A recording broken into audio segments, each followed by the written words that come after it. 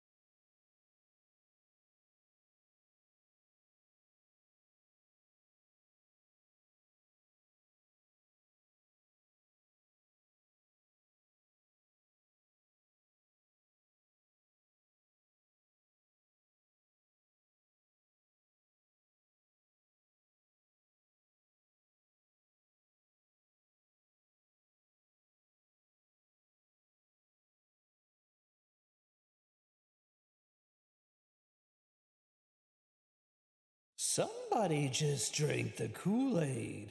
Hi cab.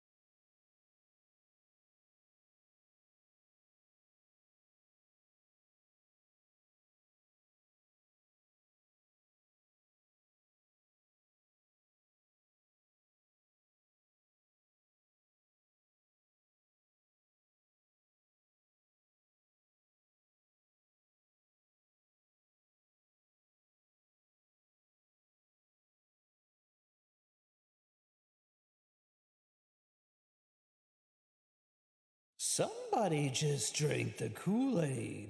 Take my beezer bucks, you informative creepy purple man.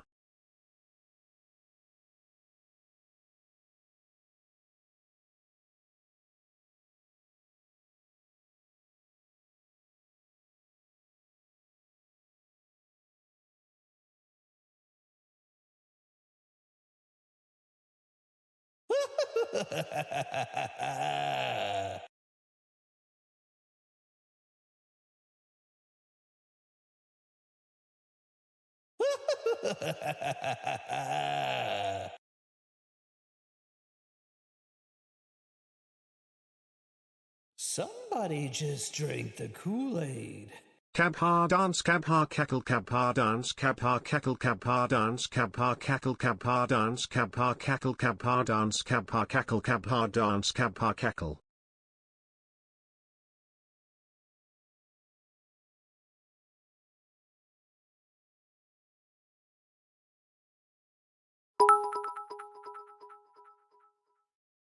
Ah, snap. Here we go again.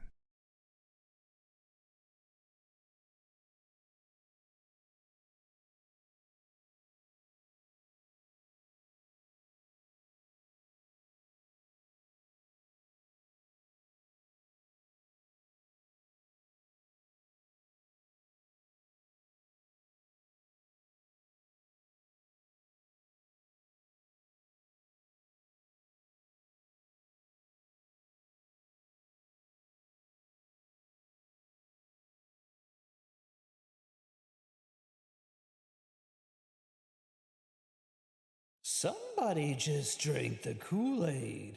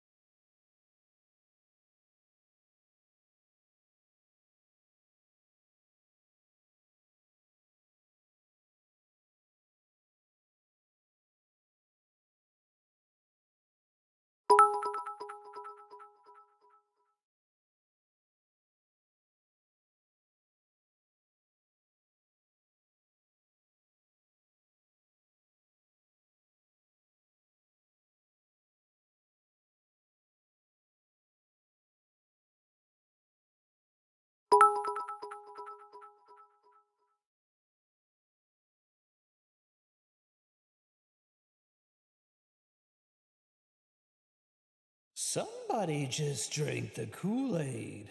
To another month with the mischievous purple cult. Cabha hands up.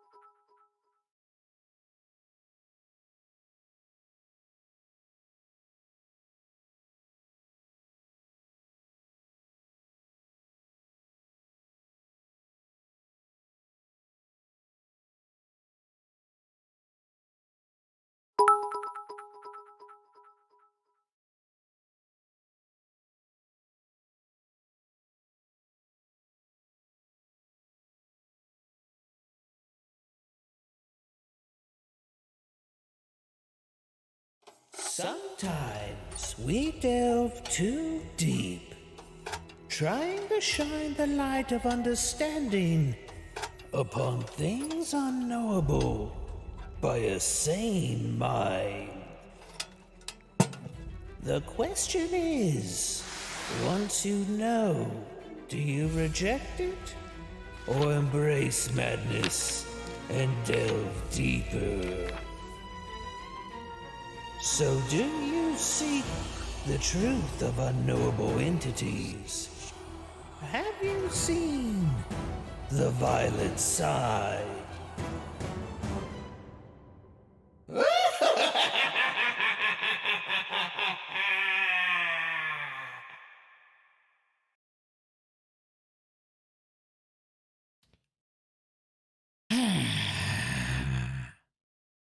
All right, let me adjust that. There we go.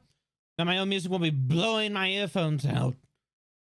Well, hello everyone, and welcome into another magnificently menacing Monday morning.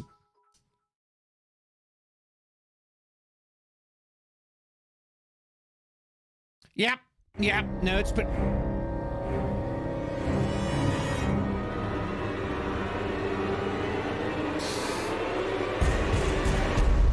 Millie, what are you doing? What? What are you doing? Have a beautiful stream cab. No, I hope you had a beautiful stream yourself. For those of you who don't know Camellia, absolutely amazing creator of the Australian variety.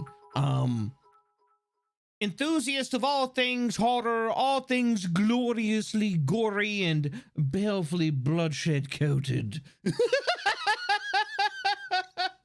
Also, I have to say, one of the most absolutely abominably entertaining individuals I've had the Close to getting petrifying the big pleasure eye of meeting. badge. Hey Cobb. I am going back behind your walls to eat some of your cables. Hope you don't mind. I kind of need those. Close to getting that big eye badge. Ooh. You like you like jazz? I mean, jazz is okay. Is there a specific reason? Oh, I know what's up. I know why my leap motion, my settings are weird. Hold on, wait. Let me do it. Let me do this real quick. Let me do this. I should there we go. Now we're good. Now we're good. There's an Australian Remember to be searching yourself. for RCV tools. Less than Yes, 3. that would be Camellia. I would definitely suggest going and checking her out. She's a wonderful individual, amazing content creator, and somebody I'm deeply fortunate to know. But Millie, thank you very much for the raid. I greatly appreciate it. I hope you're having a magnificently menacing Monday. Oh, wait. Is it Tuesday for you already? I don't remember. I unveiled my bee outfit today. Sauce for the bee costumes? Bee puns. Ah. She's really fun. She is. She absolutely is. But, so, Raiders, if you don't know who I am or what I do, allow me to take a moment to introduce my insidious self. And you know what? You know what? We haven't had one of these in a while. How about, it's 1 a.m. Tuesday. Nailed it! I know what time zones are, and sweet Jesus. Well, my alerts are just going to be behind this hype train. This hype train indeed. This is what I get for taking Friday off. But you know what? Let's go ahead. Let's do a sales pitch for our woefully wonderful Raiders. What do you say? Well, hello, Raiders, and welcome in to the live scream. I hope you're having a magnificently menacing Monday. If you don't know who I am or what I do, allow me to take a moment to introduce my insidious self. My name is Cabal, your favorite frightening, caffeinated cult leader and hooded horror host here on the terrifying, petrifying, purple platform of Twitch.tv. I do all things spectacularly spooky to include menacing movies, terrifying TV shows, nightmarish novella, sinister stories, and chilling creepypastas. I also do a bit of abominable art, ghoulish gameplay, visceral voice acting, and even talking about the terrifying taboo topics of chilling content creation and all their many menacing mediums and dreadfully dark depths. So if that sounds insidiously interesting, well, make sure all your doors and windows are locked. Make sure all the lights are on. And perhaps hit that follow button so you don't get lost. Because you're in for real. Scream!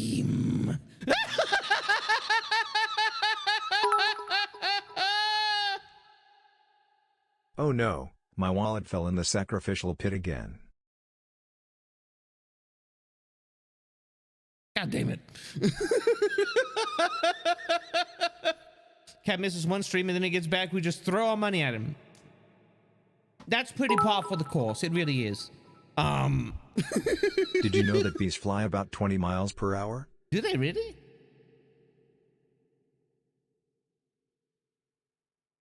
Huh.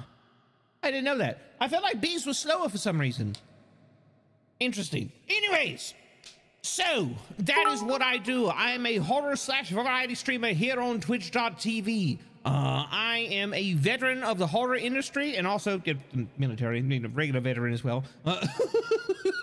I've lived all around the world. I've done all sorts of things. I serve as, I am a horror enthusiast. I'm an artist. I'm a bit of a content coach. Like if you're looking to get into content creation, I talk about that on a consistent basis as well.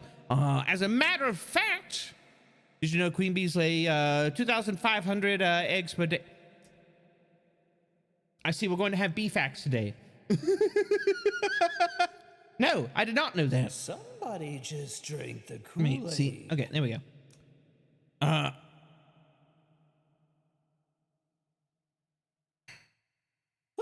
Thank you very much for gifting us up to Run Up That Hill.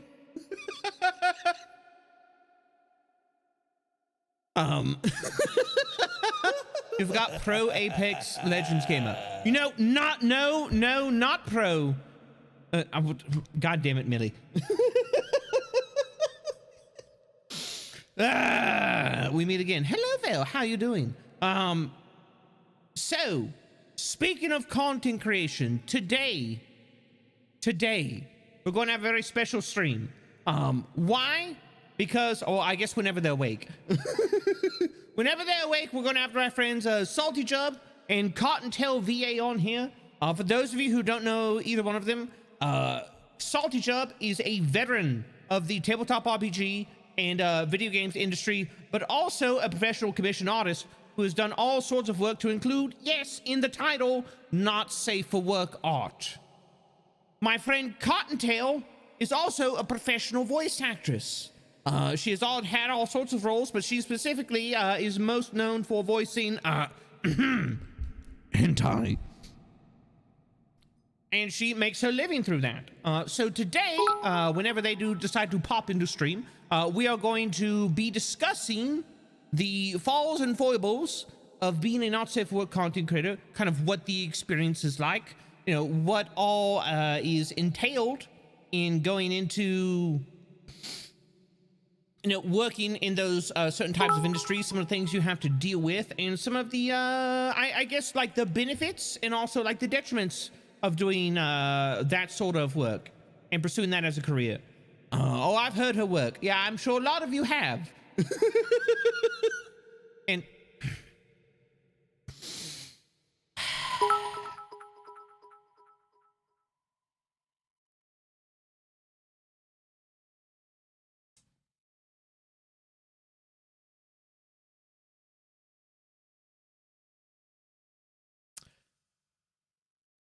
Eclipse, thank you very much for all the bits. I can't count all of them. Lorenzo Teague, Apple Kuchin. Thank you both very much for your frightful follows. Anonymous Gifter, thank you very much for the gift sub to Run Up That Hill. The Thane, thank you very much for the gift to Stardust Lab. Oh, speaking of which, I need to. Ooh. Somebody just drank Let me the do Kool-Aid. this really quick. Hell yeah.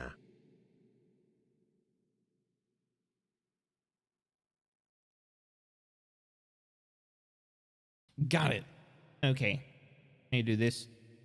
Boop, boop, boop, boop, boop. Sorry, I need to add in the new mods. Because yes, we had mod applications open up for the Violet Sign community. We had them open on the Discord for about a week.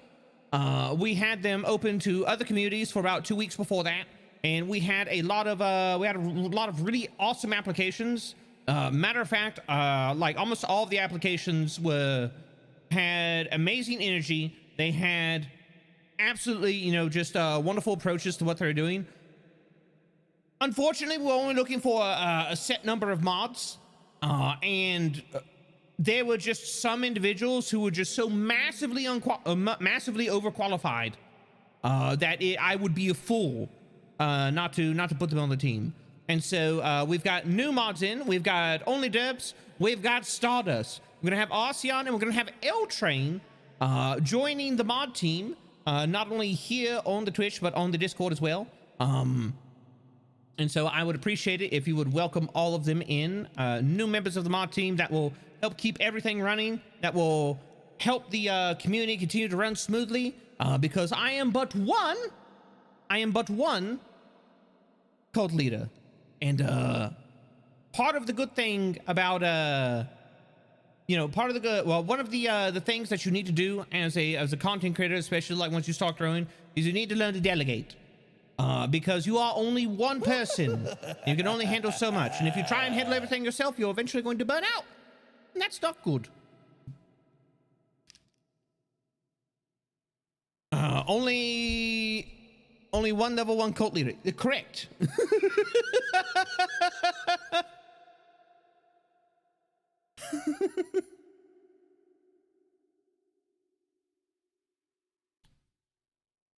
Delegation is surprisingly hard skill to get right. It is. Thankfully, I'm the type of person where I have, through life experience, I've been able to learn to like delegate, and being able to learn to get into the habit of handing things off to qualified people to handle them. And that was one of the things. That was one of the things I have had to put into practice here as a content creator. It's definitely one of the things that is, speaking of being cult leader, I wonder if Cab is interested in playing the Cult of Lamb game that's coming out soon. Isn't it already out? I thought it was already out. I could have swore I saw Shia playing it the other day. Thank God cult leaders unlock delegation at level 1. Oh, it's coming out soon? Ah, got it. Yes, it is one of the games that is on my my list of games to check out. I want to look at that one. I'm thinking about playing Mortuary Assistant on stream, because we played the demo of that, and that was intensely interesting and also absolutely fucking terrifying in the best way possible. So, that's a bit of a winner. And it's been a while since we played a horror game on stream. We've talked about horror, but we haven't really played a horror game. I love your new YouTube video. Oh, yeah, that's right. We released a YouTube video yesterday. To be or not to be, that is buzzing me off. Millie, you have done this. This is your fault. You hit me gush about to anyone I can find that is good. Nice. We released a video yesterday, and it is, let me go over here to the YouTube channel. Check it out real quick. We'll go to YouTube studio. Hey Cobb, I am currently watching your YouTube video, and thank you very much for all that what you do. This is very, very informative. Fellow cultists, watch the video.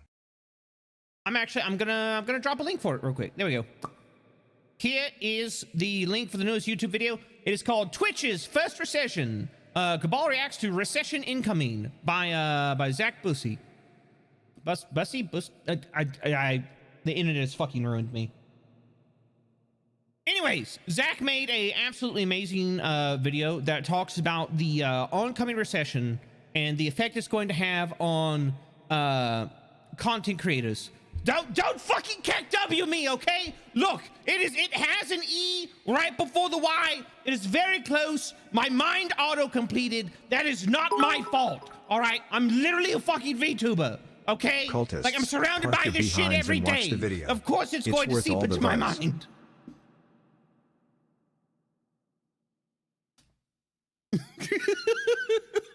Mrs. Cam just walked in to bring me a coffee. She looks at me. She's like, what are you going on about? And I'm just like, no, it's your fault. No, it's not. It's not my also fault. make sure to pronounce It's not my Acarcion's fault. name Acarcion. Anyways. So, basically to sum it up, organizations that monitor the Fed, at least here in the U.S., have been registering a minus in, like a minus in GDP for the last 2 quarters, which technically which technically signals that we are in a recession. Now, for those of you who don't know, Twitch, content creation, everything like that, Twitch didn't start off really, what was it, like Justin TV? Didn't really start off till 2009. Which was English Cab English. I'm trying my best, okay? Fucking, I'm stroking out live on screen. Call the cabulance. Does anybody else smell burnt toast? Anyways, so that technically signals that we're in the start of a recession. Recession can last anywhere, let's say from 16. What flavor is the red cable behind your 18, wall? around 20-ish Want to months. try something else since all of the yellow ones taste like honey? The thing is the last big one that we had was the one in 2008, right? That was before Twitch really popped off, before Justin TV really popped off and then transformed into Twitch, what it is now. So content creation, and you know, like YouTube at that time wasn't really monetized the way it is now. Content creation and content creators have not seen or experienced creating content in a recession. So we have no idea what effects that is going to have on content creation. However, taking past information that we have, taking similar scenarios and extrapolating from those, we are able to kind of figure out how things might go, things that might happen that may be detrimental, but also ways that we can, as content creators, thrive and set ourselves up for success in the future, even though there is an ongoing recession. And that's what this video that we have on YouTube is about. It's about an hour long. I suggest if you want to, you know, like really get into depths about it, you want to, you know, like hear some opinions on it, some strategies going forward, some things to expect, ways to kind of like guard against it, prepare for it, or even thrive, that you go and give it a watch. But there's been an outstanding response to it. We're already at like 861 views, and it's an hour-long video. Okay, look, I get it. It's a long fucking video, all right? But it is something that I'm very passionate about. It's something that I think is very important, not only to content creators, but anybody who's looking to get into content creation, especially at this frame of time. With the watch, FYI, I'm glad. I was worried that it would be a bit too long, but it's a very good video. We also have links for the original video in the info section of that. I definitely suggest go and check out the original as well. Zach is an amazing content creator. He does a lot of videos about information on streaming, about the scene, and providing that information to other content creators. He's a great individual. Definitely suggest going and supporting and subscribing to him. Fuck you live 1 hour early. You almost gave me a heart attack. No, I sent you guys a message. I was like, look, I'm going live right now. And besides, you know, I'm not live an hour early. I start between like 11 and 12. So, you know, I'm in my time frame. I'm in my time window. I've just been starting around like 12 as of late. And we still gotta wait for Cotton to wake up salty. So like, it's no big deal. It's no big deal. But anyways, yeah, so that's the video we put out Sunday. You all have been kind enough to give it some amazing, absolutely amazing response. I deeply appreciate it. It's a topic I'm very passionate about. I want to arm everybody with the information that they need to make smart decisions when they get into content, when they decide to make content, if they want to be successful in content. She is slurping yogurt. That's fine. That's fine. Look, I DM'd you guys. I was like, look, it's no rush, okay? Don't worry about it. You know me. I can ramble on about bullshit for like ever. Wait, Cotton will specifically wake up salty? I don't know.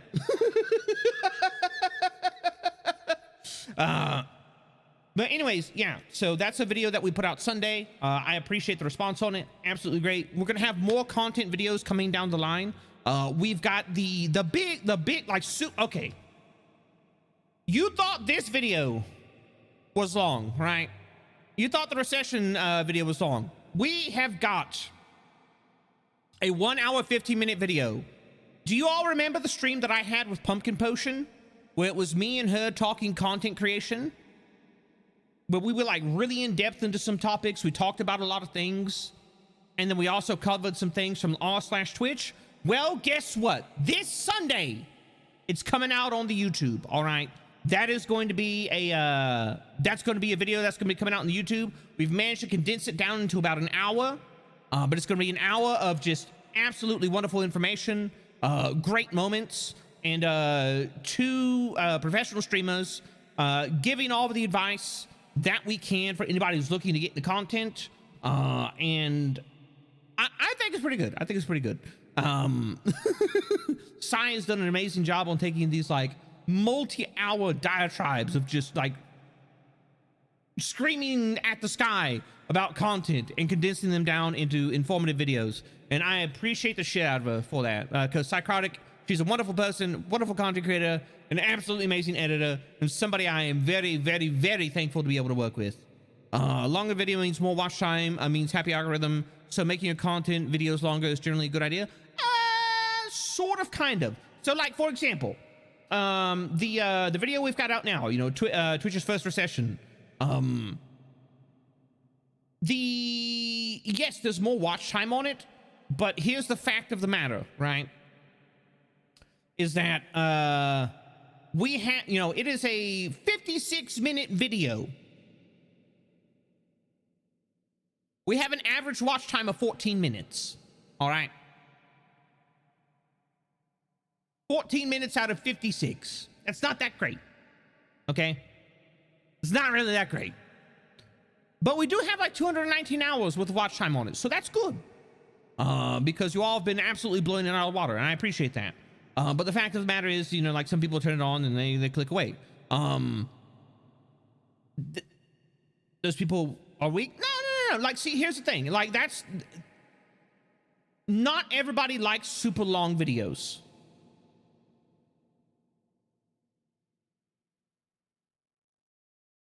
Only if people watch the whole thing. Correct, Golden Gear. You're absolutely right. Only if people watch the whole thing.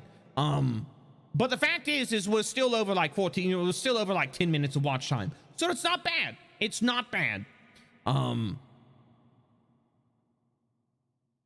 ADHD brain go, but yeah, no, I absolutely understand it. Like I know that I am an oddity. Like whenever I go to like turn on a video, I will sit there and I will watch through the entirety of it. Right back watching the 6-hour video I found in the series Lost. Yeah, and Gorgrel, thank you very much for the 7 months. I super appreciate it. Robot 404, Vivi Mancy, Scarf, Cabellos, and Robot 404 again. Thank you all very much for the bits. Chubby Cat, thank you very much for your frightful follow. And the Odorous Aether, thank you very much for your frightful follow as well, as well as the Great Papyrus. And Underlord, 2088, thank you very much for resubscribing now for 2 months. And thank you all very much for that level 5 hype train for a total of 12 gift subs and 4,808 bits. I super appreciate it. Thank you all very much. Anybody that supports the stream, I deeply appreciate it. It is because of you that you allow me to give jobs to my friends, to continue to build the channel into what it will eventually become. Speaking of which, we're getting close to something. We're getting close to something. Do you want to know what that something is, champ?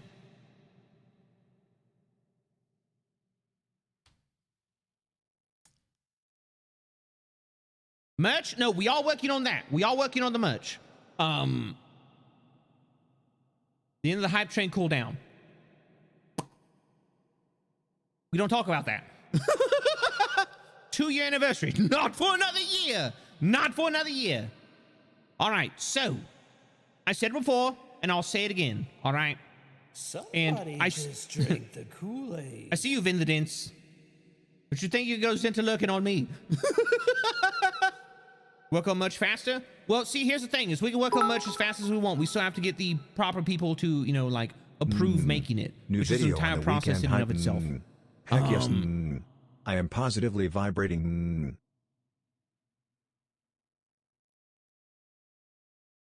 Thank you very much for 100 bits. Cab singing, that is also in the process, but that is not what I'm talking about. Okay, we actually, like, I Hi, sat down smelly with. cap ha love. Hello, Hayes. How you doing? Speaking of amazing content creators, Hayes, everybody, absolutely wonderful Goblin VTuber, wonderful individual, somebody I'm very thankful to be able to call friend. If you enjoy good times, if you're looking for somebody who generally broadcasts a little bit earlier than me, definitely go check her out. So no, we're yes, we're working on merch. Yes, I'm working on the I'm working on the whole singing bit. I've sat down with Salty. We kind of have maybe an entire cover album worked out.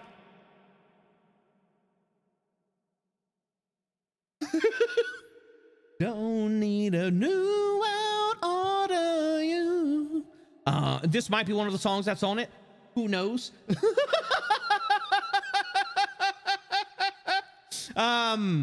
Anyways, but there's a whole lot that needs to go into that, including, you know, contacting people to make instrumentals, you know, mixing vocals, everything like that. I still need a lot of training under my belt, so we're probably at least 6 months out from that.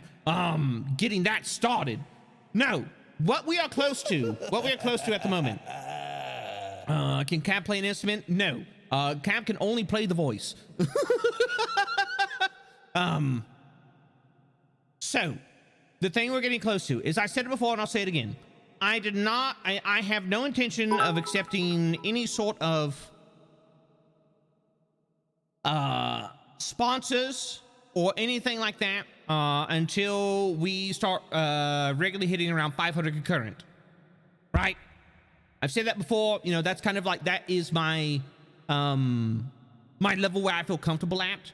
However, and hello Stardust, how you doing? Cabin and hot tub, that is also in the works. We hit that goal, that is in the works. We have to prioritize some things. But so I said no sponsors, with one exception, until we hit 500 concurrent, right? That one exception was the horror streaming service of Shudder. My personal goal with that was that once we hit 20K here on Twitch and we hit 20K on Twitter, at that point in time, I'm going to take the dive. No, did Shudder reach out to you? No. I'm going to reach out to Shudder. Shudder probably doesn't even know I fucking exist. But at that point in time, once we hit 20K on both those platforms, I'm going to be reaching out to Shudder and see if maybe we can work out some sort of deal. Oh, they're about to. Because at that point in time, that's where I feel comfortable. Yeah, Shudder is it's a horror streaming service. It's kind of like, think of it like the Netflix of horror, but better.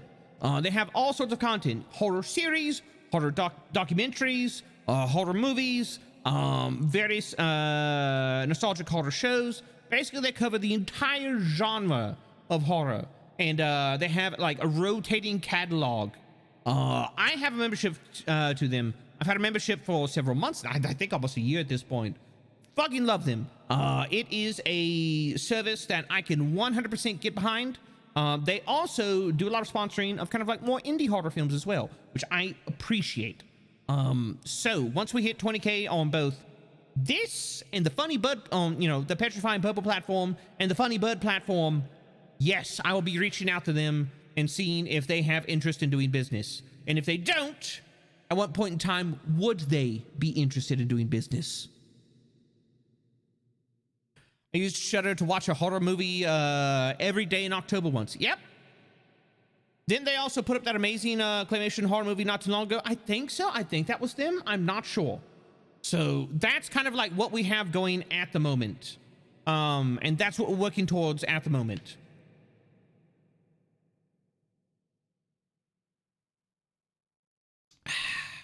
Sorry, I need a little bit of water. And Mom VT, hello, how you doing? But yeah, so that's some of the things we have on the horizon. We also have the merch on the horizon. We have music on the horizon. We talked about this before. We talked about this before, but we also have the October event on the horizon. That's right. We've got a new model in the works. We've got 2.0 in the works.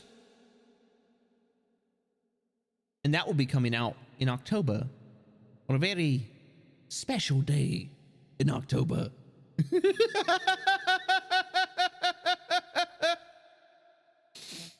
We'll be leveling up, and we're going to need some new duds to represent us leveling up our game.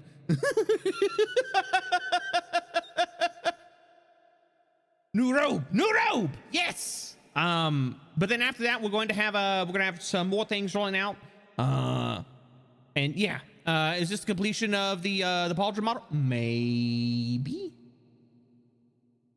It may already be paid for. Somebody just drink the Kool-Aid. And in the works. Greetings, fellow viscous violet cultists. It is my 3 months of being this horror host's supporter. Been a hell of a ride.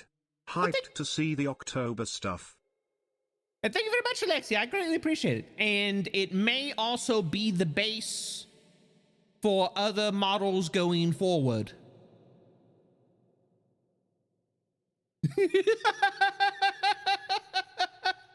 So, yeah, that's a thing.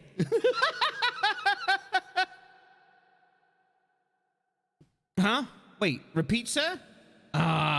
So the 2.0, the kind of style, the proportions, the body shape, and everything like that is going to be the standard going forward for additional abominable outfits. Because we need to make sure that Cab is not dying till October 31st so he can have his level up. For that reason, I give the cult laser legs. What? Where the hell did you get lasers from? Who gave you that? I don't think, wait, we don't have clearance for that. Did we, What do we get clearance for that? We can use lasers now? We're not gonna get fined, are we? We dug them out as always. Directions are clear. Cut a hole in the center of the earth with my laser legs. Please advise.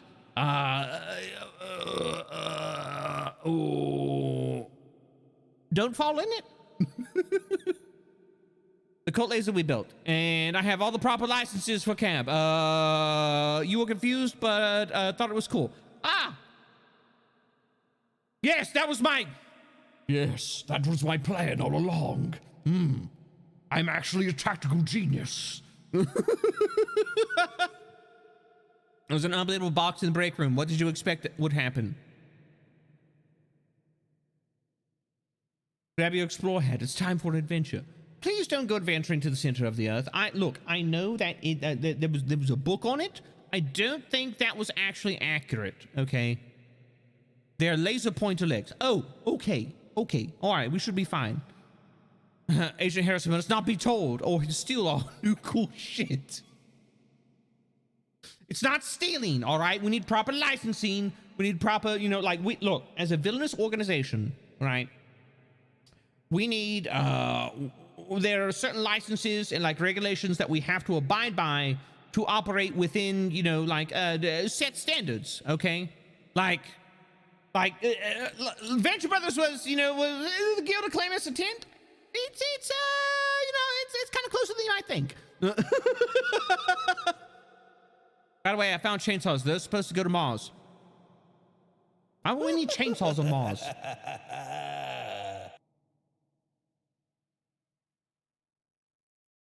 The SCP Foundation will let us keep the stuff. That is a big doubt. That's a big doubt. All right.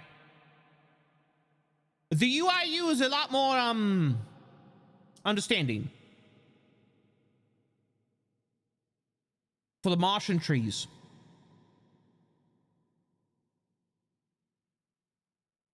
What Martian trees? There are no trees on Mars. At least not yet. Maybe. I don't know. Are there? Somebody just drank the Kool-Aid. Happy Cabiversary. Hello, Dad, please small. How you doing? Thank you very much for the 2 months. And Lexi, thank you very much for the 3 months as well. And I am a Lake. Thank you very much for your frightful follow. I'm trying to read the law here. I don't know if we have the clearance. You see, that's what I'm worried about. Still, strategic transfer of equipment to alternate locations. I like that acronym. Rock trees, duh. Dude. Are these rock saws?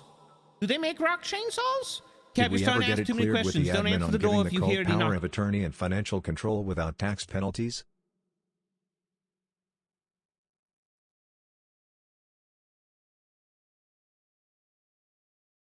We're not registered as a religious organization. We don't get tax exemptions. Cob rocks don't grow on trees, okay. And there you go. Eclipse is passed out. Congratulations. Look what you did, champ. Regular chainsaws for rocks. Dental. No, we don't. We don't have a dental plan. We don't have, look, all right. We're a cult, okay? We don't have a dental plan, all right? Just be careful with the IRS. I am extremely careful with the IRS because, look, accountants are already unhinged, all right? They willingly. I'm escaping to the one place Deal that with hasn't math. been corrupted by capitalism, They're- Mars. I mean, space. They're just like, oh, look, it's math. What do I want to make my profession? Math. And guess what? The IRS gives them guns, all right? There is no more dangerous an organization than accountants So with we're guns. using the chainsaws for our dental work now, too? Chainsaws to dental? I feel like that gets kind of messy. What if it's a very small chainsaw? Could you make a chainsaw that small? How small could you make a chainsaw and it would still, like, cut through material? Could you make like a microscopic chainsaw? Do you think they'll Always eventually in people the future passing they'll out have when I like say small, trust like, me. you know, I like am surgical German. chainsaws? I have the licenses cultists. If there is something Germans have, it is licenses. And sausages. But even those need licenses. I like sausage. Hey, I just walked in. What's going on? We're talking about chainsaws and whether or not you could make like a microscopic chainsaw. What purpose would a microscopic chainsaw serve in the surgical field? Would it just be better to use like a regular blade? Or should you like use the laser? I don't know. I feel like the chainsaw would be a little bit messy. I mean, considering that chainsaws were initially invented for, using them for dental doesn't seem too far off. Yeah. How you doing, bro? Counts of machine guns. Now that's chaos. Yes. Killing microscopic demons from Mars. Somehow we have edged into the Doom universe. And I don't know how or why this has happened. Doom for amoeba. we have a... Can you run Doom on a singular cell organism? Somebody just drank the Kool-Aid. Is We also now need- a good time to talk about spending a small amount of the cult coffers on Roombas with combat knives?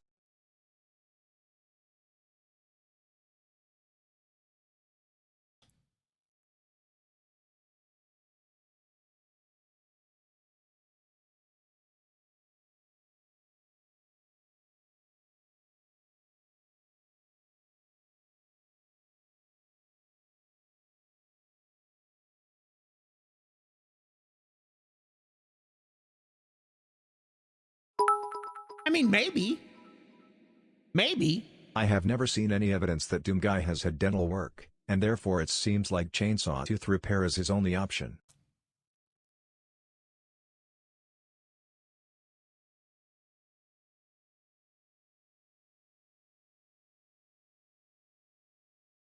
I would not want to be the dentist that attempts that. Interesting fact, a group of rattlesnakes is called a well,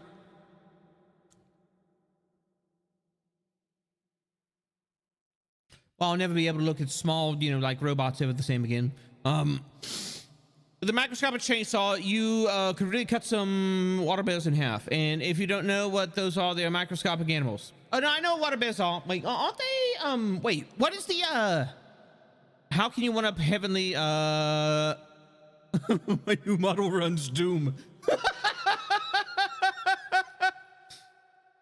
I'm just gonna say, this. He always looks angry. Who does? Me? I mean, it's my secret. I'm always fucking furious. We tried to figure out once if one could swim potato salad. No, we didn't try to figure it out. No, we actually did. We actually did. Somebody sat down, they did the math, and they measured out the buoyancy of potato salad versus the human body. And so technically, from a physics standpoint, you can swim in potato salad. It's not like quicksand. Never a dull moment with the cult, huh? We are constantly exploring the unknown. We're exploring the darker depths of the mind. Oh, not this again. Now the second question. Can you swim in Jello? I don't know. Somebody do the math. I'm not the guy for it. Look, I'm the face of the cult, all right? I'm, you know, I am the suave, handsome, sonorously toned face of the cult, okay?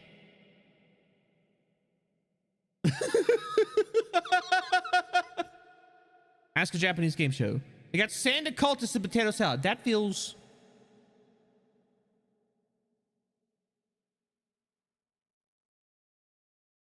That feels like it's like it's hinting at something that we'll probably have to save Japanese game shows and Jello when we'll talk with Salty and Cotton.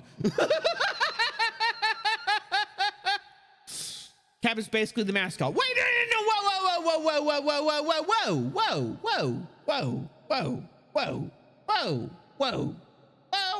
whoa.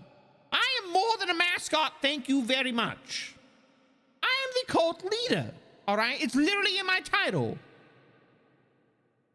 Your favorite frightening caffeinated cult leader and hooded horror host.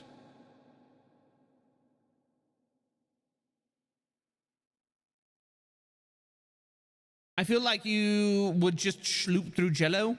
That is a disconcerting sound to associate with trying to wade through Jello. Mascot indeed. Mods of the main brain. Cult to right. What? No. No. I'm the one in charge. I am the cult leader. The mods are my the fingers of my hands reaching throughout the cult and enacting my will. That is definitely how it works. It is not the other way around, okay?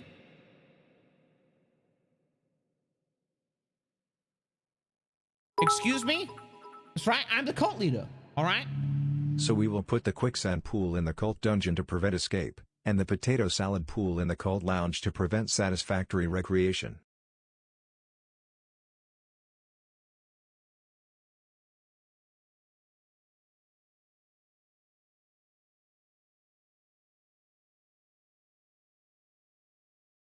Where are we getting the budget for this?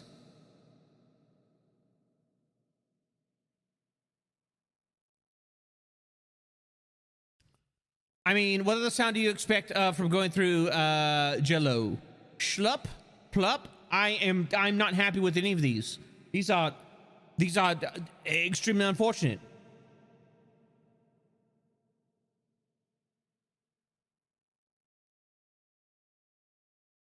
I'm gonna make him suffer. What? Excuse capsulating the new mods that haven't fully integrated into the hive mind yet. Exactly. We have a budget? We should have a budget. Look, if we're installing different types of pool, like,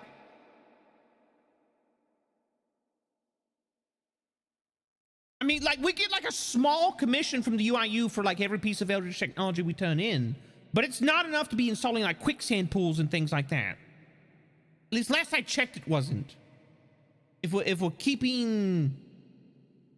keeping the books properly, which I should be. Since you don't want to be the mascot and instead the main head, we're gonna have to pay for it out of pocket. What? Quicksand is easy to make though. Yeah, but then we have to also abide by safety standards. Like we can't, like what if OSHA shows up to inspect the quicksand pool, okay? What if we get a fine from OSHA? Think about this, all right? We are getting the money from the IRS. People forget What? that just because the accountants now have guns doesn't get rid of their fear of the eldritch tentacle monsters going bump in the night. Are we mugging the IRS? Can we not mug the IRS? Please don't mug the IRS. What if OSHA wants to join the cult? I highly doubt it because OSHA is its own cult. It's 6 inches deep though. Wait, so don't mug the IRS? Yeah, please don't, okay? I don't want anybody to be bludgeoned to death with a calculator.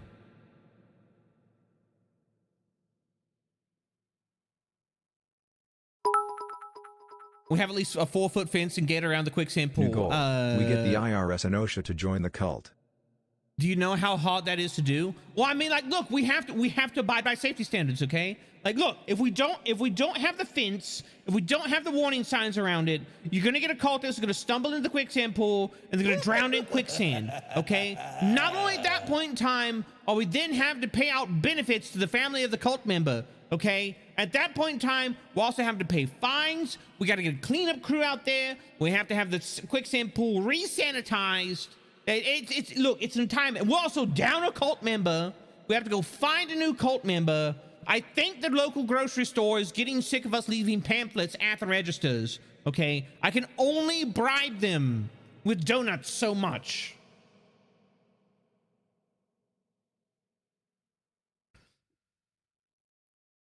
I'm forklift certified. What do you want to know?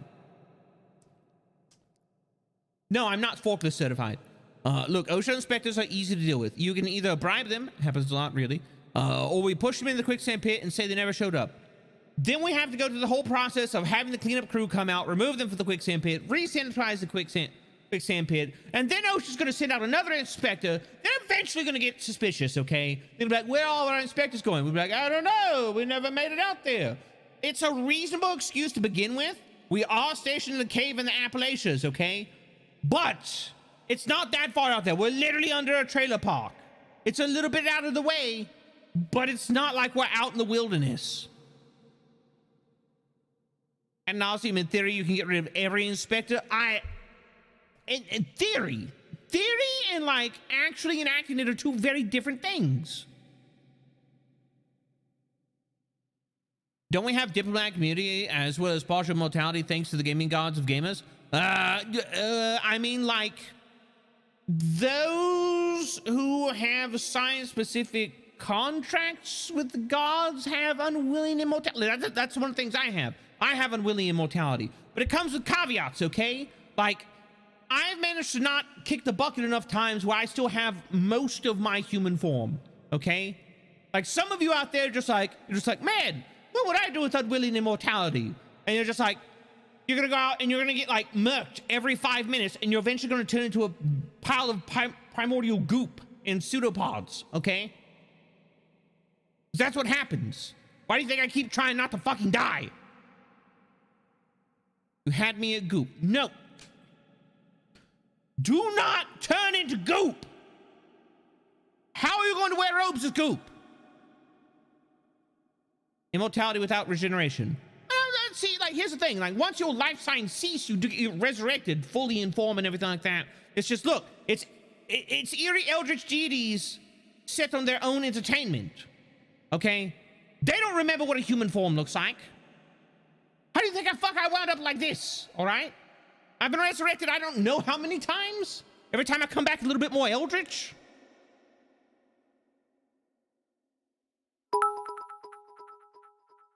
They're just like, hey, does, you know, Latex wait, robes, what's Cabal/latex robes. Latex robes? That's a fetish. No, we're not that kind of cult. All right? Leave that to Jared Leto.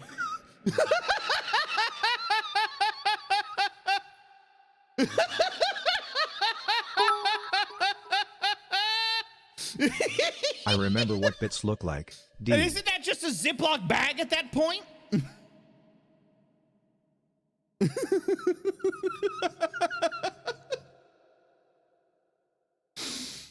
you have any idea how hot that would be? Yeah, that'd be, oh my God, ugh, ugh.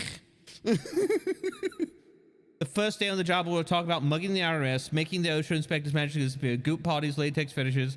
I'm gonna grab some coffee. Welcome to the team, Derpy. Welcome to the team.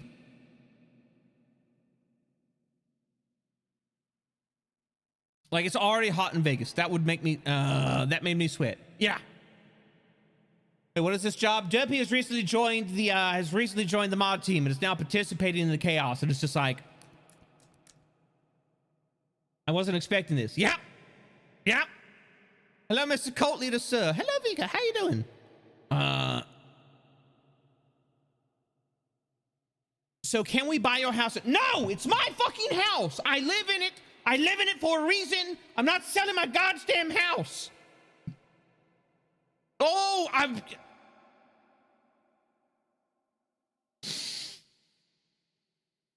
want to pop a fucking gasket.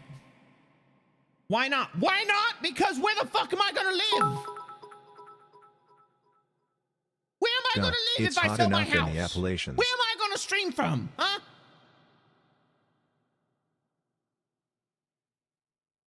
The cave? I mean, I could. What? You know, live in a dumpster, they're comfy. I'm not gonna take, I'm not gonna move in with men. I want to forget-o. Lest I regret-o. Also, Cobb, if we can't buy the house, can we invest in a timeshare near it?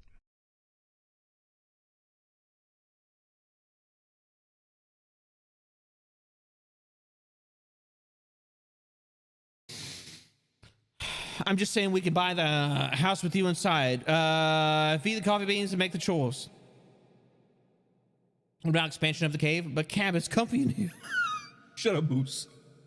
You can always see the steam coming out. Time's just a scam. Don't do it. All right, look. All right. You know, if they're gonna, if they're just like, yeah, we'll buy your house for $5 million, I'll be like, all right, sure. And then I will literally wait for them to be like, we're never gonna get this money back. And then I will buy my house back for cheap. Because fuck them, that's why.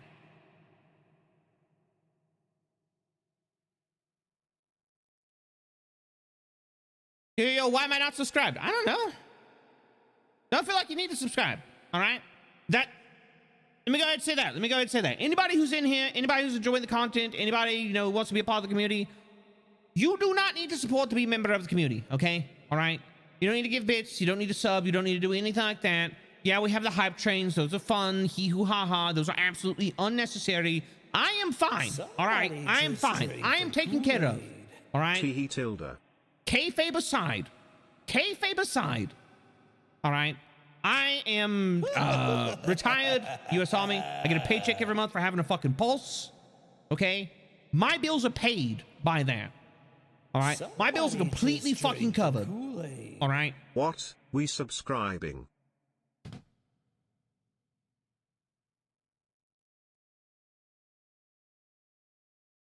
Anyways, my bills are completely covered. Content is free. Content will remain free. All right. Don't get caught up in the hype. Only support if 1, you are financially stable. 2, you have money set aside for other shit, all right? Don't be spending all of your extra money on fucking VTubers, okay? Make sure that you are taken care of, first and foremost. Have all your stuff taken care of, all right? And 3, only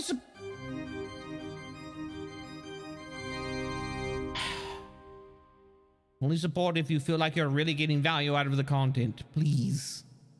Somebody just drank the Kool-Aid.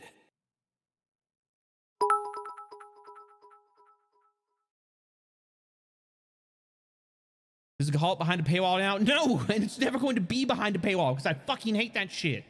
All right? That's the reason I release my content tutorials on fucking YouTube for free. All right? Fucking sticking shit behind paywalls is the Kool-Aid. I don't like it. Like, we're talking about, you know, like doing like a Patreon in the future. But like the only thing that's going to be on the Patreon is like behind the scenes shit. Like if you really, really want to know like how stuff is made and like the processes that we're going through and everything like that, that is what would be on the Patreon. And you may get content early, but it's content that's going to come out to everybody else later on. The hot tub is in the works. The Kool-Aid.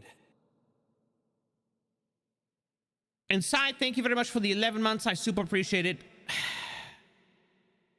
Darkest Fortune, thank you very much for subscribing, becoming a member of the Cult of the Violent Sign.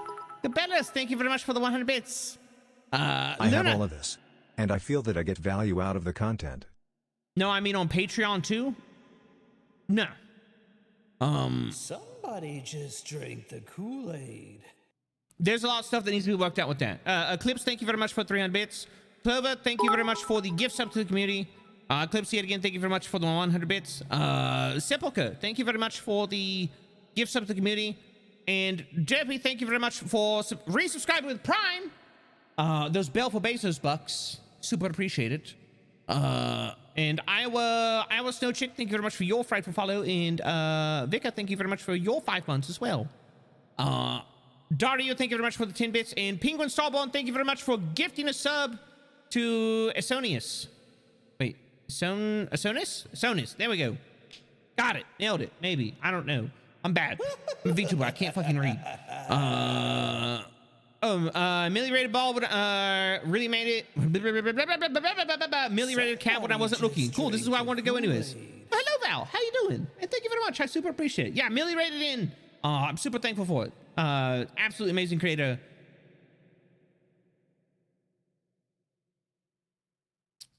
Gab is a not safe for work creator now. No, I'm going to be talking with two of my friends who have experience in the not safe for work content industry. And today we're going to be talking about everything that goes into it, everything that is oh, sorry. Somebody just drank the Kool-Aid. Hold on, I gotta answer DMs.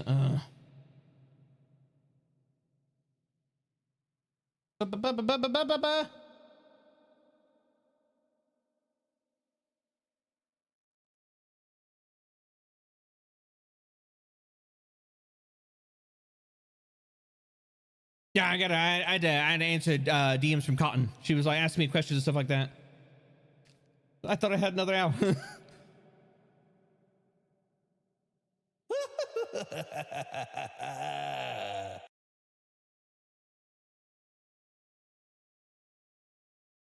Somebody just drank the Kool-Aid. At this point you just need Metal a is tub. for everyone. It's hot enough as The it sound is. is made from steel. Get out of Appalachia. Bound for pride there and isn't victory. enough room The law for of the right both and of wrong. us. In your tub, yeah, Appalachia, there isn't enough room for the buzz. What are you talking about? No, I like Appalachia. I think it's nifty. There we go. How can not safe for work have a business if it's not safe for work? You haven't been on the internet very long, have you? I love your friendship with Cotton. It's so damn adorable. Cotton is a fucking treasure, and I refuse to be told otherwise. She's a wonderful individual. She's a super kind individual. She is the type of creator that I feel epitomizes making content in a healthy manner. She does it with passion. She does it with drive, but she does content because she loves it. And honestly, I'm gonna be saying, I'm gonna say this: she has blown up as of late, and Also, I Cobb, cannot I just be had a more birthday fucking and I proud decided of to her. devote a little bit to throwing at you because it's funny greater than 3.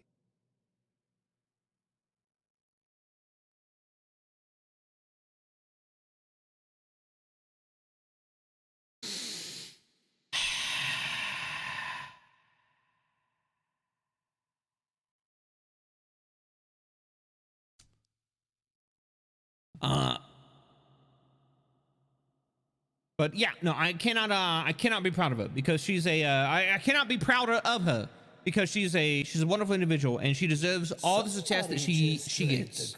She works extremely hard. She constantly drives to better herself and better people around her by and through her actions. And she's somebody I'm very thankful to be able to call friend. And that's, you know, but also she's a very strong individual as well. Oh, my arm. Did you hear that? Fucking bones just cracked. Oh. Oh.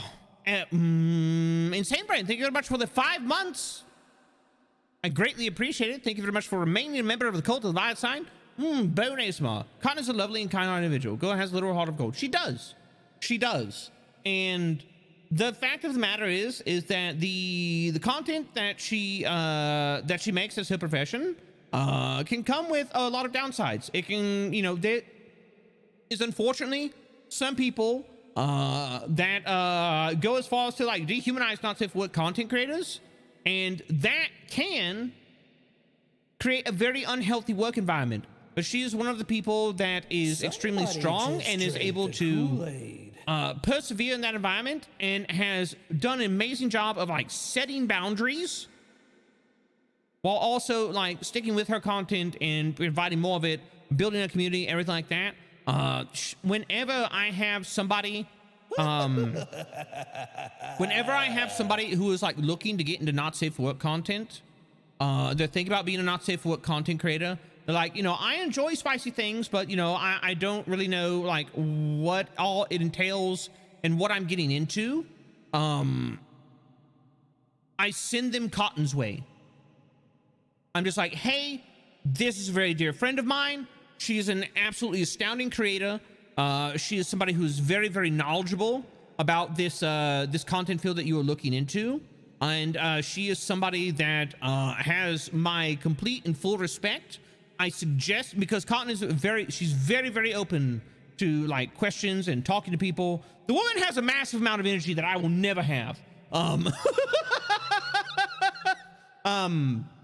But I send people her way because she is a font of knowledge for people who are looking into that avenue of work.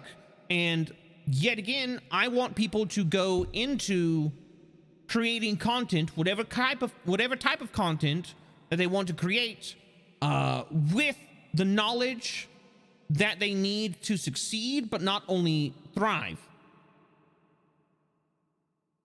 And so part of one of my goals is, you know, I like to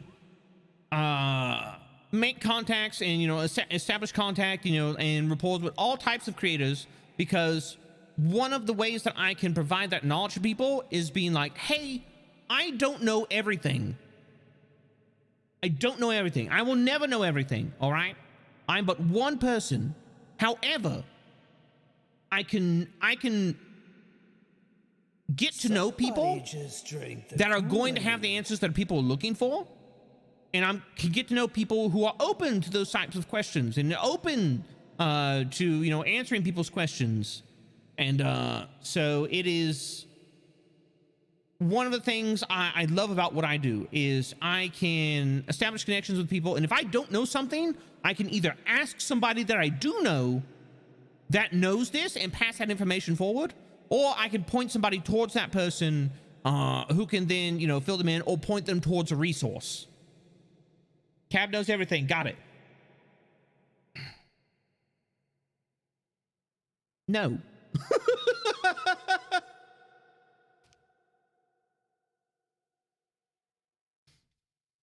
And Humble, thank you very much for gifting a sub to the Trustein or Steen, Trustein, I don't know. And Radio VT, thank you very much for your frightful follow and welcome into the live scream. Somebody just drank the Kool-Aid. Aboshi, thank you very much for gifting a sub to Cotton. I greatly appreciate it.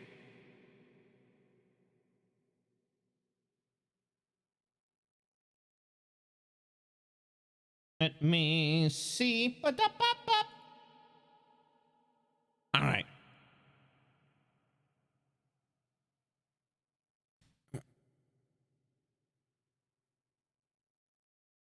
Wait, what's going on? Somebody just drank the Kool-Aid. Collaborate on a I subscribe to you because I don't always catch erotic your comic live featuring stream, and I didn't Cotton, really and like it's having glorious. ads in the VOD. Yeah, I am Cotton's adopted internet dad. Like, look, all right. Like, a lot of people are just like, Daddy, and I'm just like, no, it's Dad. Okay. Like, here, I'll show you. Like, we have confirmation. All right. Where's it at? It's right here. Yes? No? Maybe? There we go.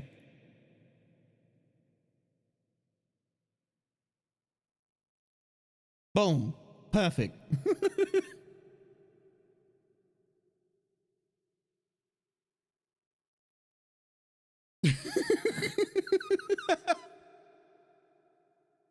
Daddy was my father. You can just call me Dad. See, here you go. This is what you get, all right? Socks and sandals, cargo shorts, my utility vest, my shirt, my cap, and my glasses on a, glasses on a string, all right?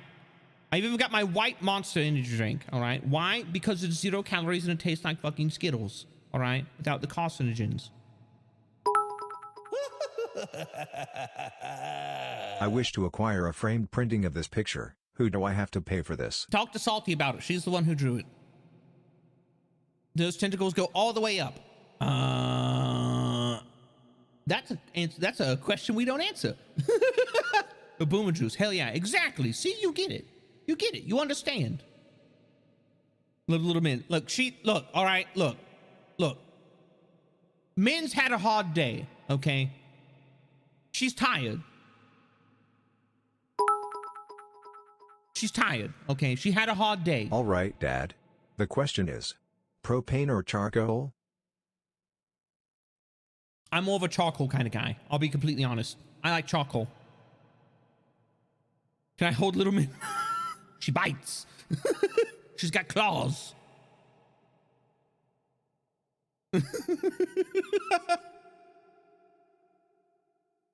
I took it too far. Automod slap. Automod slap me. Oh no! Is that part even esoteric? Absolutely is. Oh, so it's not Father Cab. He's not a priest. He's a cult leader. It is not Father Cobb. He is not a priest. He is a cult leader. It is Coach Cobb. 'Cause he coaches us on important stuff. Hey, you call me Coach. Fair. Charcoal is great. I don't know, like something about charcoal. Like I like, okay, so I have an unreasonable fear of propane and its potential explosive properties. Okay, I don't like it. I don't like it. It seems fiddly. I've never enjoyed using propane. It always seems like more of a pain in the ass than it should be. Whereas charcoal, you could take it, you put it in there, you spread it out, you make sure you make sure that, like the briquettes or everything like that, or if you're using regular charcoal, everything, make sure it's even, make sure it has room to breathe, everything like that. You put like a little bit of lighter fluid to get it started, and then you go, all right? You go. You don't have to worry about it. You let the initial flames die out. You let the coals simmer a little bit, and then you can start cooking. It's like, for me, I feel like it's easier to regulate. I don't have to do anything with it. All right. I just, I push it on the grill and it works. And then afterwards, you let the coals die out. What do you do with the coals after that? You put them in a fucking bag. Boom. Easy cleanup. You brush off the fucking grill. You clean out the coal catch, everything like that. Or the ash catch, everything. It's super, it's easy. It's easy. It's easy. It provides a nice flavor to it. You can cook things at a reasonable rate. You ain't gotta like fiddle with fucking knobs or anything like that. Coal just makes better flavor. I agree.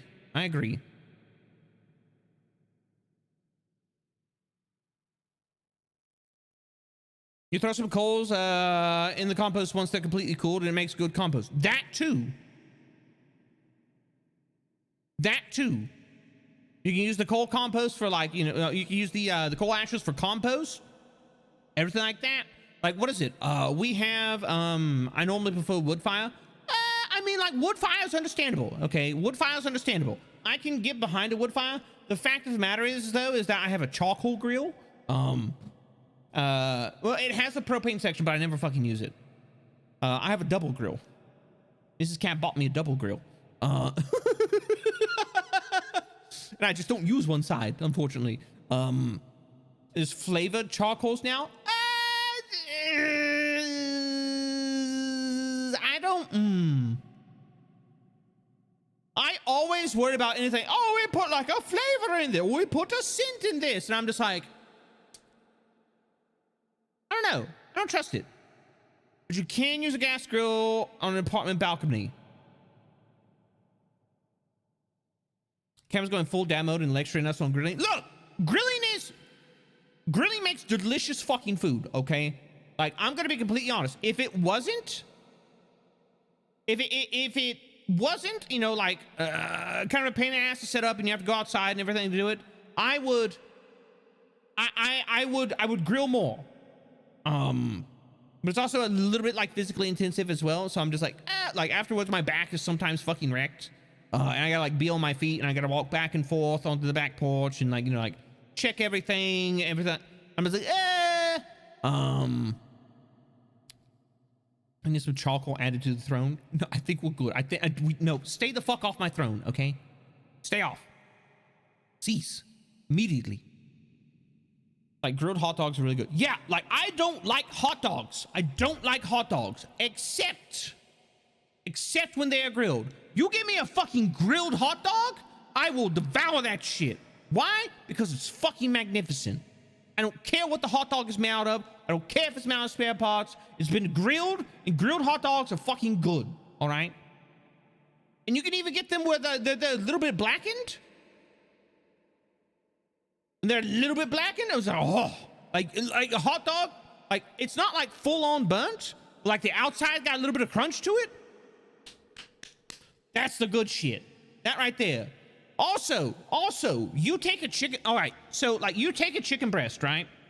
And you can put the chicken breast in like a Ziploc bag. You put like some oil in there with like some various spices, and you let that shit sit and marinate. And then you take that and you put that on the grill, a marinated grilled chicken breast, like legitimately grilled. Not like I threw this on a pan and it's grilled now. No, I'm talking actually fucking grilled. That shit is delicious. Not only that, but like you put some barbecue sauce on a chicken breast and you put that on the grill. God's damn nut. Now I'm hungry. And it's my fault. I brought it up. Yeah, you did this to yourself. You put some barbecue sauce and look, look, I'm not picky about barbecue sauce. You can use store barbecue sauce, you use homemade barbecue sauce. I don't give a fuck. Do whatever's good for you, okay? But you put some barbecue sauce on a chicken breast, you throw that fucker on the grill, that's good eating. That's good eating. I eat that shit for a week straight and not get bored of it.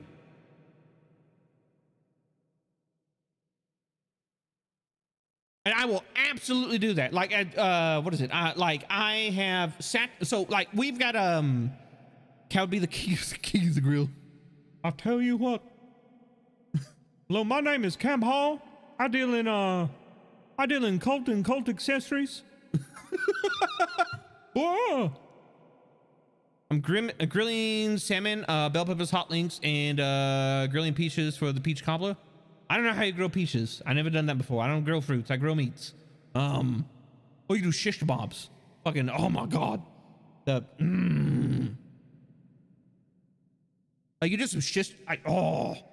So like, so at one point in time, it was a couple years ago. Me and Mrs. Cab we went to my brother-in-law's wedding, all right? And so like Mrs. Cab's her family is Polish. Like she's Polish. They're in Poland. And so, you know, we flew into Poland, everything like that. We went to the wedding. What I didn't know is that this was going to be like an entire venue. Like the wedding was going to happen. It was like a really like old, you know, Polish Catholic church. It was like the historical church. It was beautiful, everything like that. Then afterwards, we went to this place where like the reception was, but it wasn't like, oh no, we're gonna go to the reception, be here for a couple hours. It's like, no, this place has bedrooms.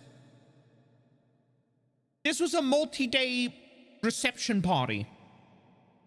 I got there and I'm just like, that is a very big dance floor. These are a lot of tables. Why is there an entire like wall cooler in the background? What are those bottles? Those are all bottles of vodka. That's so many bottles of vodka. There were not a lot of bottles of vodka left by the time the party was over.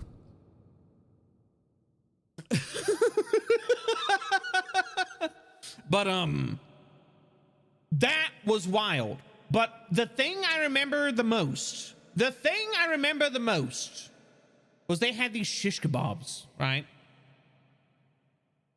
They had these shish kebabs that were fucking delicious. And they would like, okay. So this is wild. So like they had like, at one point in time, they had like an entire boar, like carted out. And like, you just go up, you get whatever you want. There was an entire cart with all different types of sausages on it. And it was just like, oh, there was so much food. There was so much food. I have never been at a party where I'm just like, I can't eat anymore. I can't. That is very rare. Cab is a large lad, okay? I'm like 6'3", all right? I'm built like a fucking fridge. I can pack it away.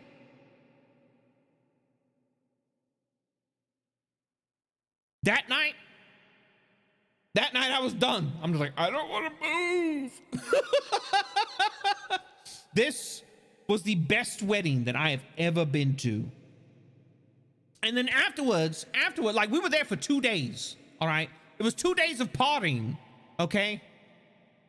Like for this, it was 2 days of partying for this wedding. It was wild, absolutely wild. I became 20% food. Like I was, you know, I was there. I was sitting like next to like my father-in-law and like my uncle-in-law, like my grandmother-in-law, and like my father-in-law, who is this large, like strong Slavic Polish man, is just like, he's like, Gab, vodka? And I'm just like, please. I'm like, yeah, sure, why not? That was a mistake. There was one other time where I've drank with my father-in-law. And that was like when like me and Mrs. Cab took some time off to go like spend time with like him and my brother-in-law when I was still in the military. And at that point in time, it was just like, it was like, yeah, vodka. And I was like, sure, Dad, why not? And it was myself, my brother-in-law, his fiance at the time, now his wife, my father-in-law, his girlfriend, and my wife. And we're all sitting there and we're taking shots of vodka. And there was like fucking, I want to say like 3 liters of vodka or something like that. Maybe, I don't know. They were big bottles. They were big bottles. There was none left by the time we were done. And it was me and father-in-law were the last ones standing. And I was just like, I've avoided an international incident.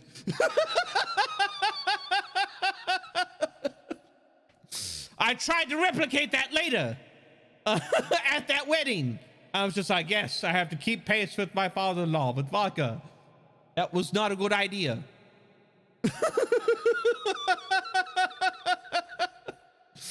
Between him and my uncle-in-law, I'm just like,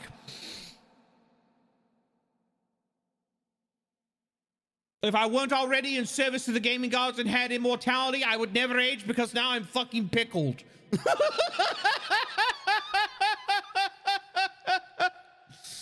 Funnily enough, though, vodka is my choice of drink whenever I do drink. I don't do dark liquor. I can't do dark liquor. I don't drink much anymore. I'm more or less abstained from alcohol, except on very, very rare occasions. Nice. I'll have to check that.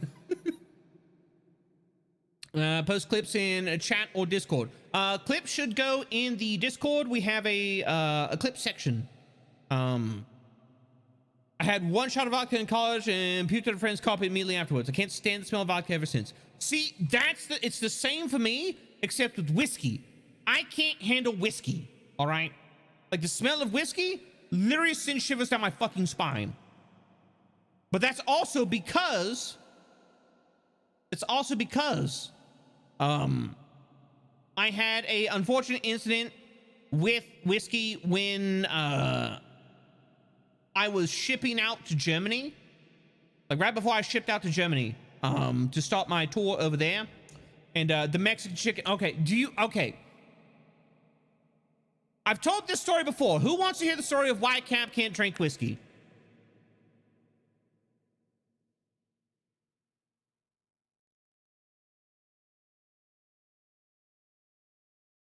Story time.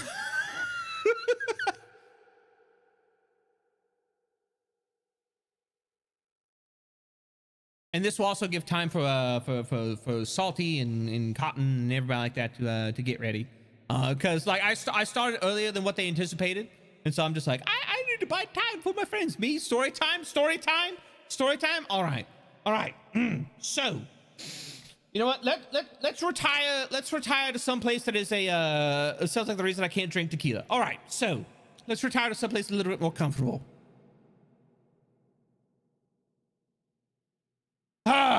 Okay. All right. I'll not contribute towards the next hype train if you tell it because I'm intrigued. I feel like you're going to contribute to the next hype train anyways.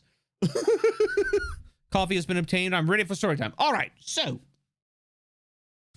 way back in the day, before, you know, like when Cab was still very new in the army, when he was still in, he had gotten out of AIT, everything like that. If you don't know what that is, that's basically the school that the army sends you to, so you can like learn your job and know what the fuck you're doing. So I gotten out of that, and I had like a month off. I had a month off, you know, spend time with family, blah blah blah blah blah, everything like that. So you know, I could say my goodbyes, whatever, because I'm shipping off to Germany. I'm over in Europe.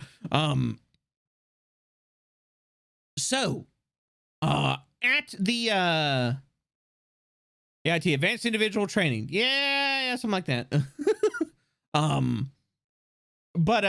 So the day before I ship out, my family decides, hey, you know what?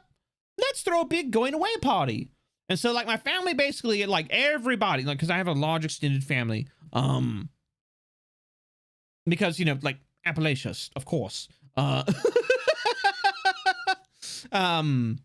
So they all chip in and they rent out a bar.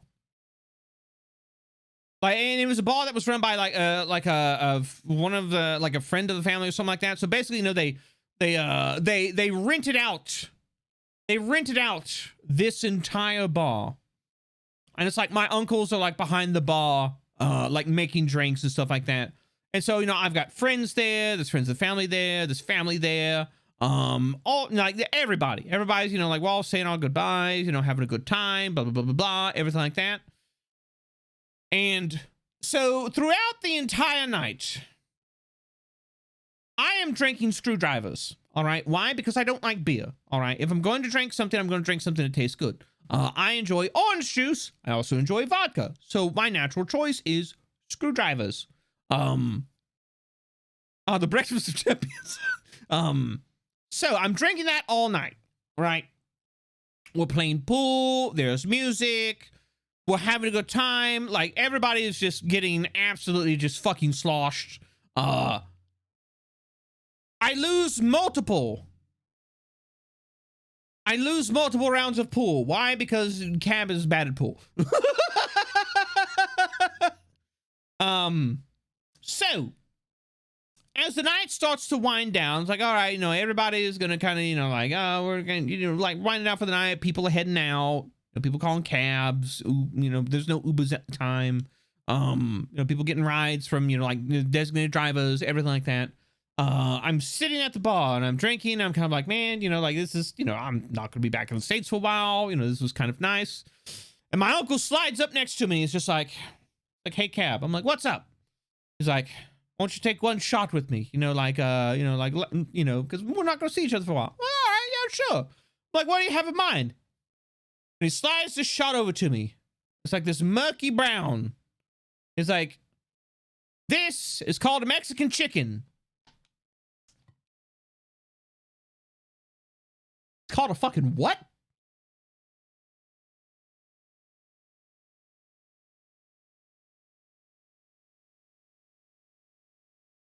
So anyways, what now? It's called a Mexican chicken is what he called it. And I was just like, that doesn't sound appetizing at all.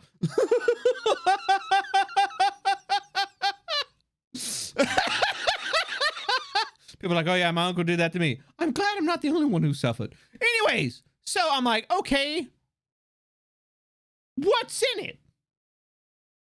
And there was 3 liquors. I don't remember what they were. I don't remember what one of them were. But I distinctly remember Jose Cuervo and Wild Turkey. And there was a 3rd. And I don't remember what it was.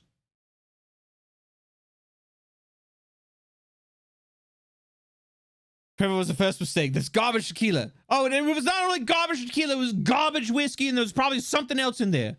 Probably a rum? Maybe. It was probably like a garbage fucking rum in there as well. I know what that is. It's not a good time. Okay, so Jose Cuervo is by a lot of people considered to be a lot of people consider it a bathtub tequila. All right. And by bathtub, I mean like it's brewed in mass. It's not very good. It will fuck your entire life up. And Wild Turkey. So you know those like really, really cheap liquors that come in like plastic bottles? So you're just like you hold it up and you're just like, there's a lot of it. It's really cheap.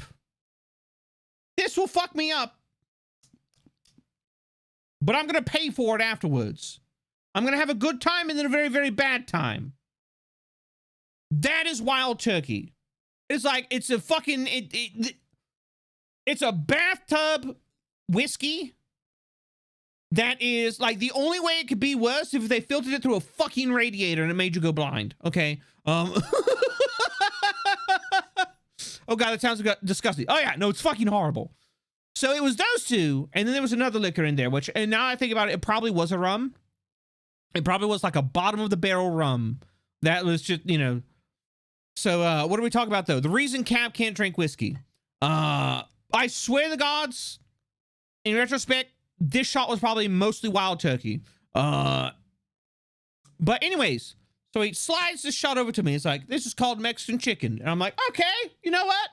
I've been drinking all night. I'm pretty, I'm still feeling pretty good. Cab, for the most part, when I drank regularly, I held my liquor very well. I'm just like, okay, cheers. And then, I've got an uncle on each side of me, and we raise it up, and we do like a little toast. And I'm like, okay, whatever, whoop, down the hatch it goes. And that's where I fucked up.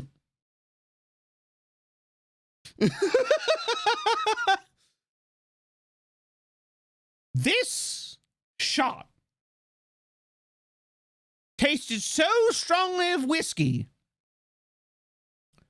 I could feel my Irish heritage boiling to the surface.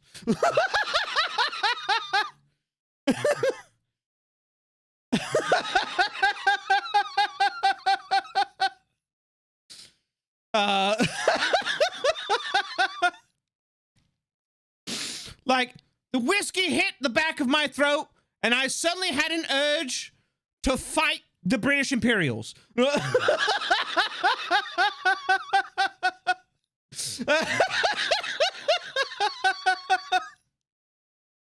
Wait, you're Irish? I'm Irish and Native American. But anyways, yeah, I'm Irish on one side, I'm Native American on the other. And so anyways, so yeah, it goes down, and I'm just like, oh, I'm that strong. And then it hit my stomach. Then it hit my stomach, and I'm just like, Scott Irish and Native American from Appalachia? No, wait. Yeah, I know, right? Then it hit my stomach. I've never run so fast in my life. So for those of you who know, there's a thing in the Army called the PT test, right? And as part of that, you have to run 2.5 miles. Was it 2 miles or was it 2.5 miles? I think it was, maybe it was 2 miles. You have to run 2 miles at a certain amount of time. If I ever ran a PT test at the speed that I ran out of that I got up and ran out of that fucking bar, I'd be running a fucking 8-minute mile. Or like an 8-minute 2 mile, all right?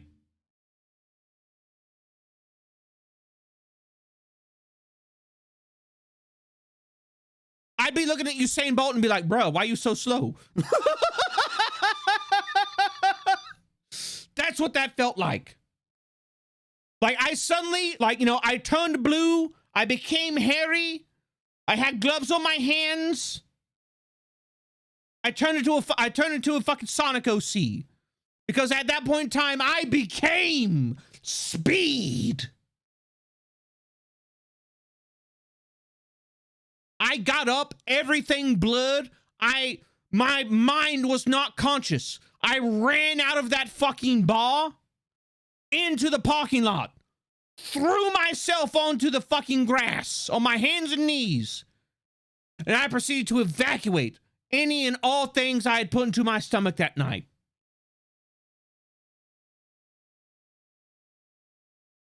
And I'm talking like, you know, like you've seen the, you know, like, oh, I'm gonna like throw a fucking rainbow up, and it's like the force of the vomit throws your fucking head back. That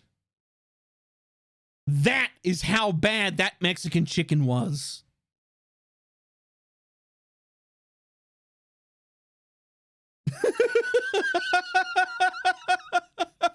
I'm fairly certain I could have knocked a fucking target down 5 feet away. And for the next undiscernible amount of time, I stayed on my hands and knees, evacuating my stomach through my mouth. I only remember afterwards becoming coherent, laying spread eagle on a picnic table and being like, why, gods? Why hast thou forsaken me? What suffering? Like, what heinous act have I committed to deserve such suffering?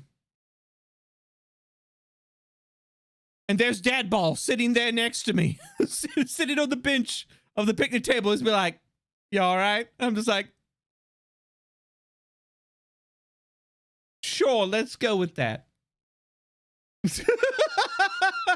I'm fairly certain that if at any point in time I had been possessed by a demon, like it would have been exorcised. It would be like, oh no, fuck that, I'm out. Not this body, not tonight. Lucky, I had a Mexican chicken shot and they mixed chicken bouillon, Tabasco, and the bourbon, whiskey, and Cuervo. That might have been it. Now I think about it, that might have been it.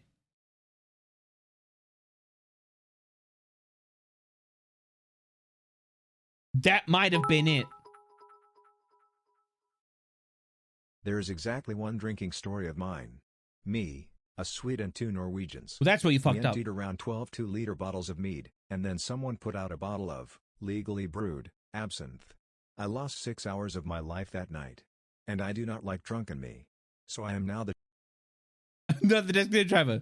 Never, never have an empty glass. Yeah. But, God, I've never made one with bouillon. My God, that sounds so much worse. Now that I think about it, that might have been it. That might have been the Mexican chicken. Somebody just drank the Kool-Aid. Bouillon, Tabasco, the bourbon, whiskey, and Cuervo. I think that's it. Daria, you might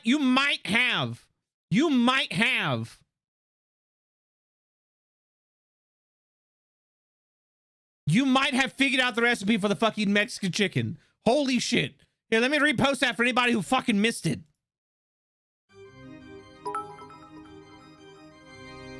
Chicken bouillon, Tabasco, bourbon, whiskey, and Cuervo. Fuck that. Fuck that shot. Now I know why that motherfucker burned. All right.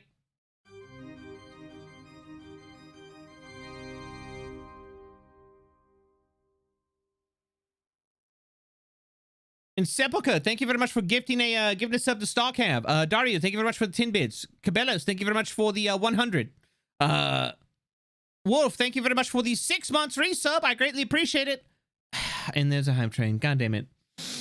Anonymous, thank you very much for gifting a sub to the community. Dark Fortune, thank you very much for 100 bits. Aboshi, thank you very much for the 0. Is that does the Mexican chicken story? Is that warrant a hype train?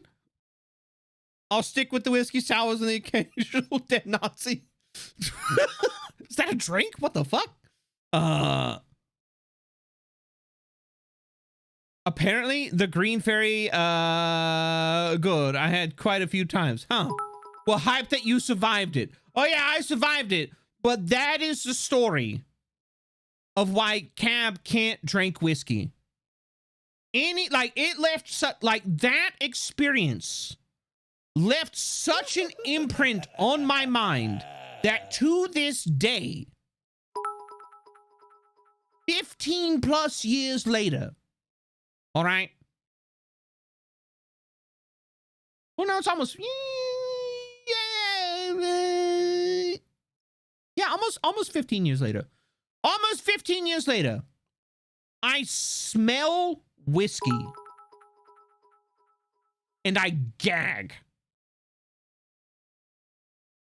I can't. Like, I smell, I'm like, ugh.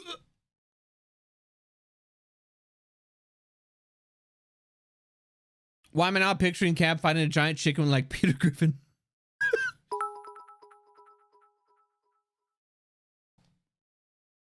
Oh, once and avoid it since. Yeah. I can't. Can't do it. I can't do it anymore. What about moonshine? How about fuck that? I just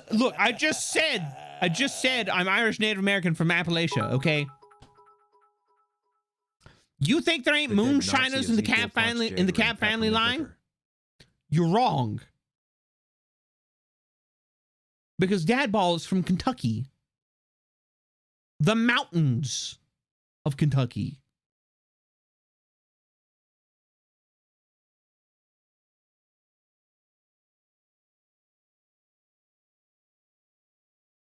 Oh, yeah.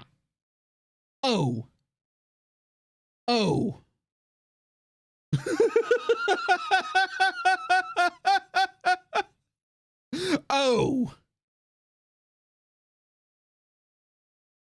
Captain to a moonshine empire.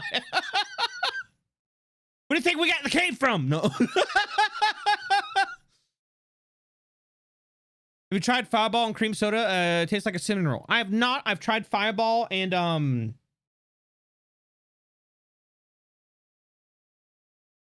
what is it? I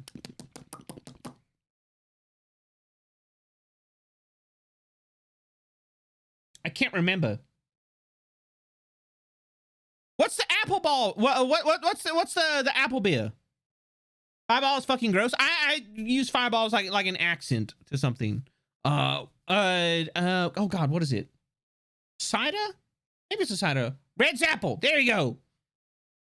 Or Angry Orchard, maybe something like that. It's like Angry Orchard or like Red's apple. Something like that. So like we would take a Fireball and mix it with like Angry Orchard or like one of those, and or like Red's Apple. And so like, and that was and yeah, Strongbow is the worst. A friend of mine likes Strongbow. Red's Apple Ale? I think so. It was like it was an apple beer of some sort, but he mixed it with like a little bit of Fireball, and it was almost like a cider, but not quite. It was pretty good. But that was also like the last time I drank. Is I drank a bunch of those, and I got absolutely shit faced because I hadn't drank in like forever, and I was like, oh yeah, no, I will drink like I used to, and I was just like, no, that was a mistake. That was a fucking mistake. I remember working in a call center for BlackBerry cell phones. A former Marine did mortician part-time in the call center, asked me if I tried moonshine. I said no. Next day, he brought a little plastic jug of liquid. He asked me to have a sip. I downed what looked like several ounces. He told me I was brave for drinking his grape moonshine. To this day, I can't figure out how I got home the next day. I'm glad you made it home safe. Here's the thing. It's like, like drinking stories and stuff like that, they're fun. They're hee-hoo-ha funny in retrospect. I'm going to say, as somebody who has, like dealt with, alcohol use and everything like that to a very large extent, because there's a very large drinking culture in, in the army and everything like that. Please drink responsibly. Please drink safely. Please be aware of the type of drunk that you are, and that sometimes, despite social pressures, it's better to just not drink. Like, if people are pressuring you to drink, they don't have your best interest at heart. You should only drink, like, if you feel comfortable with it. If you feel like the scenario is one that you can, that you are comfortable in. Never give in to pressure, all right? You're better than that, and you deserve better than that.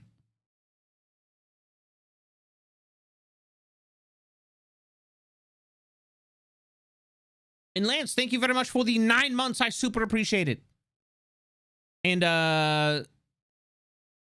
Zai, thank you very much for your frightful follow as well. And Renkia, what is it? Excalibur Angel Studio. Thank you all very much for your frightful follows. Eclipse, thank you very much for all the bits. And thank you all very much for the level 3 hype train for a total of 8 gift subs and 870 bits. I super appreciate it. Thank you very much. At least it wasn't another level 5. Perfect. Hello, you seem nice. How are you? I'm okay. To both of those. I try to be a good person. This is, you try. Dawn, I'm late. Nah, you're fine. We're still waiting for, Just drink the Kool-Aid.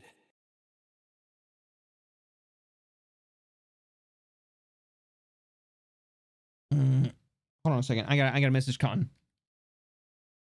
Boop, boop, boop, boop.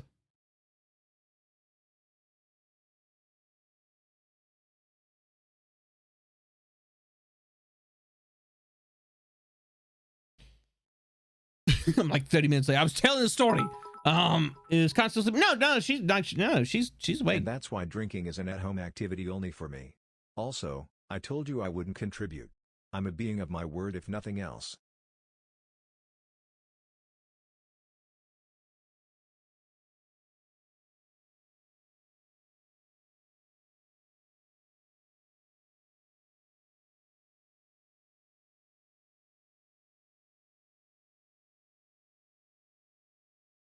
Hold on. Let me...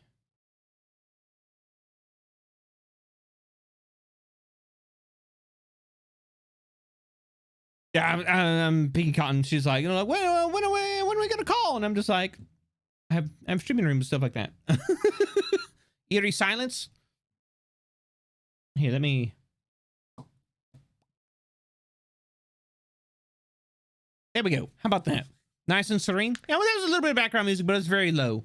It's very, very low. I'm probably gonna have Salty in here in a little bit. And we'll have Cotton in here as well.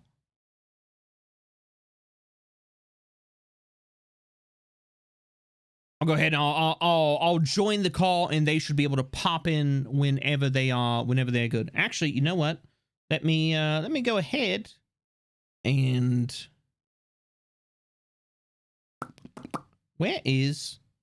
hold on.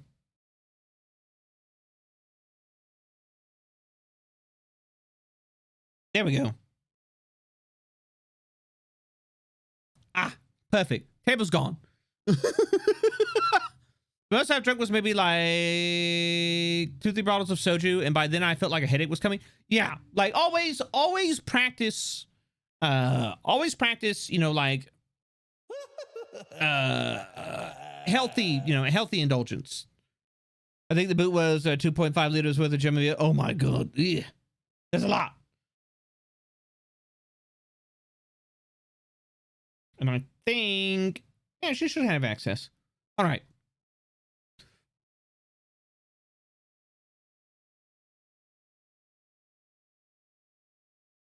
Check Discord in the food channel for a picture of the boot. Oh my god. So if you have to find out how much it takes to get me drunk, I mean, like, I was definitely the type of person where when I did drink, like, I drank to get sloshed. All right. I don't enjoy the taste of alcohol. It was more about, because I've always been kind of like a very like uptight person. And so it was more about, you know, like putting myself in a state where like I am more relaxed, and, you know, I have, you know, like let go of some of my like inhibitions, and I can like more, I can better express myself. And looking back, yeah, releasing inhibitions. And, you know, that was, in retrospect, that was not a particularly healthy way to do it. But I've since, you know, like moved on from that. I've learned to engage in, you know, being more me through healthier means. It was just, you know, that was kind of, you know, the way that was, you know, you're going out and, you know, like you're going to go out with folks and, you know, everything like that. Yeah, don't mix medication and alcohol. Makes the meds not work. Gotta take care of yourself. Exactly. Like, please do not mix medications and alcohol. They normally, they will either react poorly, or, you know, one will not work. And if you're taking medication is, you probably need it for a reason. All right. Can't drink alcohol. I mean, to do the medications we're taking. I didn't want to risk mixing meds and alcohol together. That's the smart move. Proud of you for that.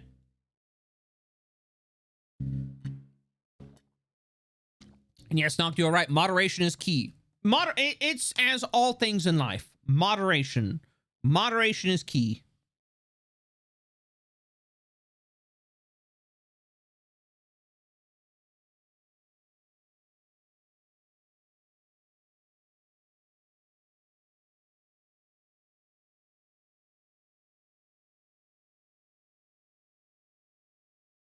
VA antidepressants, the soju make for a happy veteran. Is it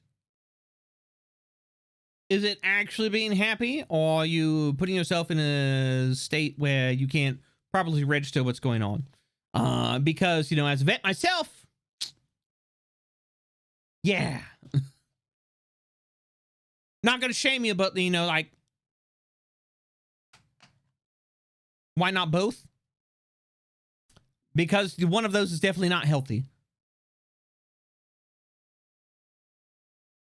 I don't always take my meds the day that I always don't take my meds the day I know I'll be drinking, since I know that I don't require to take it every day.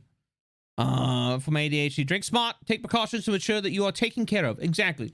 Taking care of yourself first and foremost should be your main priority.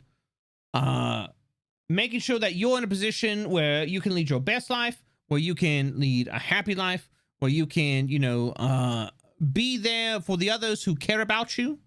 Because look, you may not think it, but there are people out there who do care about you. All right. They may not be the best at expressing it. You may not feel like it, but people do care. I'm looking to finally get medicated for ADHD. This is a big concern for me. Yeah, like, here's the thing is, I lead an unmedicated life. Why? Because I've never had like a particularly good reaction with medication. And so Yeah, I kind of had to learn how to lead my life with my ADHD and other various, you know, like things unmedicated. And that took a while. It took a while.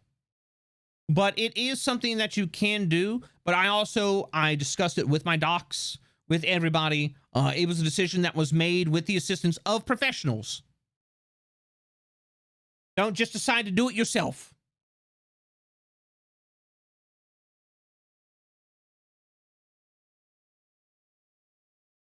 It's life changer. Make sure to get diagnosis by a professional. Correct. Correct.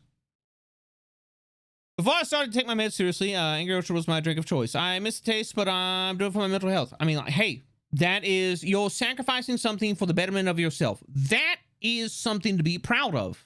All right. Almost nothing can be achieved without, you know, like some sort of sacrifice. And that can often be hard, but you're sacrificing something you enjoy so that you can lead a better life. That's laudable, you know? I mean, too much of a zombie and I hated it. Yep. No, I'm right there with you, Mr. Ed. I'm right there with you. That was something that I had an issue with. Any medication that I ever took for like my ADHD and other things, it turned me into a fucking zombie. And I did not want to live my life like that. And we went through multiple medications to see if there were things that would work. And we just never found anything that worked, which is unfortunate. But, you know, I have gone through various methods. I worked with several professionals to get to the point where I can lead a happy, fulfilling life. My ADHD and, you know, various other things, they are managed. They are, you know, like, I am a stable, healthy individual. So I still have bad days. Oh, I absolutely fucking have bad days. All right. Everybody has bad days. All right. If you've never had a bad day, well, I mean, good for you. I'm glad that you lead that life. But yeah, no, I still have bad days. Like I'm a upbeat person. I am somebody who's kind of like, you know, like I always find the silver lining. But you're going to have those off days. You're going to have those days where things feel like, you know, like the world is against you and everything's fucking wrong. But that's okay. All right? Because that's just one day. It's just one day. You have all of the good days that have happened and all of the good days that could potentially can still happen.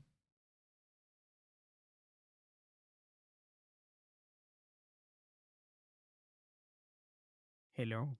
Ah! Oh, that's a large salty. Oh, wait. Hold on. I can fix this. No, I got it. No, I can fix it. I got a picture. I got a funny reaction image fitting for the stream. Ah. Yes. It's the gnome. We'll do this. But I have a unique one for this stream. Oh yeah? Yeah. Let me pull it out. Put her on your shoulder. That would involve like moving the scenes and stuff around, and I don't turn Salty into a parrot.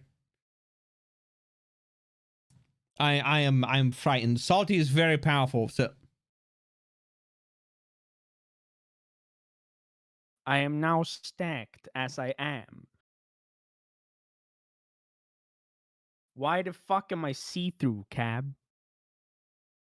I don't know.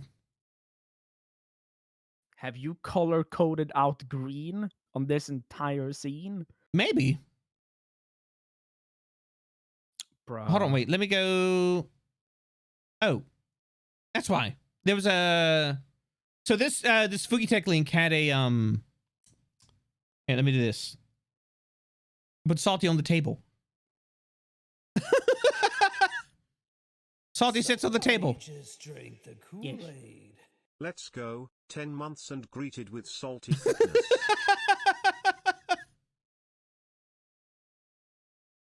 Salty got the dumb. Look, so... Why am I dressed like that? I was always dressed like this. Yeah, my this is- character. I literally have a cloak on, and that's it. Oh, and hat, of course. The hat. The hat. If I would be without the hat, I'm naked.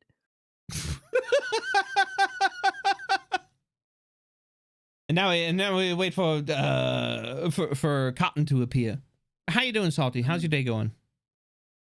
I have food. Yeah. Whoa! What did you get? I made apple cider and apple reduction. I made one Ooh. of those, like a little reduction on the side, while putting some potatoes into the oven. Do you know what a Hasselback potato is? Oh, what? A Hasselback potato. It's a Swedish cut of potato. I do You not know how French fry is a cut of potato? Yeah. Yeah. So a Hasselback potato is a potato in which you cut in half and then you score the entire upper part in lines. So it's like okay. potato like potato chip thin between all of them. Yeah. So I did that. And then I made some pork chops, and then I put that glaze with the apple cider vinegar and apple then on the pork chops after I had fried them. That sounds really fucking good. It was pretty good. That's Or rather, it is pretty good. I have it right here. I still believe that, you know, like when we get the chance to meet up with Cotton, it needs to be like, all right, Cotton, here are all of our favorite recipes. It's like, well, what are we gonna do for dinner? Like, you know, when we all meet up and like hang out for a while, we're gonna cook. We're gonna cook. Don't worry about that woman. Meth? We're gonna make meth? Weird. I thought we were gonna make food.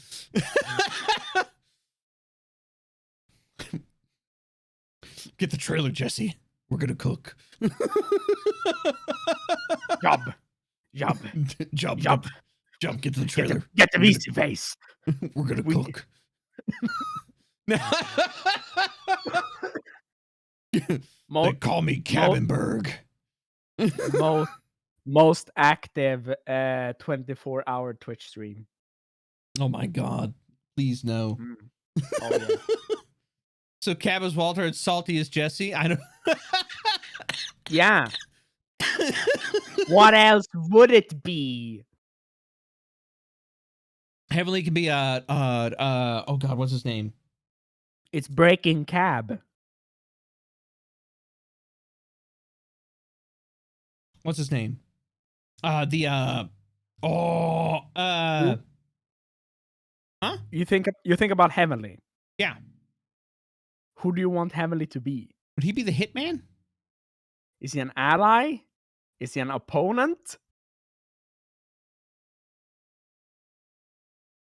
Heavenly is Gus? No. Heavily is far too energetic to be Gus Fring. Yeah, that was what I was about to say. I was like, is it because Gus is black? Gus, I can't believe yeah, you typecast Heavenly. Ain't good. Not a good look, chat. Not a good look, chat. You don't know what I meant. I know. I'm just giving you shit. I would put Heavenly as a good character for Heavenly in that they always appear, they always look at you like, what the fuck are you doing? He's Ermentrout. Wait, which one is that? Bald old guy. Is that Mike? Yeah, that's what I was thinking. Was yeah, Mike is the hitman, right? No. Well, wait, no. He wasn't a hitman. He's more like a fixer. he's more like he used to work in the army, and then he used to work in some bad stuff, and then he was set aside to do other stuff. But yes, I would say that Heavenly is easily Mike Ehrmantraut. Yeah, that's what I was thinking. Is Mike? Yeah. So are you saying that Badger is Gus Fring?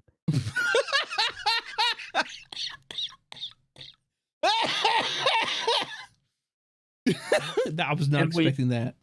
And we were making gamer subs the entire time.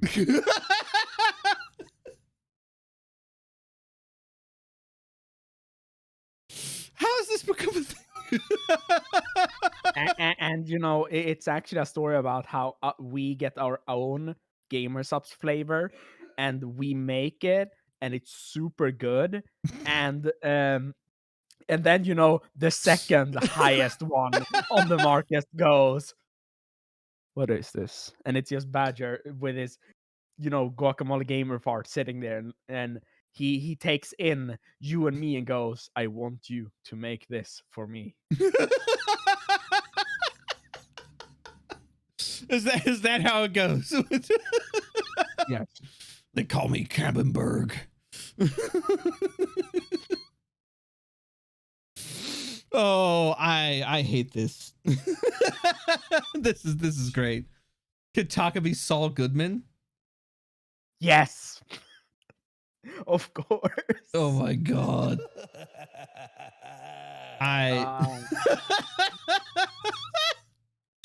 Cab, why is the pizza on the roof? Don't fucking worry about it. Just leave it. Why is the pizza? No, it's a donor on the roof. It's a donor on the roof. No! I don't think I could ever be so fucking mad that I throw a donor on the roof. Why not? Because fucking donors, they're just too good. Would you just angrily eat it? Yes. I would angrily. And you think I haven't fucking angrily eaten a donor before?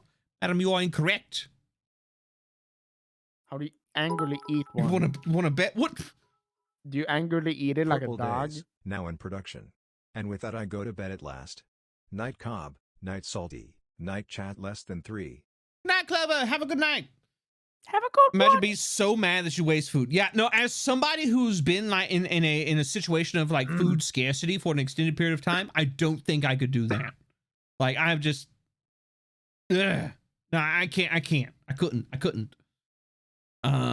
So if this is our arc for today, does that make it Better Call Cotton? Oh, Cotton would be a good Saul Goodman. Yeah, just imagine that zoom in part, you know, the dun, dun, dun, dun, but it's just Colin's face from different angles. That sounds like a great episode to have at Taka's Bar.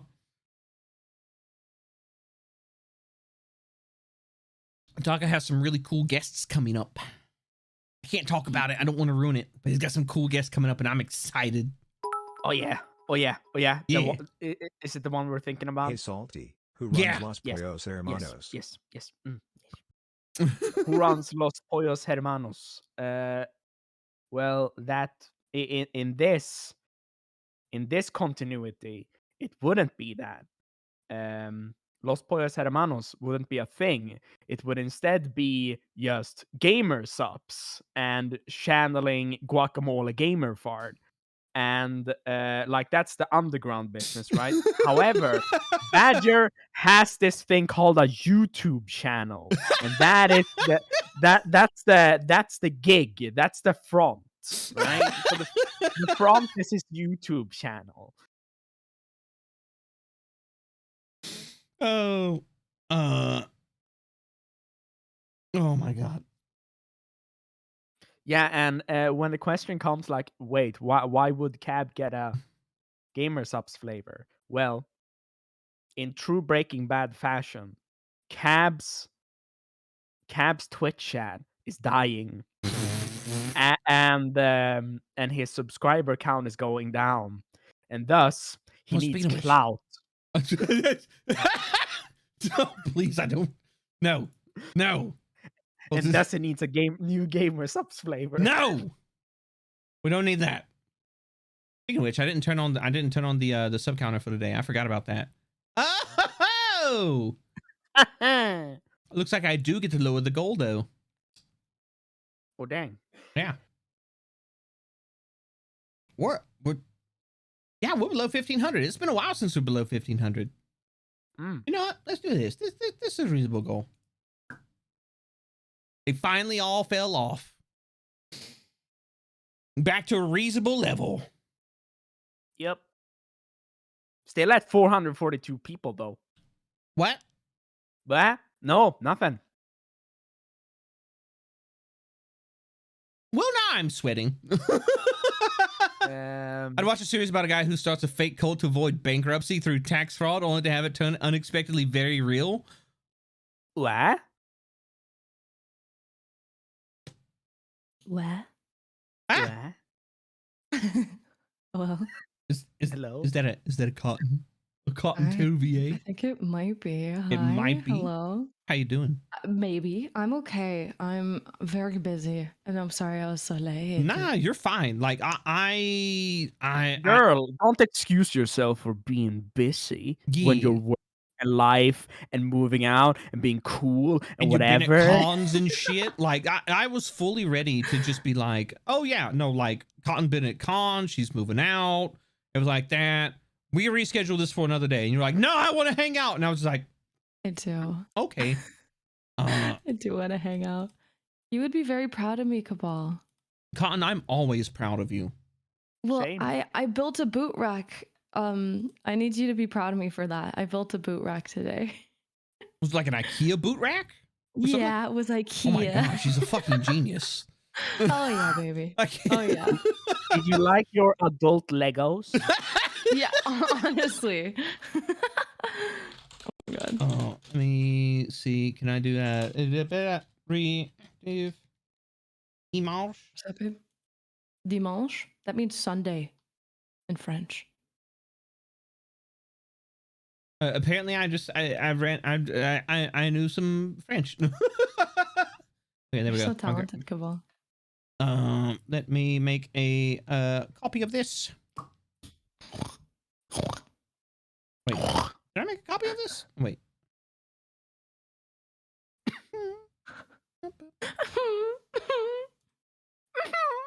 What? What? Little baby. This little baby. Oh, look at this little baby man. I'm so confused as to what is going on. I am trying to add in. We're just Wait. making fun of you. What is it? It's 19 by 20. Oh, it's 1920 by 18. No, Isn't like it by 1080? 1080. That's what it is. Yeah. And then I add in the. There we go. Yeah, I like how Salty is literally half naked here. That- Bitch. No, I'm equally as naked as I always am. There we go. Wait, really? You're always naked too? Yeah. No, I got Wait, my hat Cotton, on. are you in a jar? Yeah, I'm in a jar. You know, befitting the stream. I should have expected no less. I should have expected no less. I'm actually. This is jarring. God damn it, Chen. Who said that? That was Cabellos. That was good. That was good, actually. That was good. Don't. Gonna feed into the power fantasies. We were like, I have the power to make the feed you with funny. something. I'm funnier than the streamer. Oh. But, you know, you've been all over the place as of late, Cotton. Not only that, but you've been absolutely fucking exploding in viewership as well, which hats off to you. Well fucking deserved, madam. You are fucking glorious. I've always said that you're glorious. And now, more people have seen that. So not only am I proud of you building your adult Legos, but I'm proud of you for continuing to succeed and thrive. Thank you. Thank you, Cabal. I love you. Thank you so much. Yeah, it's been crazy. I'm very, very lucky. I'm very lucky to have people like Funnier you than a guys streamer? with me Nah, as my friends. never. Thank you. I mean, Absolutely. I'm Jewish, so I do not of humor. I only Start have crying. licenses. Start crying, little baby. No. Little No. baby gnome, No. huh? But besides all of that, because you've got a lot on your plate at the moment, how you been? Because it's been a hot minute since we talked. I think it was the roommate judging the last time we actually hung out. God. Oh my god. That was so long ago. It was. Yeah. Oh my god. I've been okay. You know, I've been very busy. Yeah, very, very busy. But like in a good way. That's in a good way. It, Yeah, how have you been? I have also been busy. There's been I've been trying to be better about, you know, like collabs and like putting myself out there and hanging out with folks more. Because for a while there, like I burnt myself the fuck out. I absolutely burnt myself out on socialization, and I had to take a step back and was just like, all right, I'm trying to talk with everybody, and I'm burning the candle at both ends. This is not good. I'm literally wearing myself out. So I had to take a step back. Like I wound up closing my DMs on Twitter. Because like I was getting just absolutely just blasted by any and everybody and for like business shit or like personal questions, people just popping in, they're just like, DM, hey, I'm like, what the fuck do I do with this? But I didn't want to be rude, you know. I want to be approachable. I want to be able to talk to people, but it was just burning me out. So I was like, you know what, I have a circle of people that I genuinely enjoy being around, that, you know, I absolutely, you know, that I absolutely trust as both, you know, on a personal and professional level. This is the circle of folks I'm going to focus on. And it's like you guys, Heavenly, like Min, Pumpkin, Hayes, Horatius, you know, Chaos, you know, it's a sizable circle of people, but this is the circle of people that Hi, I'm Min. Yes, Min, you are Min. These are the people that, you know, like I genuinely feel comfortable around. I don't, you know, our interactions are natural. We have just a naturally formed friendship, and like that is who I'm focusing on. If, you know, if I get to know more people in the meantime, that's great. But like I'm trying to focus on my friends and the relationships I already have established. And so I've been working on that, and it's been going pretty good. But we're also trying to get other things going in the background. Merch, the October, you know, like the Halloween debut, the fucking what? No, do tell. Okay, so we've got 2.0 in the works, right? I think I've showed you pictures of it. Maybe. I don't remember. I'm searching our DMs. It may be in our group chat.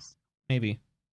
Okay, let me check the spaghetti group chat. Let's check it. Okay. It might be. Worst case scenario, I could just pull it up and be like, look at here. I think you need to pull it up because I am not seeing this. All right, let me. Please. Yeah. 3 people with legendarily poor memory are now trying to find an image. How dare you call all of us out? Oh, you know what? This is super easy. This is much easier. I will go to here. Is it that? I go open up that. Is it this? I go copy, and I go here. Oh, show it to me. Well, show it to me. It is that one, except it's a newer version. Oh my god! Oh, my land. Oh, I like this. I like this. Okay. Ooh. Speaking of which, for the front loincloth, Salty, I look, I know you're not a fan of it. And Can you make it removable? And like the back tapestry, whatever, the back version. I had an idea. Yeah. What if we did an Eldritch version of the Konami code that went down it? Yeah, we can do that. That's so fucking sick. So, Kara, now my question is to you.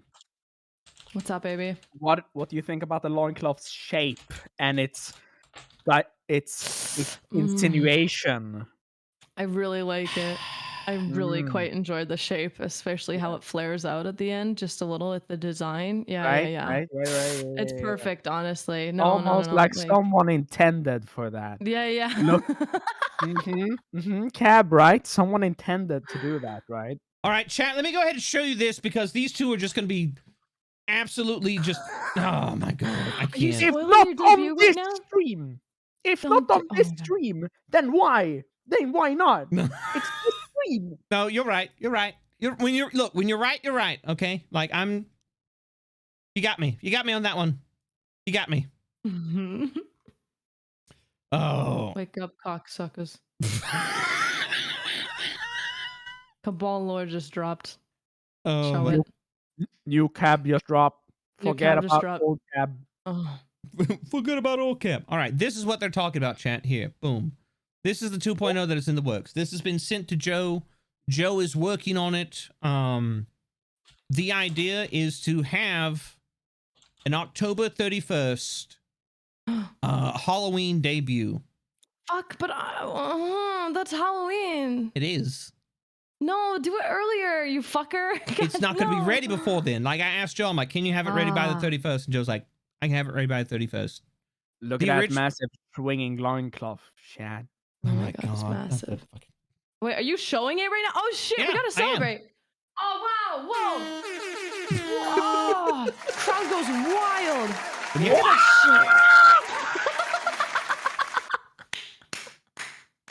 This loincloth is a tabard. I like to think it's a tabard, but, you know, like, my friends. that shit.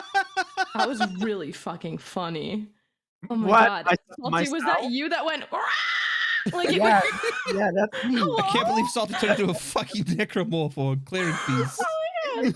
It was my hype sound. You asked me That to. was good. I like that.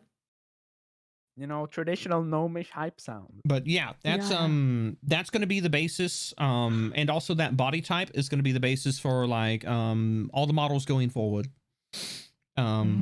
He's less man on stilts in a robe and more long man in a robe. Long man. Long man. Long. Love us. Our little cult leader is finally leveling up. Oh my God. I've managed Getting not to perish in the shoulder past pads couple months. I've been accumulating XP. But so speaking of accumulating experience, there's something we did want to talk about today. Oh no, it's And- the main subject of today's stream. It is the main subject of today's stream. And that main subject, for anybody who's not aware of it, is the experience. See what I did there? See what I did That's there? good. It was a That's clever good. segue. Very clever. The experience of being a creator that works in the not safe for work field, and like the experience of it, like kind of, you know, like your vibe of it, you know, maybe some of the pitfalls that you've come across, but some of the more like enjoyable things that you've come across. And basically, you know, because like, look, there's a lot of people that want to create and they want to deal in the not safe for work. Why? Because we're human beings, okay? Like we can't, we're not gonna be like, oh, we will never turn, I shall never be horny in my entire life. Yeah, it's not gonna fucking happen. It's not gonna fucking happen, okay? Like, When brain sees butt, it go. "Oh!" you know, monkey noise. Return to monkey. God. So good. Is that the famous Judy Hopps voice actor Cottontail? Oh boy. Hey there, big boy. Your balls look extremely heavy right now. Okay, let's stop talking about this. Okay. Well, I mean, at least you're in the right mindset, because that is kind of what we're going to be talking about is, you know, like, Let's do it. Yeah. The experience of, you know, like working in the not safe for work industry, working, you know, like with, you know, like adult subject matter, kind of, you know, like I guess just the experience in general of it. Like, you know, what can people expect? What should people look out for? You know, what are things that people don't really acknowledge as being part of it is like kind of my question about it, because, you know, I was talking about it earlier, Cotton, but, you know, I have a lot of creators that, you know, like will come to me and be like, hey, Cab, I'm thinking of doing this, blah, blah, blah, blah. I'm like, that's really cool. And they're like, well, what about, you know, like, I want to do this not safe for work content. I'm like, I have no idea about that. And so a lot of times I'll be like, however, I do know some people that work in that field and they're absolute resources of knowledge. They're extremely intelligent individuals who carry themselves with just absolute grace. And a couple of them I've pointed towards you, Cotton. Aw, thank you. Well, I mean, like, look, you go out there and like you establish healthy boundaries. You're a professional through and through. And like you have, I feel like you've thrived because of that, because you have a healthy relationship with the work that you do. And you don't let people demean you because of it. Well, first off, they shouldn't, because you're just trying to make a fucking living. And it's as valid as any other job. But for some reason, people do. Hey, Conan. What's up? Maybe introduce yourself to Shannon in case people don't know who the heck you are and what you do. Oh, shit. Okay. Yeah, sure. Hi, my name is Cotton Sylvia. I voice family-friendly cartoons, and if you don't know what hentai is, you should look it up. If you're over 18, yeah, you might be a fan. So let's check it out.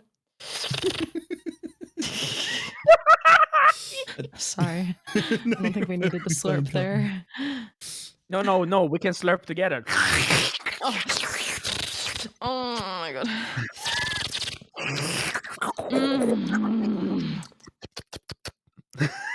What the fuck?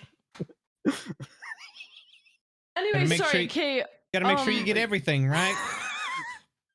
Every last drop. Oh yeah, baby. Okay, sorry. Oh, we grapefruiting. There you go. I'm pretty good at grapefruiting. I call it the Glock 9000. So you take your right hand, you go to the left. You take your left hand, you go to the right. You want to have both hands on it.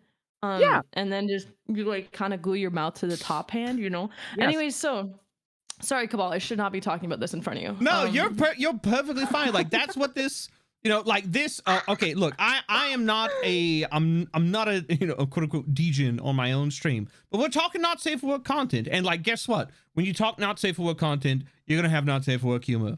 Fuck it, all right, bro. I'm like 35 years old. I've been on the internet for over a decade. All right, like I seen some shit. Oh yeah. To cue together. Like the topic of what is going on today and the topic of, or rather theme of this stream. Conan, as a person who has worked in the art side of not safe for work, especially commission stuff, and you who have worked in the voice acting, commissioned voice acting for not safe for work stuff. We both have seen some really horror story side stuff, right? I bet. So, you want to tell us a horror story about what might have happened? Okay. Horror story. Okay. Okay. This one was fucked. Okay. All right. I remember them asking me. They go, "Hey, would you mind doing like step bro stuff?" I was like, sure. Like it's role play, whatever. I can do role step play. It's like, a kink that a lot of people have. You know, they're making content that appeals to those people. Exactly, right? Like I was fine with that. I was like, sure. And they're like, yeah, and I want a really, really, really high pitched voice. And I was like, okay, sure, I can do that. So they send me the script. They just send me the lines and stuff.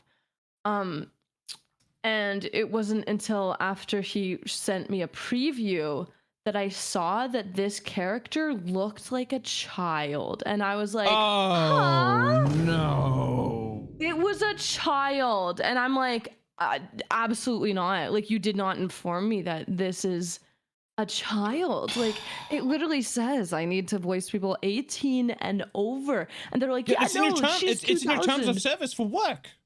Yeah, it is, but yeah, oh, she's a 2,000-year-old cat girl. Shut the fuck up. That is a child. That is a child, my friend. Talk a moment Don't make me tap the sign. No 1,000-year-old lollies. Oh my God. Right? It's so fucking. It's disgusting. I was disgusted. I was like, bro. Get Oh my out. God. And then honestly, after I said I am absolutely disgusted, this is not what I was expecting. They just went inactive, and I have not heard from them again. So I'm kind of terrified that there's content out there that I've voiced inadvertently that is lolly, but now I've learned my lesson. I ask every single time. I'm like, hey, what does the character look like? Can I just see what the character looks like? And that's what I've learned. Yeah. Yeah. And I mean, like, that's one of the things is, you know, like you're going to, not everybody goes into any profession knowing everything that can go on. And there's a lot of hard lessons to be learned, not only in just content, but, you know, also not safe for work content, which is a minefield in and of itself. And that's not to say it's you know, I feel like, okay, so I said minefield, but I feel like that gives the not safe for work content industry this negative connotation that I don't want to give to it, because there's a lot of people out there who are very prudish, and they're just like, we can't talk about it, or Jesus will smite me with a lightning bolt. And I'm no, the horror.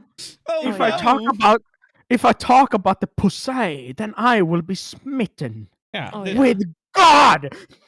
Yeah, and that's not a healthy relationship with, you know, like with you know, sexuality, anything like that. But not only that, but it kind of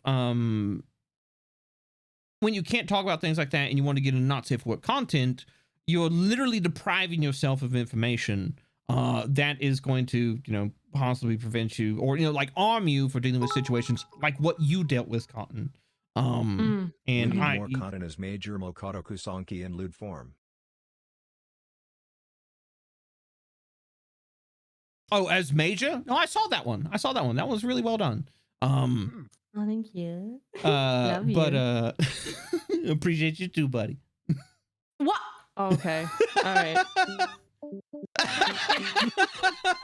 No, I love you too, Cotton. You know I love the shit out of you. You're an absolute treasure. Good. You have to say that, okay? Okay, I have to. I love all my friends. Like, good. You guys really do enrich my life by being a part of it. I am so thankful to have so many amazing people in my life, from all walks of life. I feel like no, because I'm a better person for you all being a part of my life. Speaking of amazing content creators, oh look, it's Froggy. I love Froggy. Ribbit. Did you know Props there? Did you know that Froggy likes to hold toes, Cotton? What do you mean hold toes? Like in her mouth or what? Something like that. Really? I guess. That's kind of cute, actually. Who deleted Froggy's fucking message? Yeah. Oh my God. Oh, it was. Gone. Oh no, it was new mod. New mod. Yeah, it was Derpy. Because we were hanging out the other night, and we were hanging out the night, and it's just like, whenever I appear in chat, just fucking kill me. And Derpy's like, I got it. This is the one stream that people are going to be allowed to be horny. Yeah. Oh yeah. Yeah, people.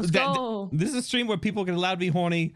So if you notice me sit by you thick as fuck. I am thick as fuck. All right, but now we got the meme out of the way. Yeah, Froggy and Vanita can absolutely fucking, yeah, you two can Cotton, I feel like you get along very well with both of them. Sorry, I would. I've already hung out with Froggy. We love Froggy. Froggy is an absolute treasure. Speaking of which, Let's go. Wait, what? Let's go. Oh no, Kaizen is here. Oh, let's go. Wait, we have to screech. Why are you like this? Oh, you know. You know, women, right? I love women. Holy fuck. Can we just talk about women for a second? Yeah, girl, go for it. Girls. I love women. I love titties. As would men love put to it, hold one. Goral. Girl. Oh, that was such a good stretch. I feel so good right now. I had one of those earlier. Like I feel like every fucking bone in like my back and my arms cracked, and I was just like, I'm a Rice Krispie. Oh my god, snap crackle pop, baby. What's up? So that was quite the horror story, but you know, you did in the end wind up learning the lesson of just like, hey, I see what character I'm going to be voicing, which you know is, you know, I assume that lesson has since paid dividends whenever you're working on other commissions. And have you had that issue since then, where like that lesson has like saved you from making that same mistake, or you know, has it just been something you haven't had happen since? Yeah, actually, it did save me because I asked to see another character I was voicing for a project with a very high pitched voice, and it looked a little bit too sus for me. I was like, no, no, especially with the outfit she was wearing. I was like, no, sorry, I can't do this. So it wound up, yeah, there you go. You learned the lesson, and it also prevented it from happening again. Fuck yeah, yeah. Let's go. That's what Bada we bing, love to bada see. boom, baby. Yeah, right. Yeah. All right, so Cotton gave her horror story. Salty, yeah, let's hear yours. Salty, you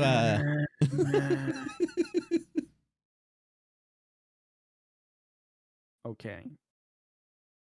So, once upon a time, I was very, very, very eager to have money.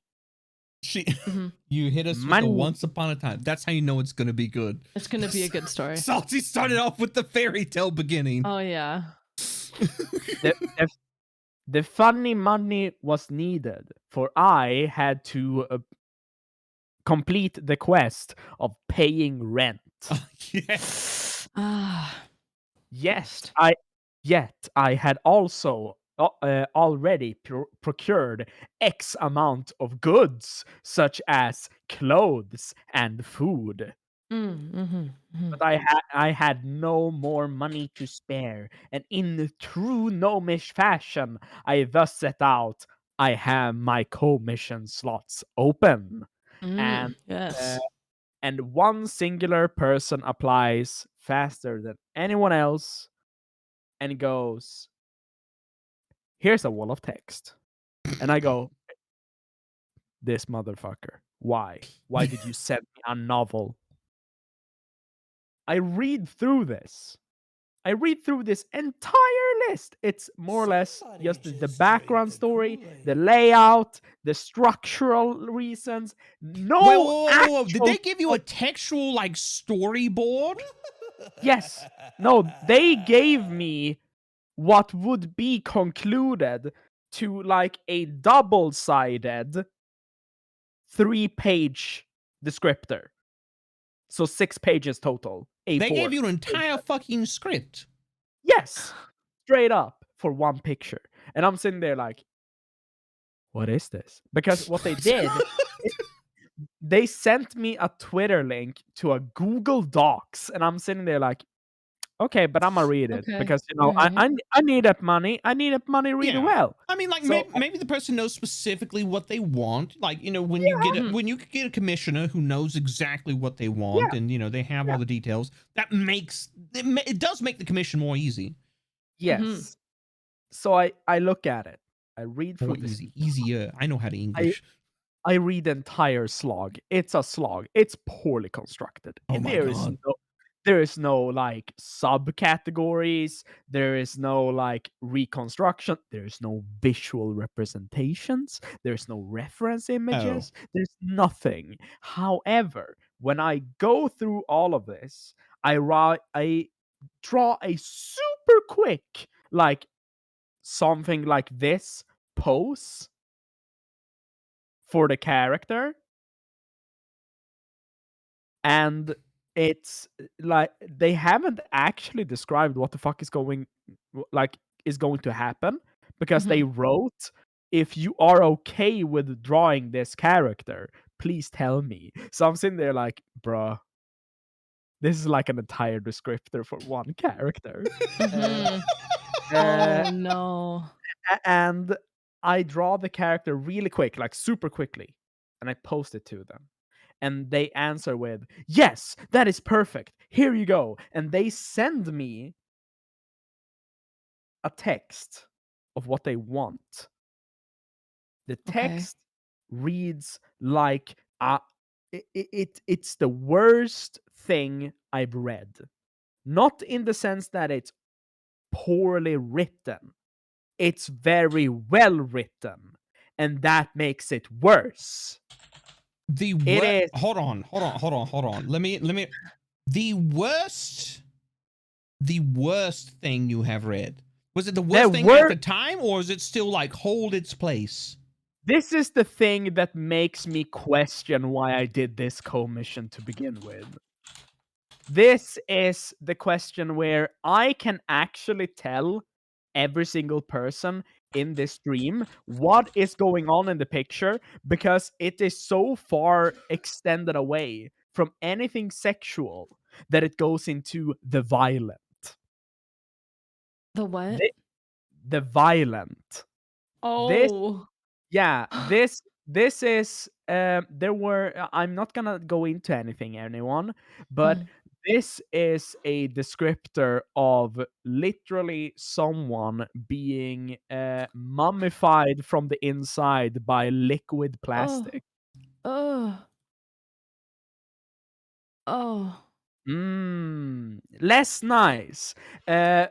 So I am sitting here like, this is the worst thing.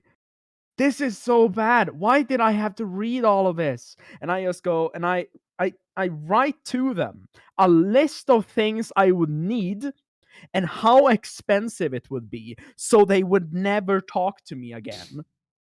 And I wrote like 2K, maybe more. And they go, fine, where do you want me to send it? PayPal? And I go like, oh no!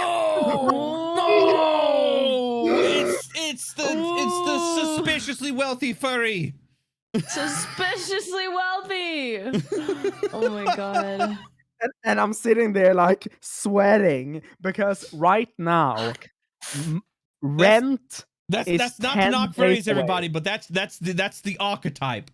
That's the archetype. Yeah. I love furries. I am a furry, I'll be honest. Rent is 10 days away.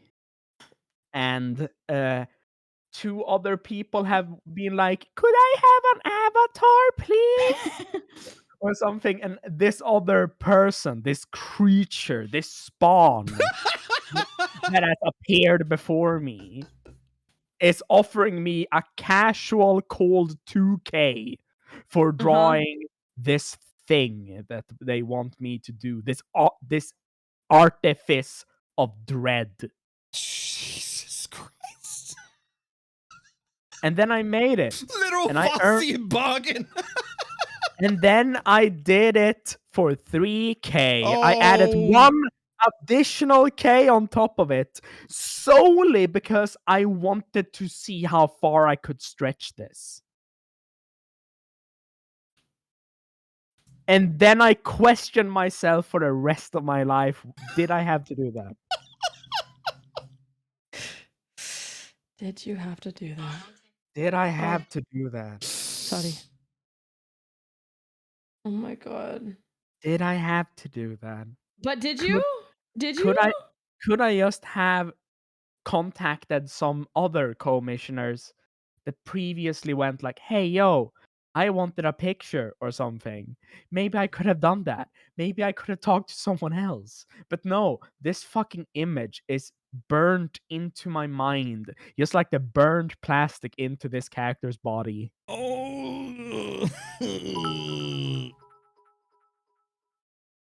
So it was an offer you could not refuse, Kabawi's. Oh my god damn it, Dingus!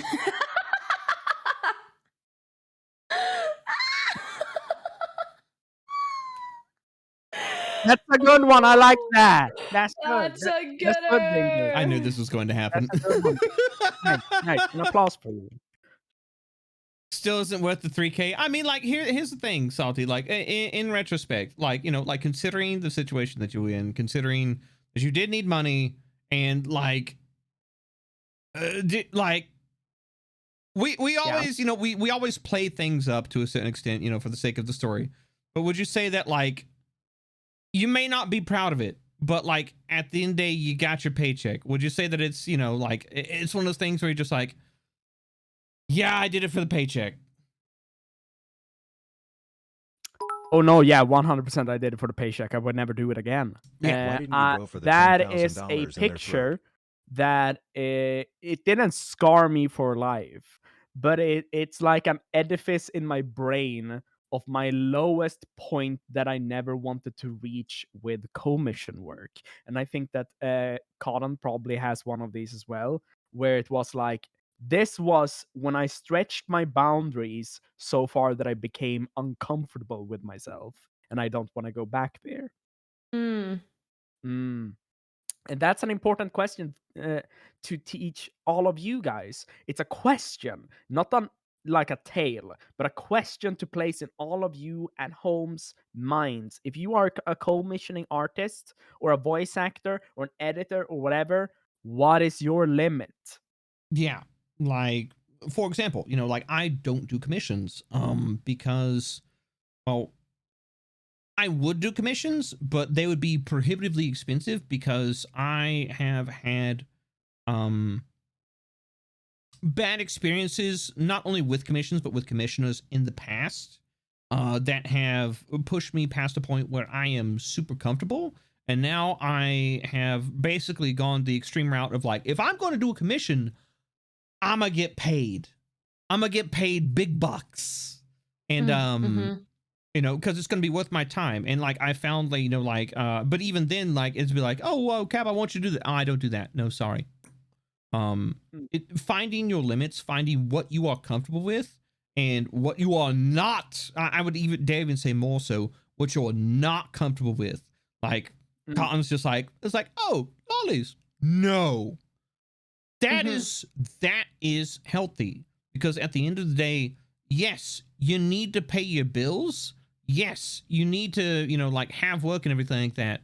But work at the expense of your sanity is like, that's a good way to like absolutely burn yourself out for life.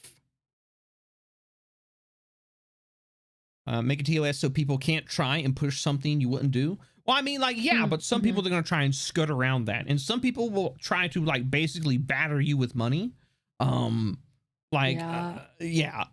Oh, is there a story behind that, Cotton? Yeah. You want to share it with the class, and share your experience, because somebody might learn from it. Go for it. No, exactly. Like the whole case of people trying to change your, not necessarily morals, but your TOS by giving you more money and offering more money. That has definitely happened to me. It was I think it was scat, and I'm just personally not comfortable voicing scat. Scat means shit, by the way. And so I was just like, yeah, sorry, no, that's out of my TOS. And they said, I will pay you an additional $100 for you to do this. And I'm very lucky because this is right when I started getting paid by Twitch. So I made $100 that month, and what's the word? I kind of excused myself from taking this commission because it made up for it. Streaming made up for the $100 I would have gotten. So I was like, no, I don't need it. I'm okay. You made it through Twitch. You don't do that. Yeah. Don't do that. And like, I was really lucky to not have to, like Salty said, I wasn't in the same position she was in with rent. Like, I'm very lucky that I didn't have to pay rent back then. But yeah, like, honestly, if I was in a different situation financially, I probably would have done something that wasn't illegal, that I was just uncomfortable with. And I think it kind of has something to say to like how being a freelancer kind of sucks, but it's kind of good too. Do you know what I mean? Yeah. Do you know what I mean? No, I don't know. It's a tough situation for sure. I absolutely know what you mean. I was a so like you guys know, and like some members in chat may know, I ran a small props business before I got into content creation, and I would do like custom commission work for, you know, like cosplayed LARP weapons and prompts and stuff like that. And there were some things that I was not comfortable doing. It wasn't Watch really out, in watch out, my... stream. This is when Cab reveals that he also worked in the not safe for work industry. Let's go. No, Did but you I make have been starting polls? to do not safe for work art. Oh, are your commissions open? For most folks, no. Maybe for you. I love you. But no, I've started to not safe for work art because I've noticed I'm very bad at skin. I'm very bad at shading skin and everything like that, and I want to get better at it. We can fix that. And one of the things I've learned from a lot of folks, from a lot of fellow artist friends, is that doing not safe for work art is you get very good at doing skin. And I was just like, but it's practice. Only not safe for work in the OSHA violation since. But yeah, so I've taken like commissions and like doing prompts and stuff like that where I'm just like, if I was not trying to make extra money for something or something like that, I would not do this prop because it's something I'm uncomfortable with. It's out of my comfort zone. It wasn't not safe for work stuff, but it was still very much, I'm like, I'm gonna struggle with this, and I'm not gonna feel good about doing this. And it's not a good representation of your otherwise proficient skill. Exactly. Like you feel bad about it, you feel unsure about it, you don't feel like it fully represents like you as a creator, you as an artist, everything like that. And like it will, even after it's done, it bothers you. Like it's like salty, like like that image. Like you got the money to pay the bill, but that image lives rent free in your fucking head for the rest of your life. Mm-hmm.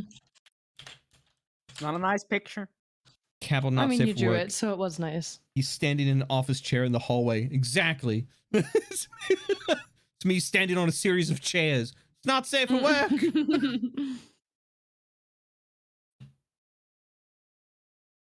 But that also kind of like brings the thought to mind of, so when you are an artist, when you're a creator, when you're like a voice actor, you're going to start out with things that you are not comfortable with, but a lot of times that can be due to maybe a lack of confidence.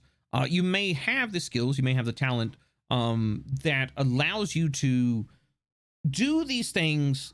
You simply don't have the confidence or the experience yet.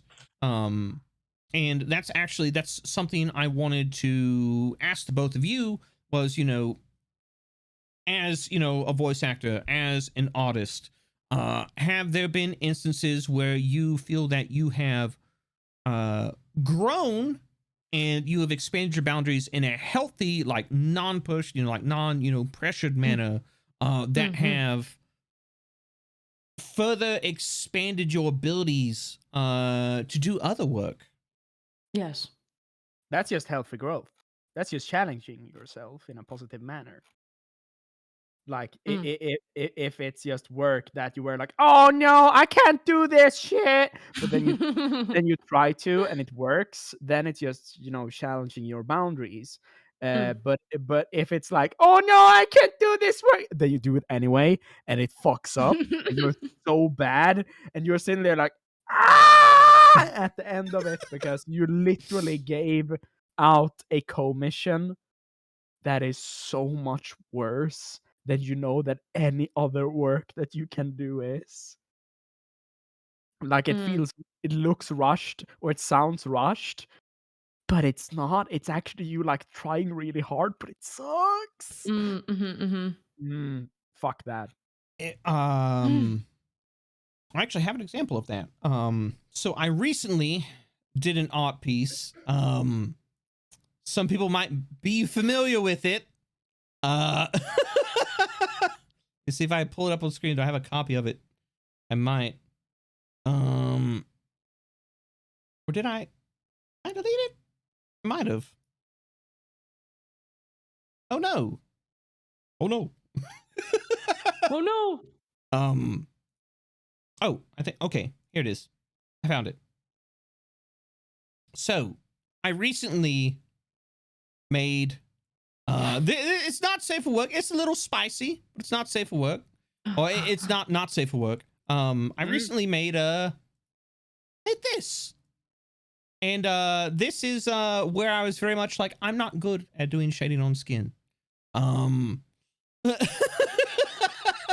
made this as a funny, but I wanted to make this because Aethel gave me the idea for it. I thought it was really funny. It's one of those cases where he said something and like the idea just sprung into my head. And so I was like, yes, I want to do this. The bananas in the background. That's Salty. That's really good. Whoop. Salty did the bananas in the background. Oh, okay. That's very good.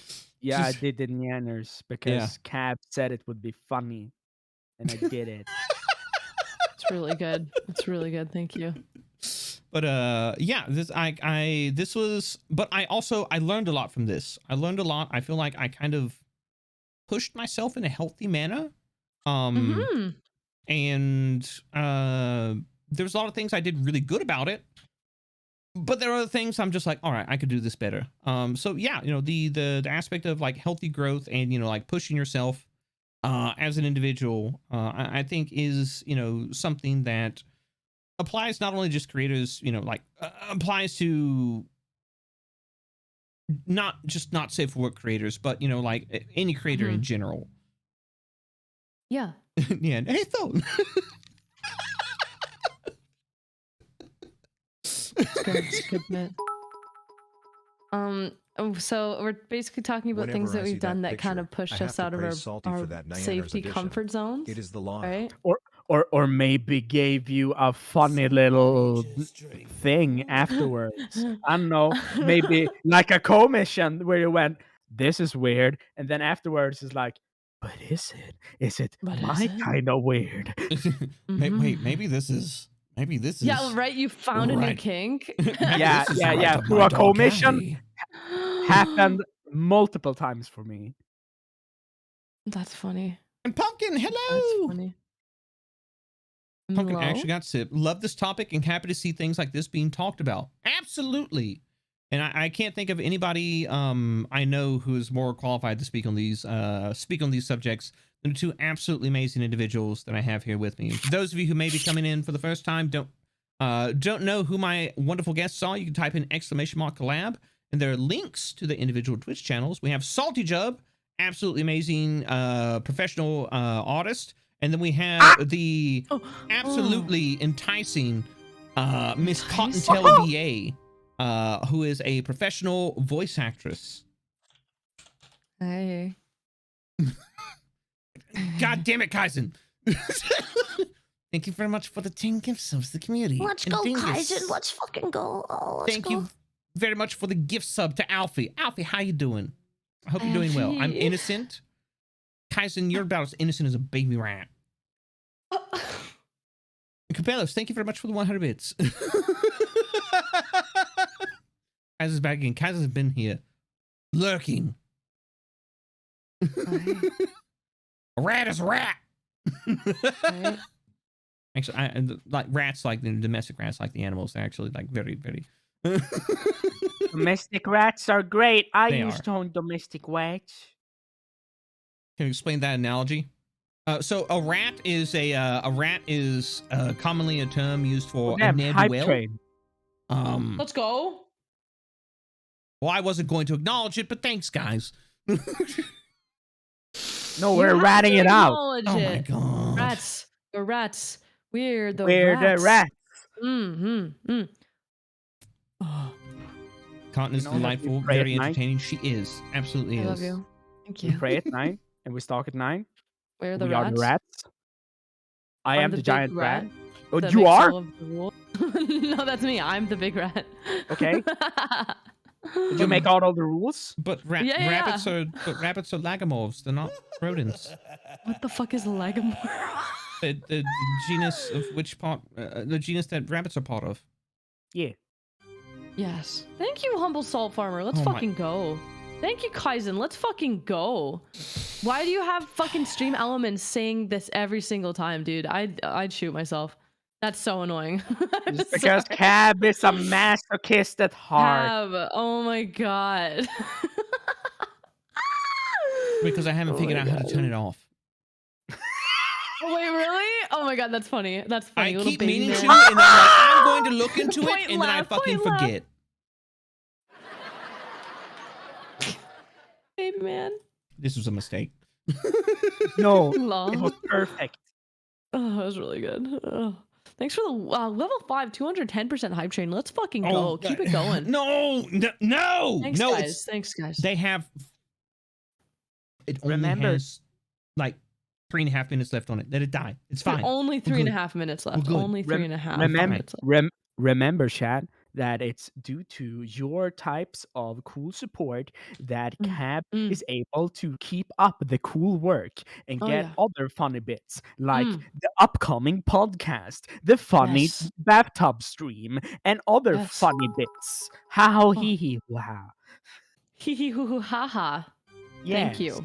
Thank you very much. Did you guys know that with a Amazon Prime account, you can actually get a free Prime on Twitch subscription? So yeah, if you still have your Prime, just toss it in here, hey? Yeah, just toss it in the bucket right now. Yeah. It's pretty hot. Fucking do it. I'm not asking again. Why are the both of you like Anyways, this? I love you. So back to the topic of pushing ourselves. I got asked once to do, I think it was an Irish accent, and I had never done an Irish accent in my life. But I just said, yeah, I can do it. I was like, yeah. Yeah. Yes. Yep.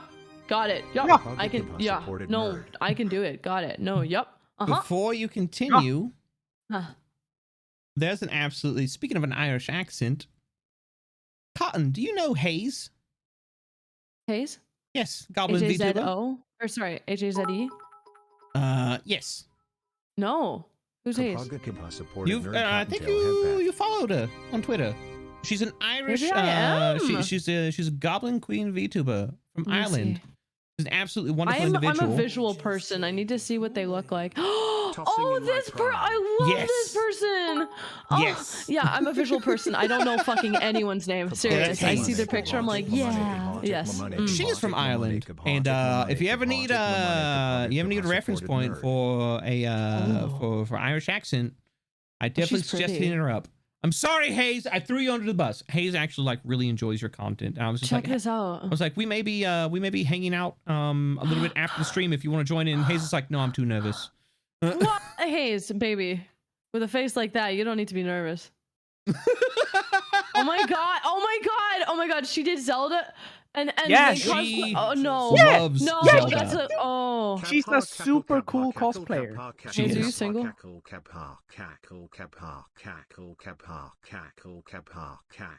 Is Hayes gonna respond? Hayes might actually, she might actually not be in chat, but she was earlier. So, Crying, wheezing, pissing, screaming. Okay. but I'm sure like maybe a clip of me throwing her under the bus might make her way. Dude, there she is. Hello, Hayes. Dude. Love that. That's good. Hey, Peter. Dude. Hey, Peter. Thank you very Hi, much, Peter. HR Beck, for the 2 months. Oh my god. Oh my god. Hey, I'm God. gay. I'm What's- gay. Hey, Sorry, I God. just keep going through Hayes's. You Sorry, know, what's up? You know what I do? Hey, What? Peter. You know what I do to my wife? What do you do to your wife? I beat her. You beat your wife? What? That's fucked. See, it's funny because it sounds like Peter. That's not funny. Stop beating your wife. Chad, remember. Unless she's into it. 500% is RR time. That's the thing. Yeah, I'm into it. You know what I mean? I mean, you do you, but you do you, Hey, bud. thank you. Thank you. I just got like a Appreciate bunch of that. notifs on Twitter, and I was like, "Why is Cotton liking my stuff?" I knew it was you. Yeah.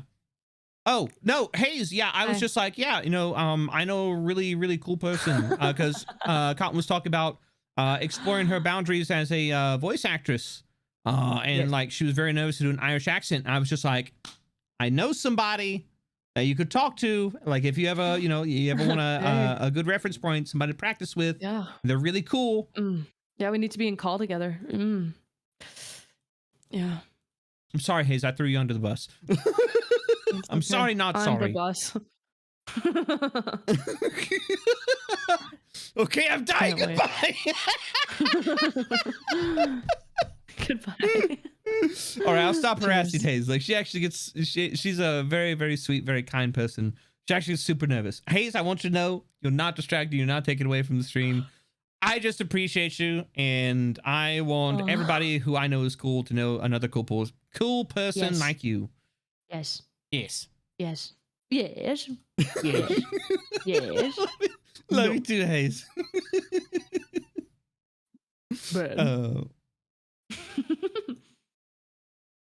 But I'm sorry. Like, I interrupted. I went off on a tangent because I was just like, here's my chance to be a shitter.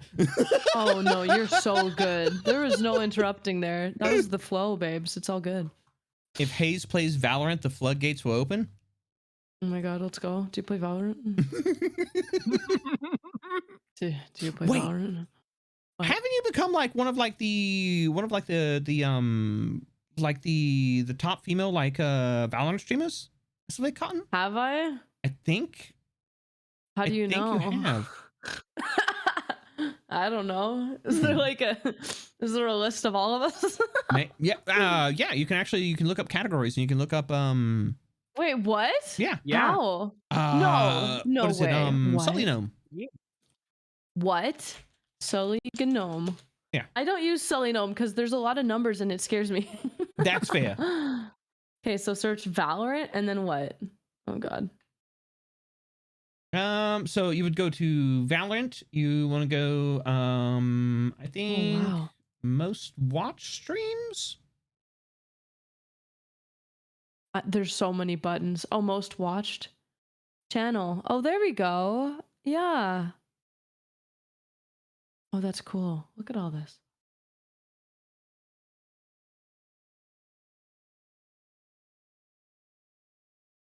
Oh, wow. This is a lot. This is a lot. Yeah. Oh. All languages? No. Can we keep it to English, please? I'm sorry. I've seen Cotton down the analytics rabbit hole. Perfect. Yeah, no, I'm gonna be looking at this forever. Am I actually one of the top Valorant streamers? I'm gonna pee. You're at least in the top 100. No! I'm top 79? No. Yeah. That's so cool. Yeah. Oh my god. That's pretty cool. cool. My god. It's That is almost really like you're pretty cool. fucking awesome, and you're seeing No, a lot of the stop. success that you deserve. She is pretty fucking awesome. No, stop it. Stop it. Stop it. I will not stop it.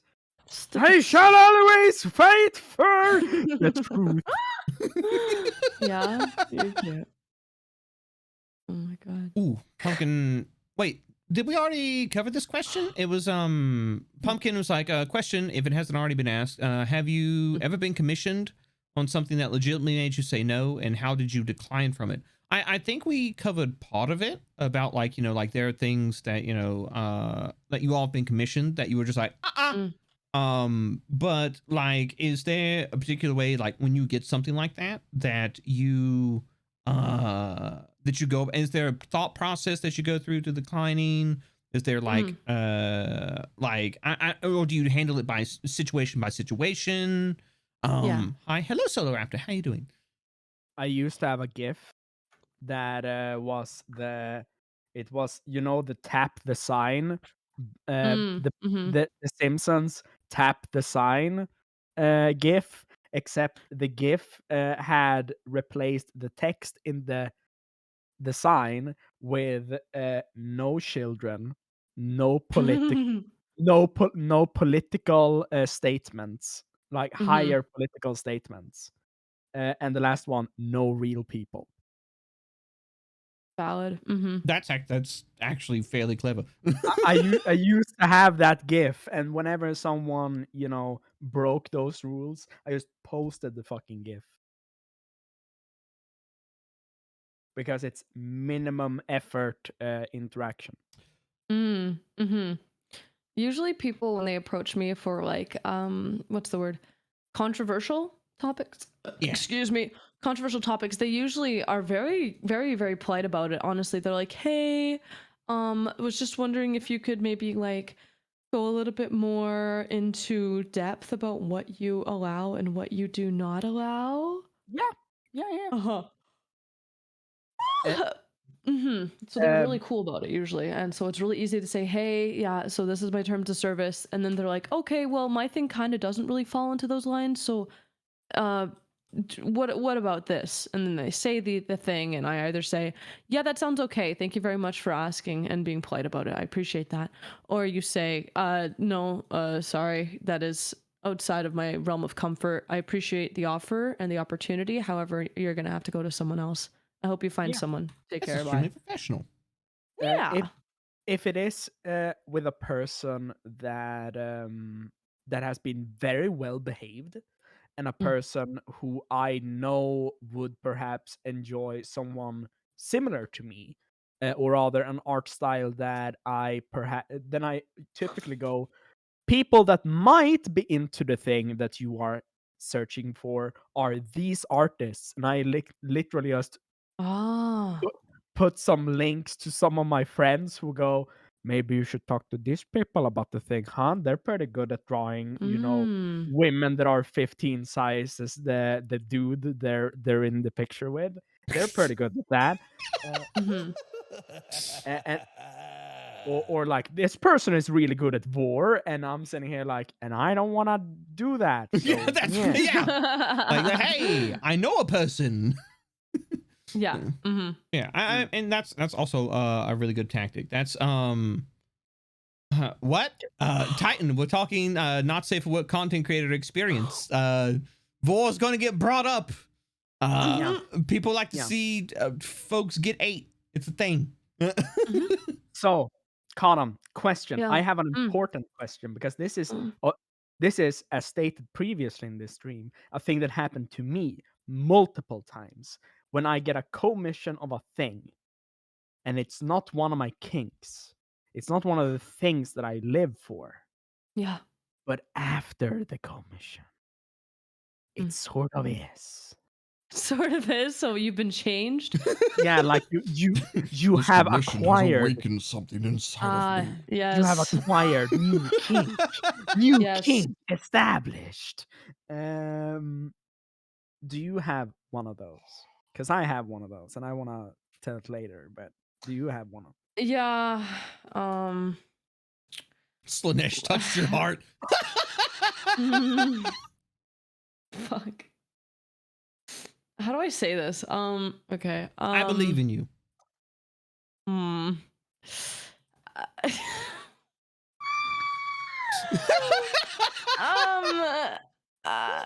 This is a little bit controversial. It's a little controversial, guys. That's why I'm kind of nervous to talk about it. Worst case scenario, my channel gets banned. Worst case scenario, you're canceled. Light on. Acquired a new trait. It was a consensual non-consent. I'm so into that now. I mean, hey, there are people that like that, but it's all, at the end, it's all about consent, and consent is sexy. So. And like, yeah, I don't know if do people know what that is? Do they need an explanation? Do you want to explain it, Cabal? It's your stream. This is true. Yeah. All right. So for those of you who don't know what non-con, non-con is, so you know what non-consensual sexual activities are, right? Well, there are people who enjoy that fantasy, but in a safe, controlled environment. And that is where the consent comes in. It is something that is deeply personal. It is something that deals a lot with trust and safety. And it is something that, like various people enjoy. And if they enjoy it, they fucking enjoy it. And there's nothing wrong with that, as long as it's practiced in a safe and, well-minded manner. My safe word is actually pomegranate. Safe word is chunka-bunka. I mean, like, hey. Stop. That's my old gamer tag. You're not supposed to know that. Bro, what? In TR, not quite. No, in TR is different. But Very different. yeah. But it's nice. The safe word was cheese. I mean, that's that's how you get me out of bed. You're just like, cheese, and I'm just like, yes. what kind? No. I shuffle into the kitchen. Cheese is the confirmation word. It's the let's go. Yeah. Oh my Let's God. fucking go. Gouda, monster. The forced encounter with a trustworthy partner. Essentially, yes. But yeah, so that's something that that you did a commission of, and then like you afterwards you were just like, This has awakened something inside of me. Yes. Oh my God. So like it was like intense. Like I had to charge them the intensity fee. So basically when I have to, like do that shit, you have to charge extra because you're straining your instrument, and it's like only so many times I can do that. Anyway, so I had to do that. So it was rough at the start. And then after it was like really soft, and they included the aftercare, and I was like, oh, that's good shit, man. It was an important portion. Yeah. It's very hard in the beginning, but then it's soft and it's nice. So soft, dude. It got me reeled in, like easy. So what you're saying is you have an intensity fee because you can't just start the like you can't just throw those out there consecutively. It's a strains on you. Okay. I mean, I can with your father, but I mean, he's a handsome man. Where do you think I get my good looks from? Oh, you're right. God damn, I know he's a handsome man. God, his handsomeness was between my thighs last night. I'm gonna stop talking. All right. Anyways, look, I'll go ahead and say Dad Ball is a bit of a rapscallion, so Really? Rapscallion. So he raps. Is he good with his tongue? That means an adventurous man. He is an adventurous man. Good. Is he single? Yes.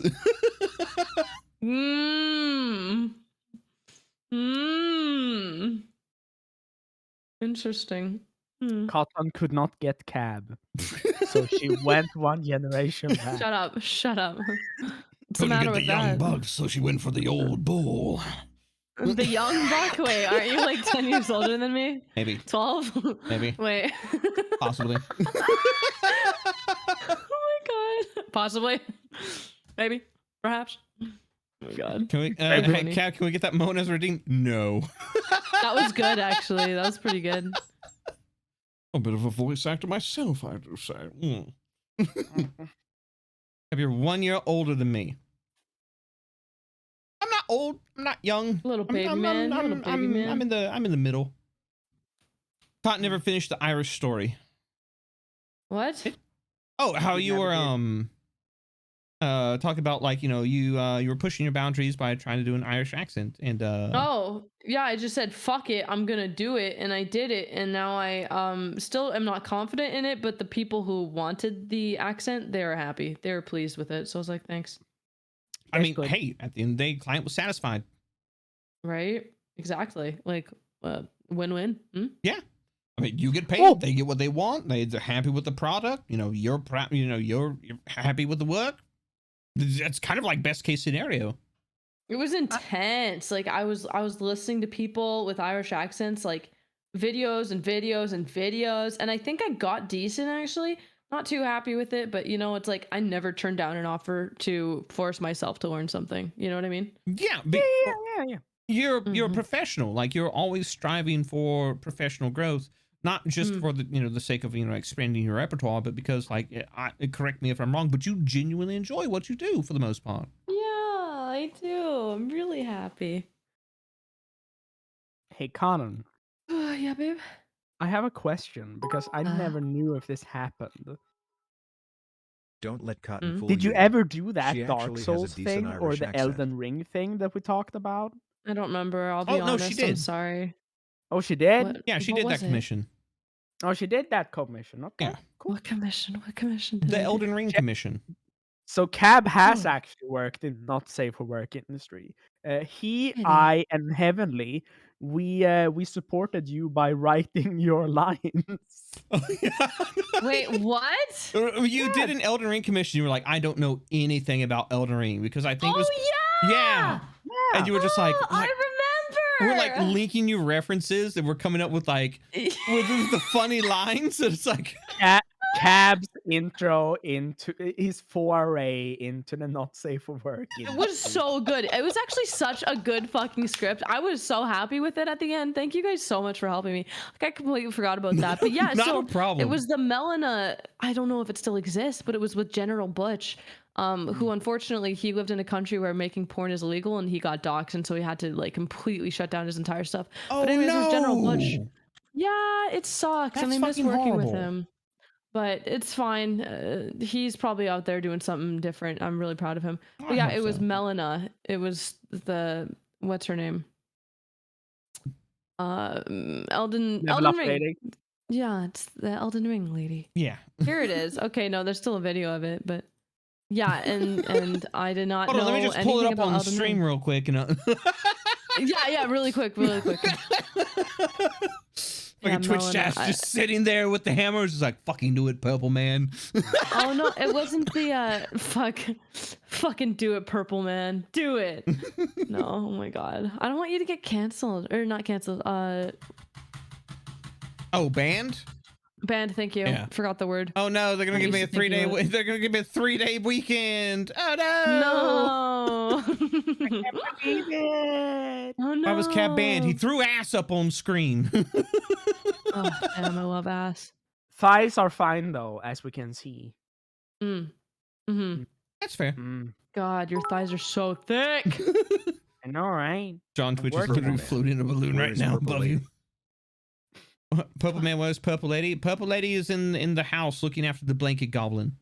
And taking Blanket the day. goblin? Yeah, my chihuahua. Blanket goblin. You have a chihuahua? Yeah, I have a deer-head chihuahua and I have 2 rabbits. I've told you about this before. Oh my god. Oh. She's called the blanket goblin because she will root so we'll have like blankets laying on the couch and stuff like that. Because we have like a huge like European like 3-section like sleeper sofa. And so we have like, you know, like various pillows and like various blankets on it, and she but we're being raided. I'll continue the story after this. Hello, Raiders. Hello, Raiders. And hello, DJ. How are you doing? Hello. I hope you're having a magnificently menacing Monday. And I hope you're streaming well. Menacing Monday. That's really clever. But I really like it. Thank you. I'm proud of it. But for those of you who don't know DJ Ghost Pop, she is one of the I think the second longest serving mod of the channel. She is a long time leader of the Violet Sign community. Amazing artist and fellow VTuber. She's great. If you could y'all winning, we're doing something all right. Oh, we're doing something for sure. Yeah. Hi, Zoran. How you doing, Zoran? How you doing, buddy? Pal, guy. The Zoran the Bear. Nerd and laugh. Twitch.tv/Zoran the Bear. Nerd and laugh.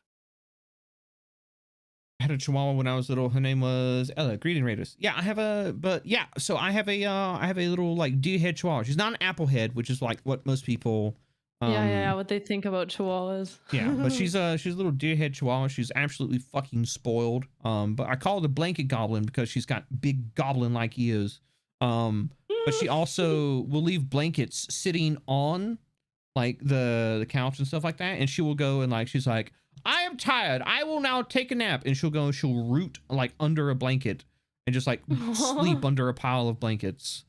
Blanket goblin. Yeah, and so she's the blanket goblin. Really cute. Salty has actually drawn a picture of her. I'll send that to you really quick. Let me see if I find it. Oh, here we go. I drew her eating a sausage. Yes, as a goblin. Let's see. Let's check it out. Oh, it's in the spaghetti chat. Yeah. Oh, that's so cute. Yep. Remember, everyone, if your fictional universe has goblins that look like just little chihuahuas that walk on two legs in robes and they eat sausage with forks, that's better than any other little green creature that can I exist. agree. Oh, Yeah. I simply agree. Yeah. I'll show the art off the chat as well. There we go. If your goblins look like these instead of green little men, your goblins are approved. Oh, that's so cute. I love that. But yeah, so like Mrs. Cav, she's back from work. She's got like her 2 days off, and then she's going to Tuesday. She's gonna head back out to work, and continue making that bread. Yeah. And she's also she's doing driving lessons at the moment. So fairly soon she'll also have her license. So yeah. Yeah.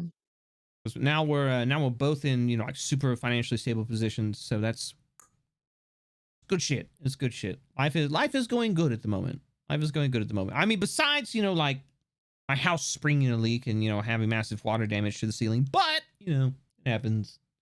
The water damage arc part 3.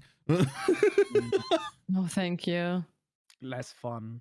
What does Mrs. Camp do, if we can ask? She's a caregiver.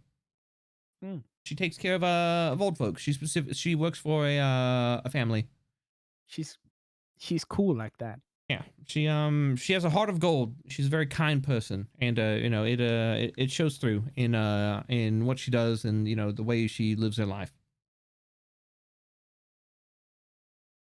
Also, she puts up with me, so Honestly, it's a tough job. Oh my! Well, thanks. Thanks, pal. Come on, it's a joke. I love you. She right though. She right though. Oh my fucking god. Look, I am not the easiest person to be in a relationship with. I try my best, but like I still fuck up. But that's the thing is, like a long-term relationship, especially like one, we've been married for like 10 years. Like it's about compromise and partnership and working as a team, and you can't always be on your A game. Oh, speaking of L Train, L Train, can you DM me on Discord later? Hi, L Train. Because did you know, Cotton, that L Train applied to be I opened up my mod applications. Not if I make L Train mod first. not if I make L Train mod first. Is what? You okay? The joke is L Train's already a mod in my channel. I know. Oh, okay. I know. I was just like, I'm kidnapping L Train. I'm taking him from you. Yeah. No. Yeah. No. Live with it. You can have him for the morning shift, okay? You can have him for some morning shifts, because I stream in the morning now too. Fuck, you fucked me. Oh my god, this is happening now? Oh, no, I wasn't ready. It's happening. Congratulations. No, yeah, but send me a message on Discord later. I'll add you to the mod category and everything like that on Discord. And thank you for applying, L Train. I greatly appreciate it. I'm glad to have a absolutely wonderful qualified mod like yourself join the team. You do amazing work on Cotton's channel.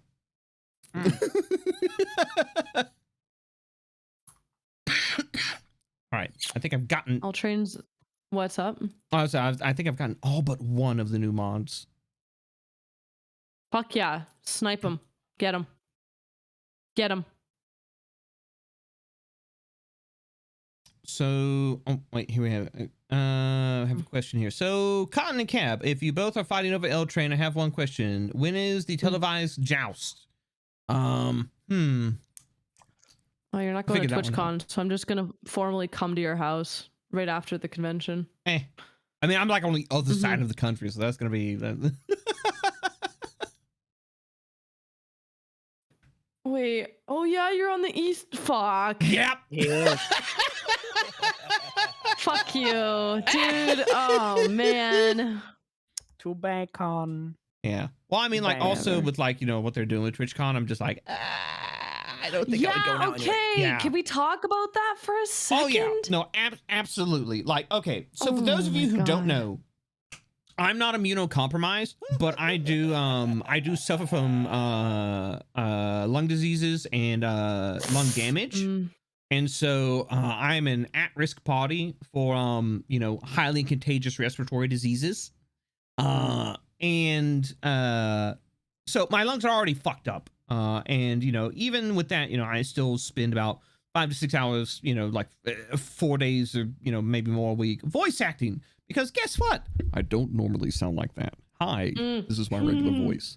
And there's a reason I have gravel in my voice. It's because literally I have a condition where I cough so hard, I've damaged my vocal cords. Fuck. Yeah, that's over a period of years.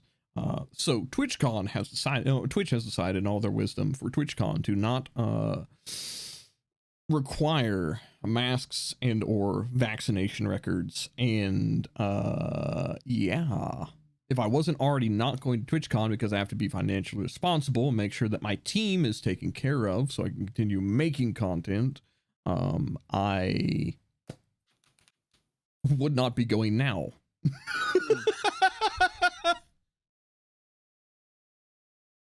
I'm sad. Yeah, it's genuinely upsetting. Because there's like literally it's like, welcome to the COVID zone. Only catch infectious diseases. Drowning in your own fluids. Welcome to the co-zone. There you go, perfect. Why the hell would they not require that with massive outbreaks? Right. Of 2 new COVID strains breaking out, as well as monkeypox springing up everywhere as well. I don't fucking know. I don't know. Like, they required it for Anime Expo, which is in the same place and is probably not going to be nearly as populated as TwitchCon is. No idea.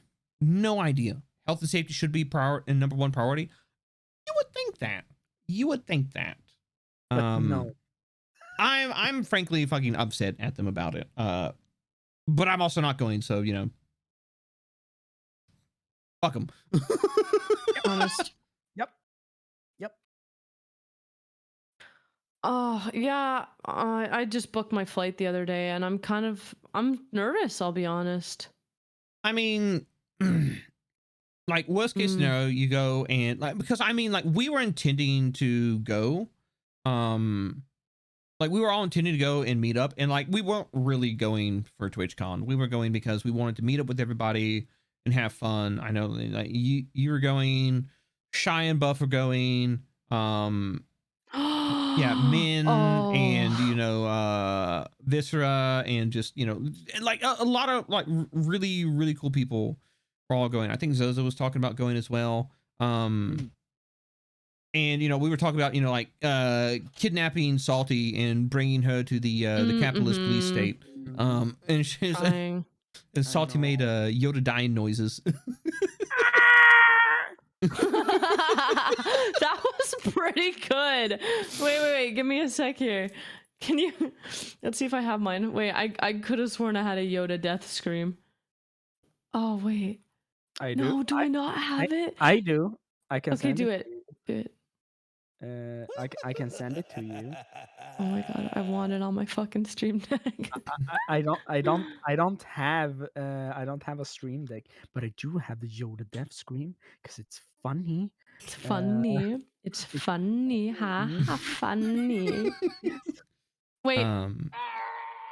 There it is. Yeah.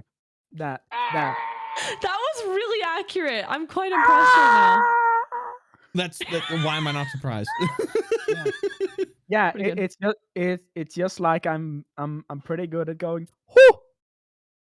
I swear to God. Let's see if I recall correctly, AX tried to cancel this requirement as well, but quickly backpedaled because of the backlash. Oh yeah, no fucking the AX did a 180 on that bullshit. Let's see, Pumpkin says, I'm immunocompromised and also on the wrong side of the country. Taking a plane and getting stuck in a small plane would probably give it to me before I even got to the hot disease zone. Yeah. Oh yeah. Heart Um, disease zone. We just had an event like that down here. I was surprised they didn't have at least a vax required thing handy. Like, look, I know it's an inconvenience to some people, but like, maybe it's just because, you know, I spent my years as like a young adult in Germany. And like Germany is a place that's like, oh yeah, I know, well, we have a vote and it's, you know, like it's going to like raise everybody's taxes and, you know, but it will provide these programs for people that need them. And everybody's like, yes, raise our fucking taxes. Yes. And that's the environment that I grew up in, where I'm just like, oh, look, social responsibility and caring for your fellow man are big things for me. It's a thing throughout the entirety of the industrial European countries, where raising taxes is actually good for the beneficial structure of the country. And the important part is that they don't put all of that money into more money. They put it into the people, into safety for people. Funny mic, by the way. I have funny mic on. You're echoing. Maybe. No, it's just because I live in a new home. I don't have my sound stuff up. You didn't sound like this before. What the fuck? Yeah, I think you hit like a toggle or something. Now it does sound like you're in the jar. What? Is it still? No, I don't have anything turned on, bitch. Now I do. Now I don't, bitch. I'm glad you said it. What? Do I still sound like I'm in a jar? A little bit. What the fuck? Cotton reverted back to GLaDOS mode. I grew up with, we were raising your taxes, nothing will be done. Also, the mayor is building a new big house, just South America things, I guess. No. Like, you know, that's also America things as well. But not to get into the politics or anything like that. It's just, you know, that's the environment that I grew up in as a young adult, because I was stationed over in Germany. And so like being slightly being inconvenienced for the sake of everyone around me being in a better situation is something I don't have a fucking problem with. Like, it's the same, like, you know, that's part of the reason I'm very big on like making sure that I'm an open and, you know, approachable person. It's like, yes, am I busy? Is it going to take time out of my day to like maybe respond to somebody or something like that? Yeah. But I don't have a problem being, you know, inconvenienced if it will genuinely help somebody out. Yeah, because we live in a society. Yeah. Not in individual little places. We live in a society. But in the good way. Do we though? I guess. Like, if you want to make it good, yeah. Wait, we live in a society. That's a Metal Gear quote, isn't it? Do I remember? I don't know. It's from fucking everywhere. Is it? It's from everywhere. Everyone says we live in a society. But Metal Gear said it. The Joker said it. There's a bunch of them. Holy. Oh wait, was it Joaquin Phoenix Joker? Yeah. Okay. Yeah. No, it's a fake Joker quote. Yeah. See? It's a fake Joker quote. Still, speak for yourself. I live in a cave in the woods and stream using smoke signals. I mean, hey, that's fine. I wonder what kind of signal strength you get on those smoke signals. Hey, bro, what kind of porn you got on those smoke signals? How fast you get them JPEGs to load? Yeah. A fellow Comcast enjoyer.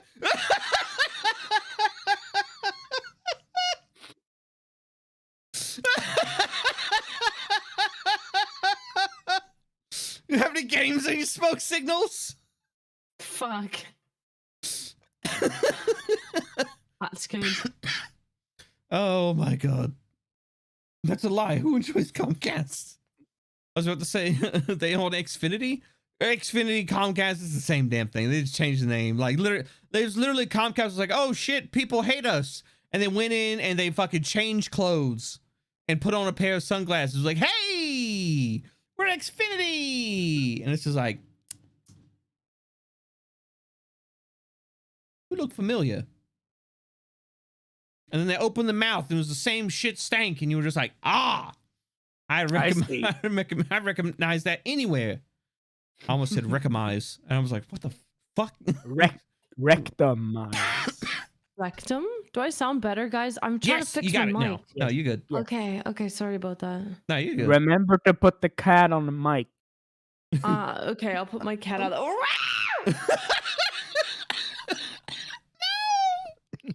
It's a good meme. Bro, what the fuck? That's not a cat! That's not a cat! Yeah, it's my... God, that's such a fucking funny video, dude. Every time I see it, it makes me lose it. You know, I'm right there with you. Like I stumbled across that. I was watching Zentrea, and like she put that on. I'm like, what the fuck? And like I lost my shit, and this quickly become like one of my fucking favorite memes. Right. Sorry. Sorry to all the audio sensitive people in chat. We're just screaming now. That's what this stream is. Sorry. I mean, look, it is Just not safe for screaming. work stream. Oh, honestly. Okay, good point. Oh shit. What's up, babe? Dude, what's up, dude? I gotta update the sub goal. Updating sub goal? Baby. Oh There you go. They play with that one for a little bit. I swear. Every stream. Every stream. That's pretty good. There's a weird cat outside.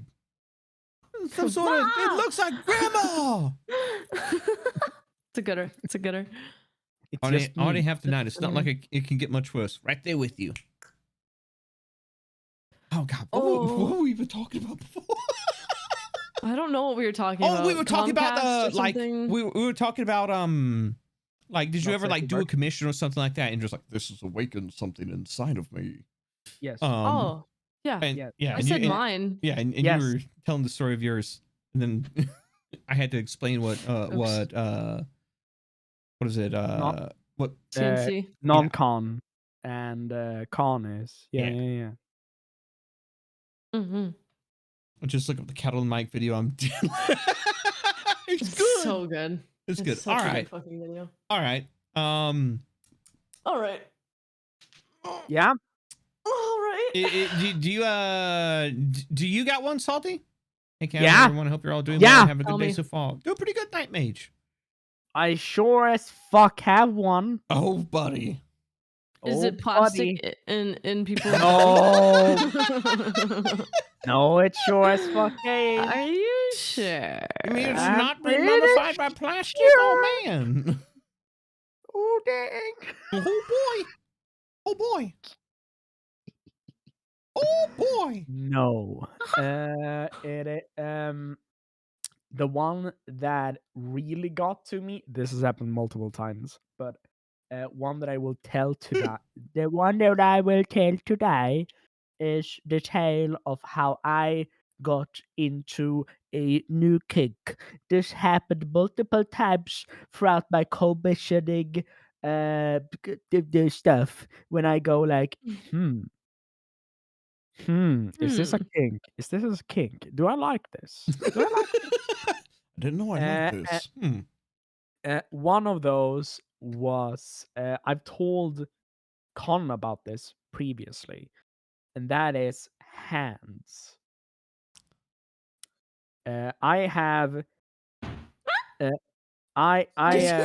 okay? Someone just, I don't know, a door just slammed. I think it might have been my own door. 1 second, I'll be right back. All I'm right. here alone, so. okay. Pull out gun.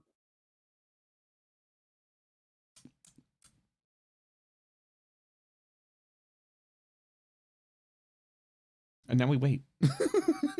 Oh yeah. Uh-oh. It should be fine. So how are you, Cab? I'm doing all right. I'm doing all right. It's a Monday, so you know, like Mondays are, you know, they're Mondays. Where are you, fucking Garfield? I mean, I do like lasagna. Garfield. No, I'm looking forward the rest of the week. Like, what do I got on the schedule? I've got this. I'm taking tomorrow off, so I'm looking forward to that. And then we've got, you know, the art stream. We're gonna continue working on the Amelia Rage art from Guilty Gear Strive. And then I think Thursday I may be doing something with somebody. We were supposed to originally do, was it GTFO with Froggy and Lord Commander Chaos, but I think we're gonna have a rain check on that. And we may be playing Apex with Evil Toaster instead. I'm not sure. Or we may be doing that Friday. Yeah, so I think Friday after stream, I may be on stream with Evil Toaster again. It's gonna be me, them, and Froggy. We're gonna be playing Apex again. So that'll happen. And yeah, it's a slower week than what it's been the past couple of weeks. So I'm kind of actually like looking forward to it. But then, you know, we've also got like our projects that we're working on the side. And so that is the Hollywood Frog. Yeah. Actually, I played Apex yesterday with Torn and Konzetsu, and we were hanging out on Torn stream, and I actually had a really, really good moment while I was playing Caustic, and I went through and like I wound up becoming kill leader, and actually holding on to it this time. And I think we made it like second squad left. Yeah, I think we were second or third squad. Fourth. We were the fourth squad left. But I was going through and I was Hollywood streamering, taking people out with the lever action shotgun, the Peacekeeper. So it was pretty great. I took out an entire enemy team and I was just like, yeah, let's fucking go. So I'm actually getting better at the game, and I'm happy about that. Today feels long as fuck. It feels like that sometimes, Becca. It be like that. This might be a not safe for work stream, but I'm watching at work, living life dangerously. I mean, like, it's kind of have pets at home. I mean, she's got like, kind of like what, like 4 cats?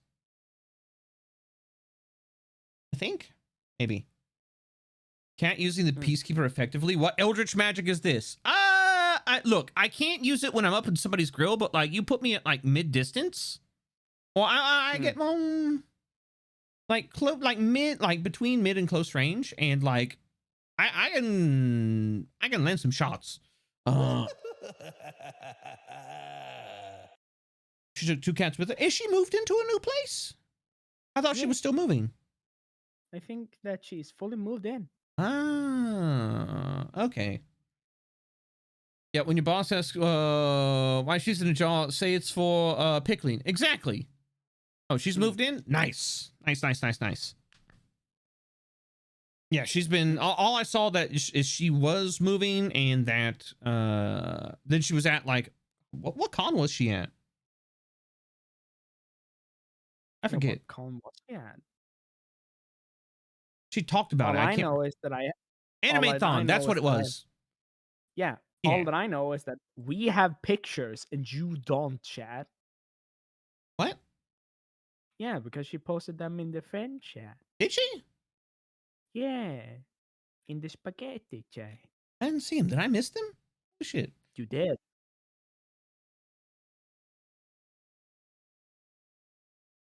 Oh, okay. All right. No. We have friend privileges. Don't gloat on friend privileges. That's not nice. The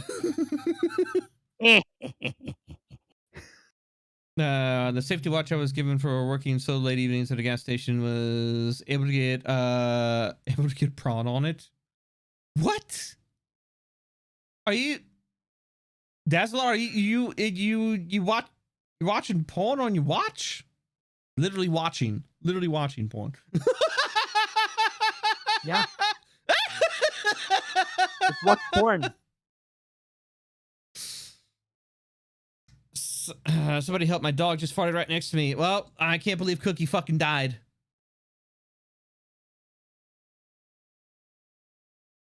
This is now a Shadowrun mission. That is we need to save Kanan from herself. We're giving her a smartwatch again. She just can't stop looking up Rule 34 on it in public. Oh no! She's just opening up her own Twitter in public. I can't believe it. Save her. Oh my god. But yeah, I mean, other than that, it's been a hey, welcome back. Sorry. Back. No, you good. No. I had to find something heavy to put in front of the door because it was like.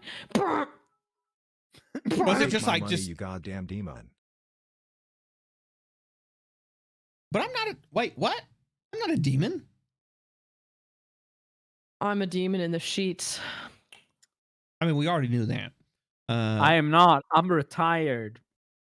I'm sorry for your loss. Thank you. Yeah. So, back to the funny story where I found a funny kink and I was like, oh yeah, bruh. hands. You found out Yeah. you like hands. No, I had liked hands before. It was just that I went, bruh, hands are like weird in that, of course, like, oh yeah, hands play a massive role in good sexual relationships, and people who skimp out on the hands, you are doing things wrong. And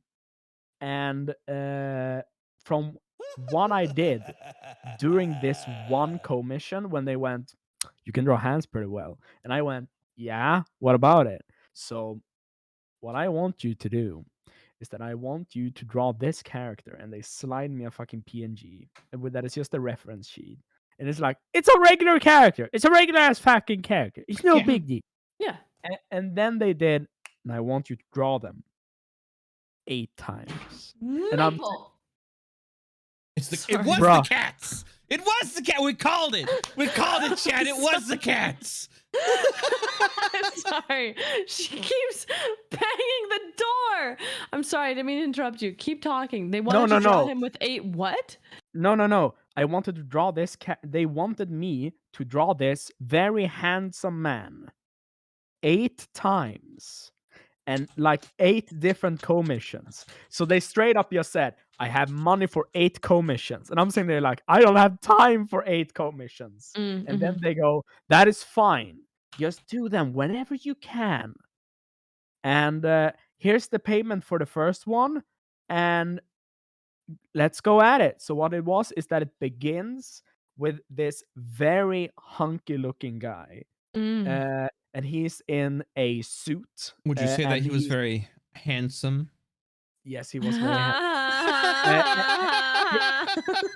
I've never done that laugh. I'm sorry. It was just a short series. It was a short series of pictures of this guy that is like pretty tall in like his proportions. Slightly brown skin. With funny sideburns and dark short hair, funny sideburns, big bushy anime eyebrows, and he was little bit heavy set, not like very rotund, but he had like that muscle stomach of a dad, and he goes from in a full tailored suit with the leather gloves on.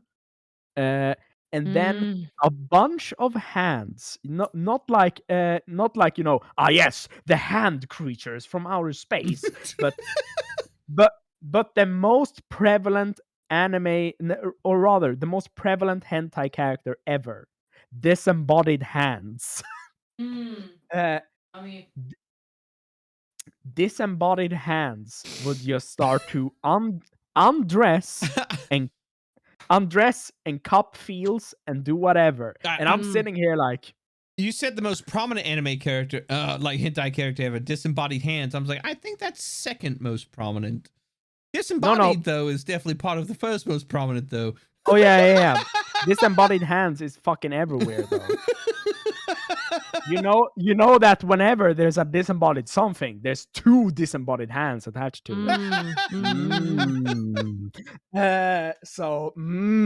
See, most prevalent.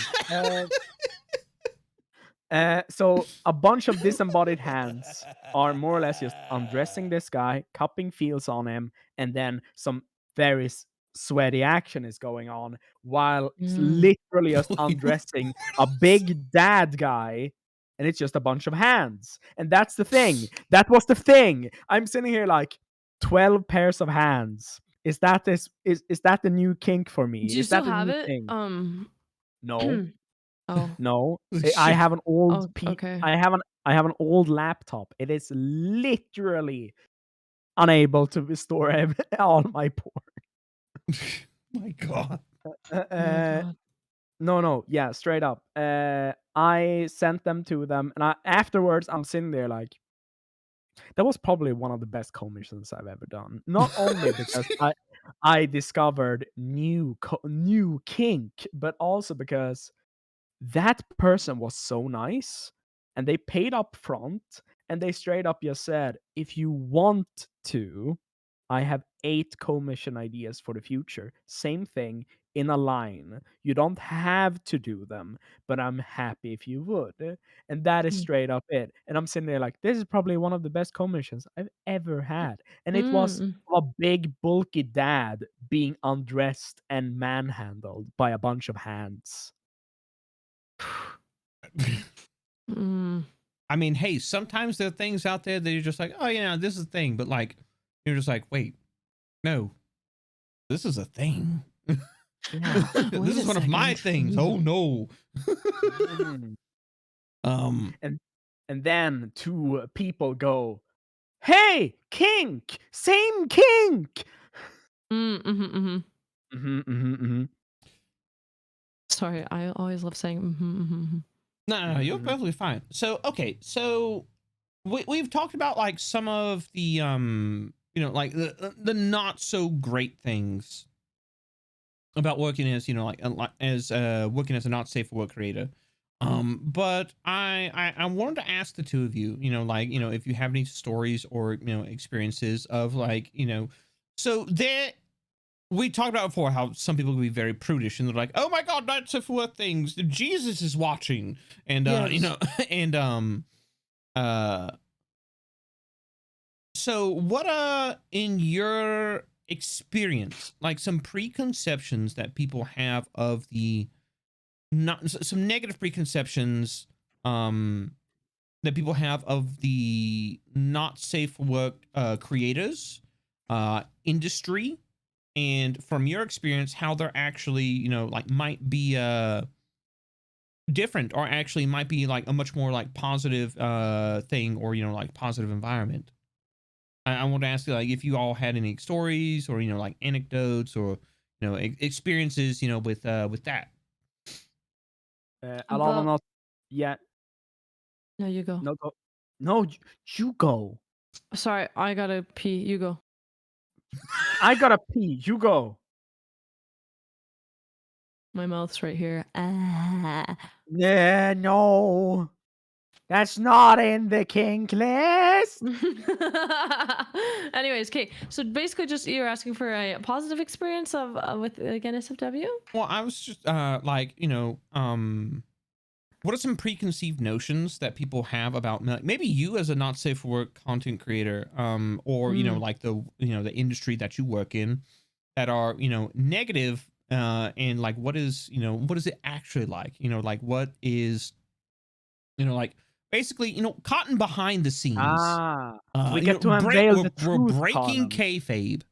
Yes. Behind the scenes, that I don't want to fuck every single person. Like a lot of them I do, but every single person, no, it's different. It's different. Yeah. Like like do you feel like that's something that a lot of people like people oftentimes cannot disassociate the character from the person? Yeah. So another thing, yeah, it's basically like that. Since I'm so horny on stream, I don't know, like flirting off stream is sometimes okay between me and friends, but if it's with like just a chat member, it feels almost predatory because it's like, I don't know, I'm in a position of power because I'm streaming. Do you know what I mean? Yeah. And like you're the ones watching my stream rather than the other way around. And so I just don't want to ever be in that position that's uncomfortable. And I don't want to be uncomfortable because it does make me a little bit uncomfortable, TBH honest. I gotta stop saying TBH honest. I think it's endearing. Yeah. SMH my head. But yeah, that's probably what I'd say. Salty, are you done pissing? I swallowed like 2 minutes ago. Okay, cool. Okay, go. Okay, so thank you for that, by the way. No, you're welcome. Yeah. Just remember to wipe your bidet. face. That is. Oh, okay.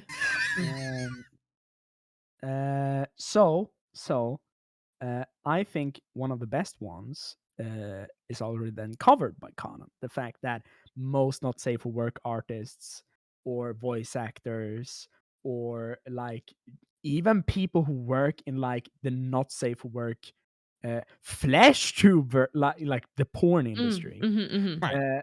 As a person who worked on backstage for a few like amateur pornos, like I was never the person who did anything on it, except I made props because I was a prop kid.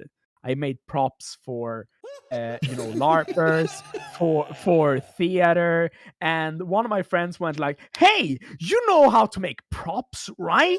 And thus I got to make a few things for a porn. It was very funny. It was very poorly like paying and whatever, but like people in the industry, just because what you're working with is someone's super sexual desires doesn't mean that you're a super sexual individual who needs to live a sexual life. Like just because you're a sex worker doesn't mean that you want to fuck every single person and similar things. So I think that Conan covering that is one of the most important ones. And big thumbs up for you for doing that. Big thumbs up, kisses. Yeah. And it's something I wanted to give you, like both the chance to express as well, because it's it's one thing like me saying it, but coming like from the source, from the from the people who work in that industry and things like that, and like sometimes it can. I'm sorry to interrupt, but I know that sometimes it can feel like if you state that on your own platform or something like that, that it can almost be like dangerous to your own career. Well, I won't say dangerous to your own career, but it can like throw off or like maybe like ruin the vibe, or because it's exactly the opposite. I mean, but you all like setting boundaries, but that's important. But like one of the big things is we as streamers, we as content creators, we have to feel the vibe. And like when you get in like super serious topics about things like that, it can get uncomfortable a lot of times. So I wanted to like give you guys a like a platform to like state that outright. Aw, thank you. Anything for a friend.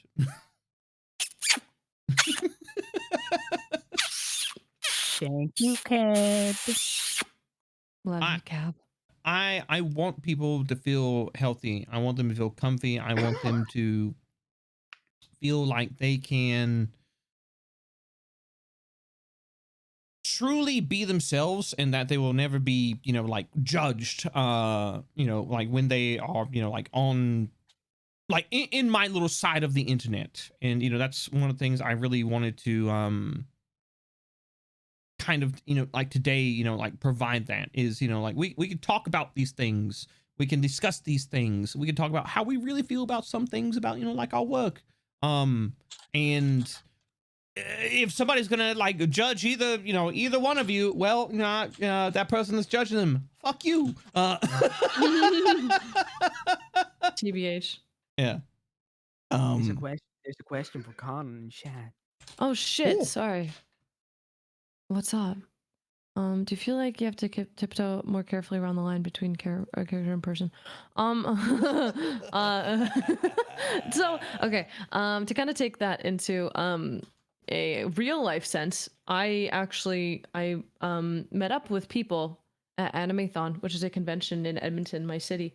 And I met up with people actually recently, and it was unfortunately not an 18+ panel, so I had to basically be not Cotton, which was difficult because, and I'm also horny, you know what I mean? Like you guys know it. I'm always horny in calls too. Maybe a little bit dialed back, right? You just fall into it. I do, honestly, just like your father falls into me. And so basically when I had to meet up for Animathon, and I had to meet for Animathon, it was a 14+ panel. So I had to be so. So yeah, I did have to tiptoe like a motherfucker. I did so well though. I did so well. I was doing so well. No, seriously, I was the best. I didn't say any. I just said sign titties once. Like, I'm going to give you an autograph on your titties. Can I sign your titties? But I cut myself off. So I said, I'm going to sign your titty. And then everybody in the audience, yeah, they laughed. And I think I didn't get in trouble. So I think we're good. Right? Yeah, we're good. Yeah. But yeah, that was very interesting to actually appear like in person, like as Cotton. It was very interesting. I enjoyed it though. I definitely will be doing more of that. I'm gonna get a better wig for sure. But yeah, it was so much fun. It was a lot of fun. So yeah, it was tiptoeing because of the say so. But I think if there wasn't like a say so need, like the 14+ requirement, I feel like it would have been so easy. I did feel out of my element because of the 14+, but you know, whatever. We win some, we lose some. If I wanted to have a panel, it had to be 14, not 18 for some reason. That's perfectly reasonable. No, I totally get the aspect of feeling like you've got to tiptoe around things and not really like be you, because like here's the thing, it's like, you know, yeah, our stream personas, they are personas, but they're personas that are oftentimes fragments of ourselves, you know, dialed up to, you know, a certain level for entertainment value. Like let's be completely honest. And you know, but they're dialed up because we feel comfortable in those personas, because they're oftentimes fragments of ourselves that we may not be able to, you know, like express fully in a lot of ways. Like I like, even here on stream, like I tiptoe around some things. Like me, I have dark gallows humor, because I spent like a decade as a soldier, and, you know, and that gives you a certain level of humor. But you know, I'm also very vocal about a lot of things, and I try to rein that in. But I'm also not as, you know, like wacky when I'm like out at the grocery store, or, you know, like out in real life and stuff like that. And that's part of the reason I voice acted, so I have that kind of clear distinction. But you know, I understand the aspect of, you know, tiptoeing around some things, and, you know, but I'm glad you had fun regardless. It was a lot of fun. Yeah. It was interesting for sure. Boom. Let me see. I have a question for Camp. As a horror VTuber, what is the limit on horror design on Twitch? Like, is there a limit to how visceral on the design? I'm not specifically certain. I know that there are certain TOSs with Twitch, which you're gonna have to go through. You're gonna have to read those. Familiarize yourself with them, so you also don't wind up shooting yourself in the foot. Because it's one thing to dance around the TOS. It's one thing to just absolutely fully cross it. Don't say no, Raven. That's not even what we're talking about at the moment. And that one should just be common fucking sense. But as far as like a horror VTuber design, I have personal opinions on it. As far as a limit, I feel like one of my personal things is like, I don't, you'd be surprised. No, I wouldn't. I live in the South. But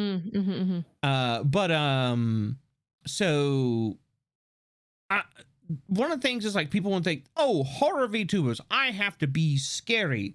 I'm gonna go ahead and be honest. I think one of the things is like, you know, with VTubers and stuff like that, you can't really be scary. Nope.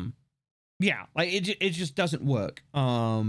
Things like that, they work in video games, they work in media like movies because they are set up and you're fully in control of the environment, whereas this is a live experience. That's why I go for the kind of like campy horror host vibe, because I can be horror adjacent. I can, you know, be securely in the realm of horror and, you know, like, you know, horror adjacent to a lot of things, but I don't have to worry about being scary. I don't have to worry about looking scary or being terrifying or anything like that. I just, you know, have to have certain like keynotes that I hit, and it's like, boom, horror VTuber, baby. Don't try being a scary vampire that is here to, you know, eat you up and whatever. Be Count Orlok, who's a variety streamer who does knitting on Wednesdays.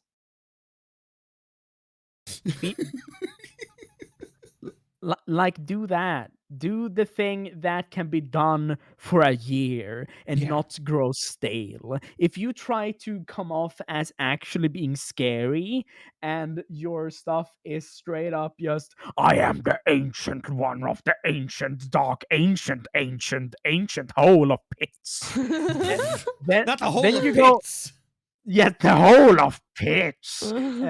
Then it's like, that is cringe levels worth of edgy more than scary. Yeah. And like, look, you can have dark designs, you can have dark themes, stuff like that.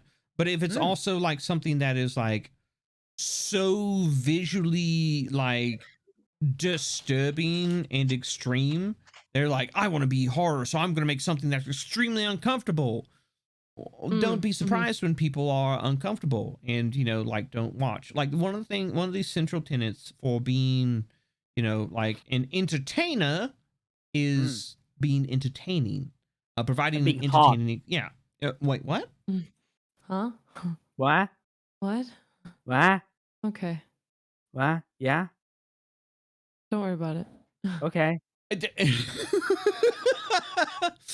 Lena is a good example of a horror VTuber. She absolutely is. Like, yes, she has her horror form, but she has that form because that is something that is more personal to her, with, like, you know, the physical issues that she deal with. It's a representation of how she often feels dealing with her her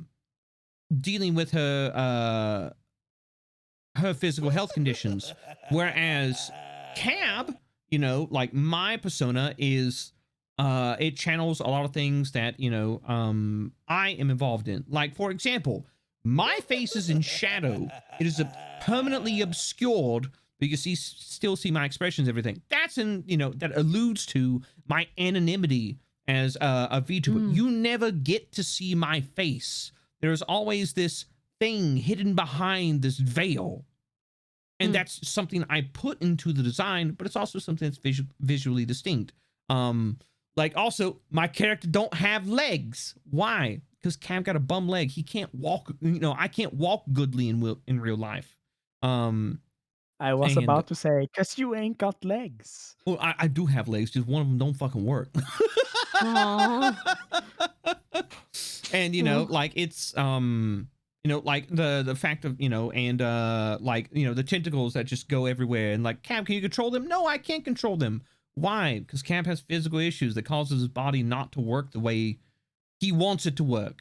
And that's something that, you know, like, translates over with me. It's a lot of things that I've turned into kind of like horror elements that are central to me and, you know, like, carry over in my VTuber. And so, like, yeah, those are things that you can work in. But trying to be like, I'm going to be like a super gory whatever, you may run afoul of Twitch, because they do have their certain things that they want to present. And they do want to be a they don't want to be a 18 plus platform. They want to be a more family friendly platform, because that gets them sponsors. the family-friendly smut channel. Look, there's a whole thing I can go into, but I'm not. But they want things that are going to be advertiser friendly, and that's my thing. Is like, if you're looking for a limit on how far to go as a horror VTuber, and you're not just doing it for this, and you're doing it and you actually want to, aim for success, which I think I'm gonna go ahead and say, aiming for success right out the gate, you're gonna fail. Yeah. Thank you, Cotton. Cotton said it in a much more succinct way than I was going to put it, but like, you're probably going to burn out. You're probably going to absolutely just wreck yourself, trying to make number go up, and this being absolutely fucking long-term game. You also have to like kind of figure out like, what is your measure of success? Like, if you're having fun, that's my measure. Yeah, exactly. Like, my measure of success was like, I sat down, I researched the platform, I came up with, like, what numbers, like, I would feel comfortable. And at what point in time would I be a success, to me? And that is, I've long since surpassed that. So at this point in time, I'm just like, I guess I hang out now. I hang out with friends and I talk about topics that I think are important, or I think are, fun to discuss. And it's, like, realizing what your measure of success will be. But, to get back to what I'm saying, like that kind of, what is the limit? That is something you're going to have to determine for yourself, within the context of what your goals and what you want to do are, but also within the reasons and guidelines of the platform. Long story short. Sorry. It's okay. I have a question for all three of you. Have you ever done a joke that went too dark or too far that got backfired or badly received or some reaction? No. If the joke goes against TOS, don't say it. I don't think I have. No, I've been quite lucky. I did say something that I regretted. I was really mad about I don't know if I should get into it. It's basically politics, and I said something about how America needs to fucking fix their gun regulations, and I just know it was shoving my opinion where it didn't need to be.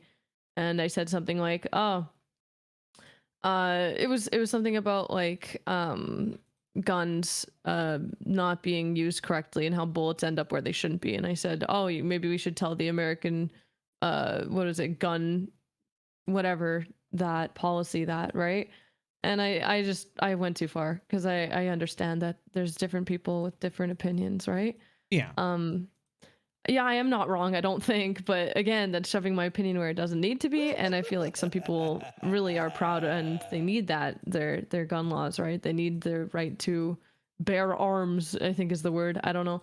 But yeah, personally, I'm just, no, it upsets me. And I think I shouldn't have made that joke, and I kind of avoid talking about it on stream now. I mean that's perfectly reasonable. Like, politics is a look, there are things that we can all kind of agree on, like things that should not happen, but they happen, regardless. And there's ways that we can prevent them. But also, like, getting into, like, entire political discussions. Like, I'll go ahead and say, like, I'm not a political expert. Yes, did I serve several years, under the, under the banner of the DoD? Absolutely. And I learned a lot through that, through, like, government policies, like the way things work, blah, blah, blah, a lot of stuff like that. And I may be a bit more intimate with how the American government works than a lot of people. But there's also a lot of people who are much, much, much more intimate with how it works than I am. Like, for example, my friend, Zozo Horror Show, for example, is a literal political science major. What? Like, no, Zozo fucking thrives in that environment. Like, she is such a knowledgeable and, like, well-researched individual. And so, like, if I have an opinion on something, like, sometimes I'll discuss it with Zoe, and, like, Zoe has very deep insight and understanding and knowledge, like, into that entire realm. And that's part of the reason she can cover, like, conspiracy theories and like, you know, like all this sort of thing, and she can dissect them down to a T. She's geared like that. She's educated for that. I am not. But also that's not the kind of environment that we aspire to have on our streams. And also, like we all know, it can invite controversy and individuals of not such individuals who will often argue in bad faith into our environments, and we're fiercely defensive of our communities. We don't want our communities to have to experience that. And so oftentimes, more oftentimes than not, the best policy is to just not discuss those kinds of things. That's perfectly reasonable. Like, yeah, I can understand why you regret it and why you just like, oh man, I shouldn't have done that. Hello, Bast, how you doing? Hi, Bast. But yeah, no, I absolutely get it. For me, I think probably the most yeah. Let me think. Sorry. Have I what? I interrupted you by going because you made No, that no, noise, and I wanted to with you. No, I'm trying to think. Like, has there been anything I've said that's like particularly like dark or edgy? I mean, I made a dark a gallows humor joke the other day. But I don't feel like it was like particularly bad. I was like, I really enjoy gallows humor. It's too bad everybody gets hung up on it. I don't. What does that mean? A gallows is where they would hang people for executions. Fuck. That's a gooder. That's a gooder. So it's I made that joke, but I don't I tend to like veer away from my dark humor because like it's on stream. Yeah, on stream. Yeah, like we'll get into like a private voice call. We're at it. But like we just become absolutely fucking raunchy, like, between friends. But it's something that dark humor is something that I think I enjoy and I engage in actively, but not on stream, because it's something that I think is the type of humor that is reserved for close friends and people who know your stances on things and like the way you actually feel about things, and you are in an area where you can read the room. And unfortunately, stream is not that. Chat, I love you to pieces. God damn it, not enough fucking hype train. Not the victory screech. I love you guys to pieces, but the fact of the matter is the only feedback I get from you is in text format, and text loses a lot of context. And even like, if there was like more context, added to it, like there's so many people that are in the chat and that are not active, like, because lurkers keep the lights on, and lurkers, by the way, I appreciate you guys. Thank you for looking. If you don't feel like you need to contribute ever at any point in time, the fact that you are here, you're watching the stream, you are a member, as much of the member of the community as you want to be, and I want to appreciate you. And for everybody who is active in chat, thank you very much. I super appreciate it. Thanks for turning out. Thanks for participating. Thanks for throwing questions out for us. It's great. It's magnificent.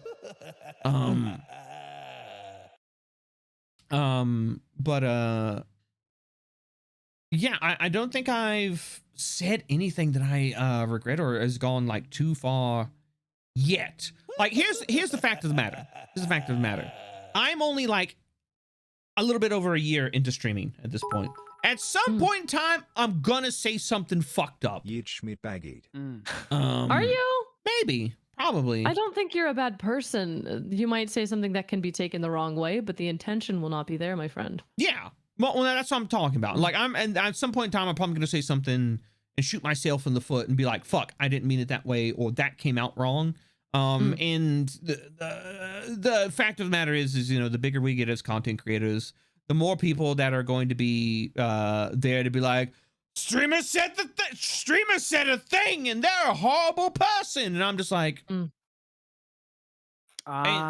shit. I'm just like, and I'll just carry on about my fucking life. Whoa, look at these gamers. Whoa, look at that gamer. Is that a junk? Is that a junk? Twitch.tv/junk. You know what? Did you man himself? Yeah. Junkman himself. The Junkmeister. The enticing explosive expert. The stinky boy. The hype man. Very stinky boy. Oh my god, my cat is so cute. She's in my lap right now. Oh my god. Which one? Ghost. Ghost is good. Can you draw Ghost as a goblin? I'll pay you. I can draw Ghost as a goblin. Please talk more about how awesome I am. All right. Epic swag. Good eye, mate. Top of the morning, eh? Wait. Hype train. You're so stinky, Junk. You're so stinky. Okay. Stinky We're going that boy. route, huh? Little stinky, huh? Uh-oh, stinky. Man. It's all the should not like this. My dog's in the background losing her absolute fucking mind. I don't know over what. She's barking. She's doing a scream. It's like there might be people outside. You know, this should be archived and made into a YouTube video because this is very informative on how to get into not safe for work content creation. Well, that's the intention for like talks with this. If you cut out the part where we actually talk about that, yeah. Yeah. But the intention is for, these videos to be kind of, available for people as, like an informational thing. That's why I like inviting folks on like Cotton and Salty. Or next Monday, we're going to have a certain Horatius the Dwarf on. And we're going to be talking mental health in both the context of content creation and just life in general. And, like dealing with the various hurdles that come with content creation and trying to, create in a healthy way. Because for those of you who don't know, my dear friend Horatius the Dwarf is a mental health professional and has made it his life's work and his actual profession to go out and help individuals in need. And he works with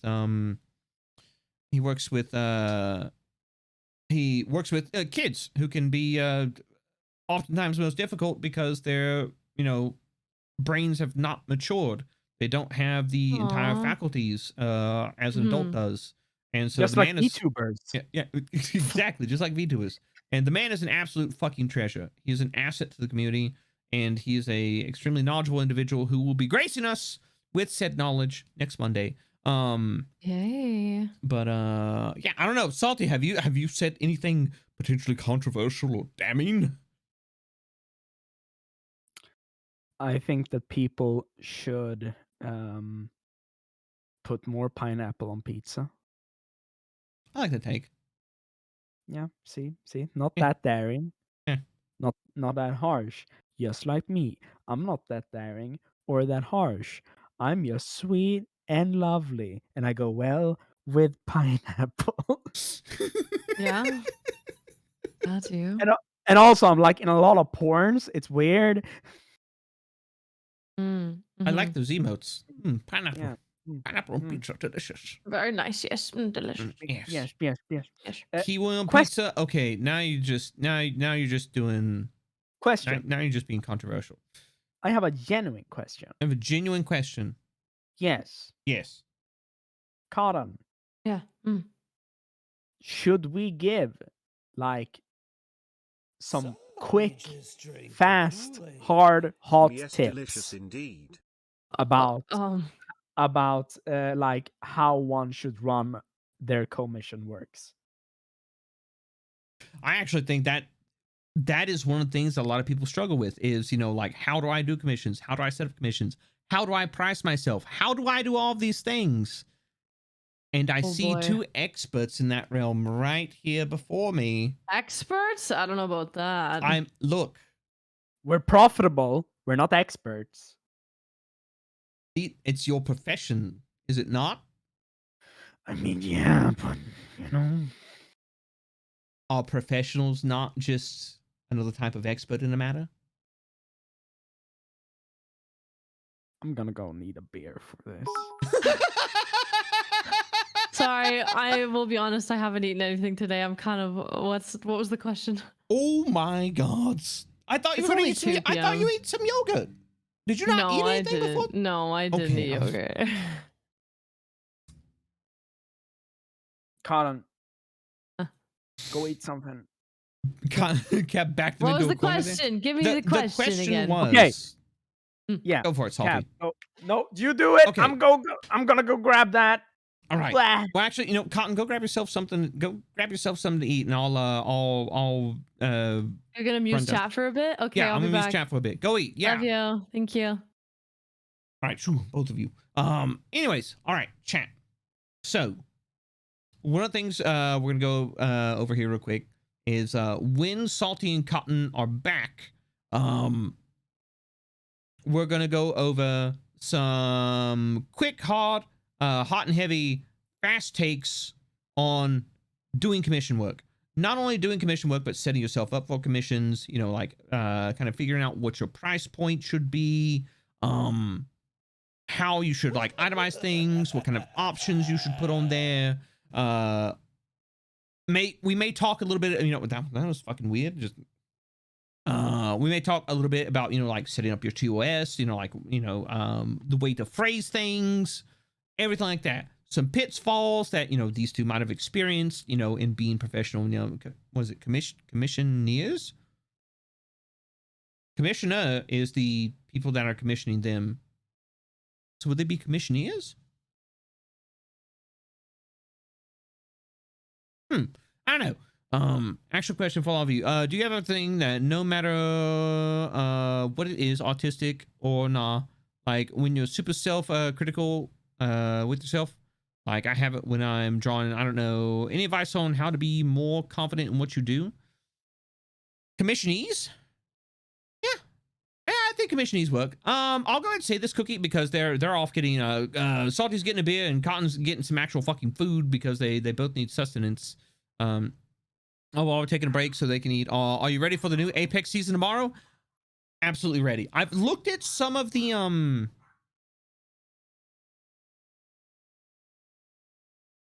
my God, my dog is losing her fucking mind. So what was I gonna say?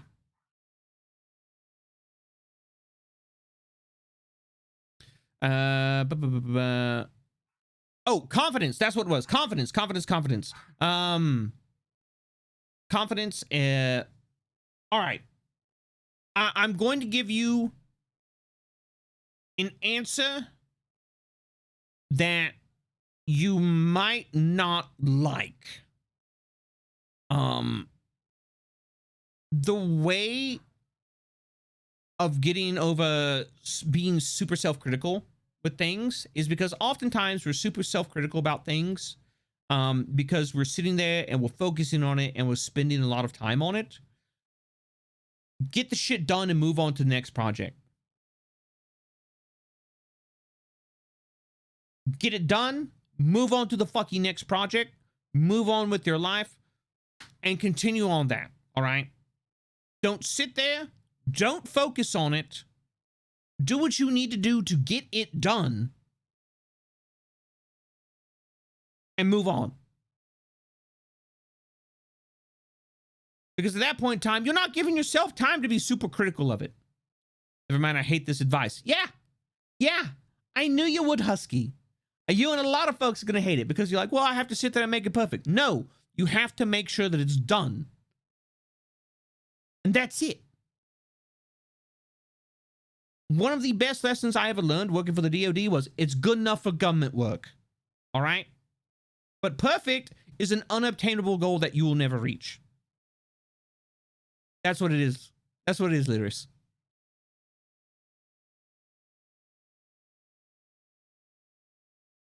Because guess what? We are human beings. All right. That's it. You know, kayfabe aside, we're human beings. We are imperfect creatures. We can create nothing that is perfect. We can, however, finish things and then move the fuck on. And guess what? Guess what? The more things you finish, the better you're going to get at it. And as far as being confident in something, fake it. Fake it. Don't even, you know, like, here's the thing. One of the reasons I have all of my old content up on YouTube is so you can see how I started and how I've changed since the beginning. I have faked confidence for so long that now I have actually become confident. I bought into my own bullshit because it's conditioning yourself. It's not, oh, I'm faking it. What you're actually doing is you are getting into the mindset of being confident and acting like you are confident. You are essentially over time tricking yourself into be like, no, I am actually confident. Because guess what? That's how the human fucking mind works.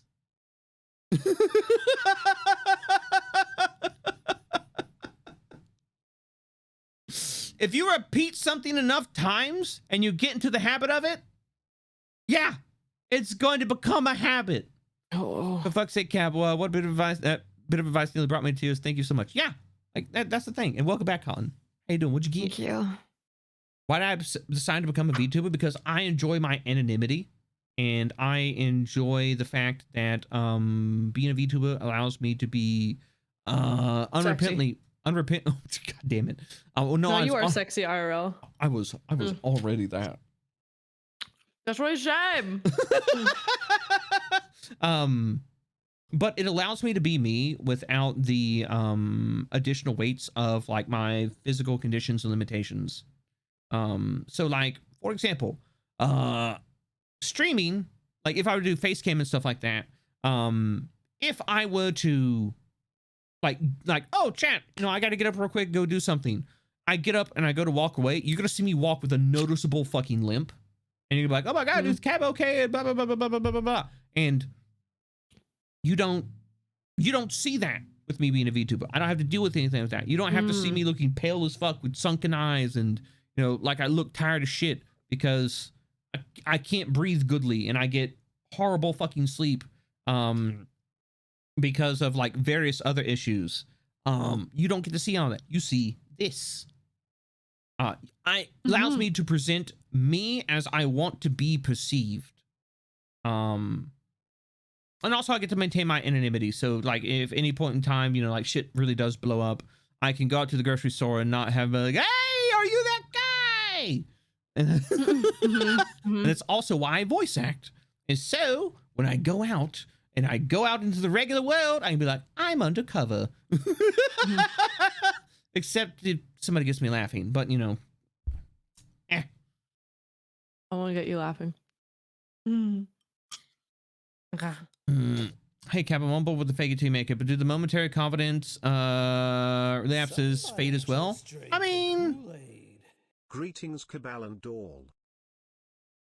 Sometimes, but like that's the thing. It's like you're not going to be like even the most confident person in the world isn't confident all the time. Everybody has fucking doubts. That's part of being a person.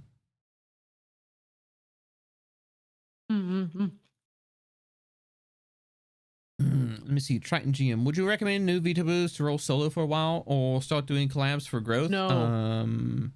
I'm currently making my model and have a little bit of an idea, but I'd love your input.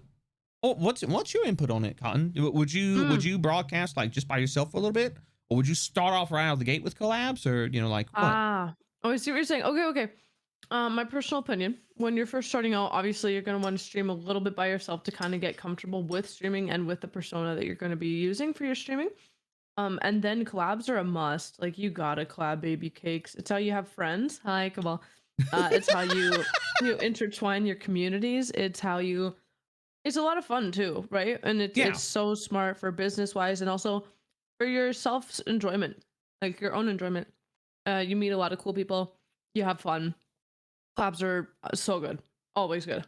Yeah, like I think Cotton, you were the first person I ever really did a collab with, I think. What?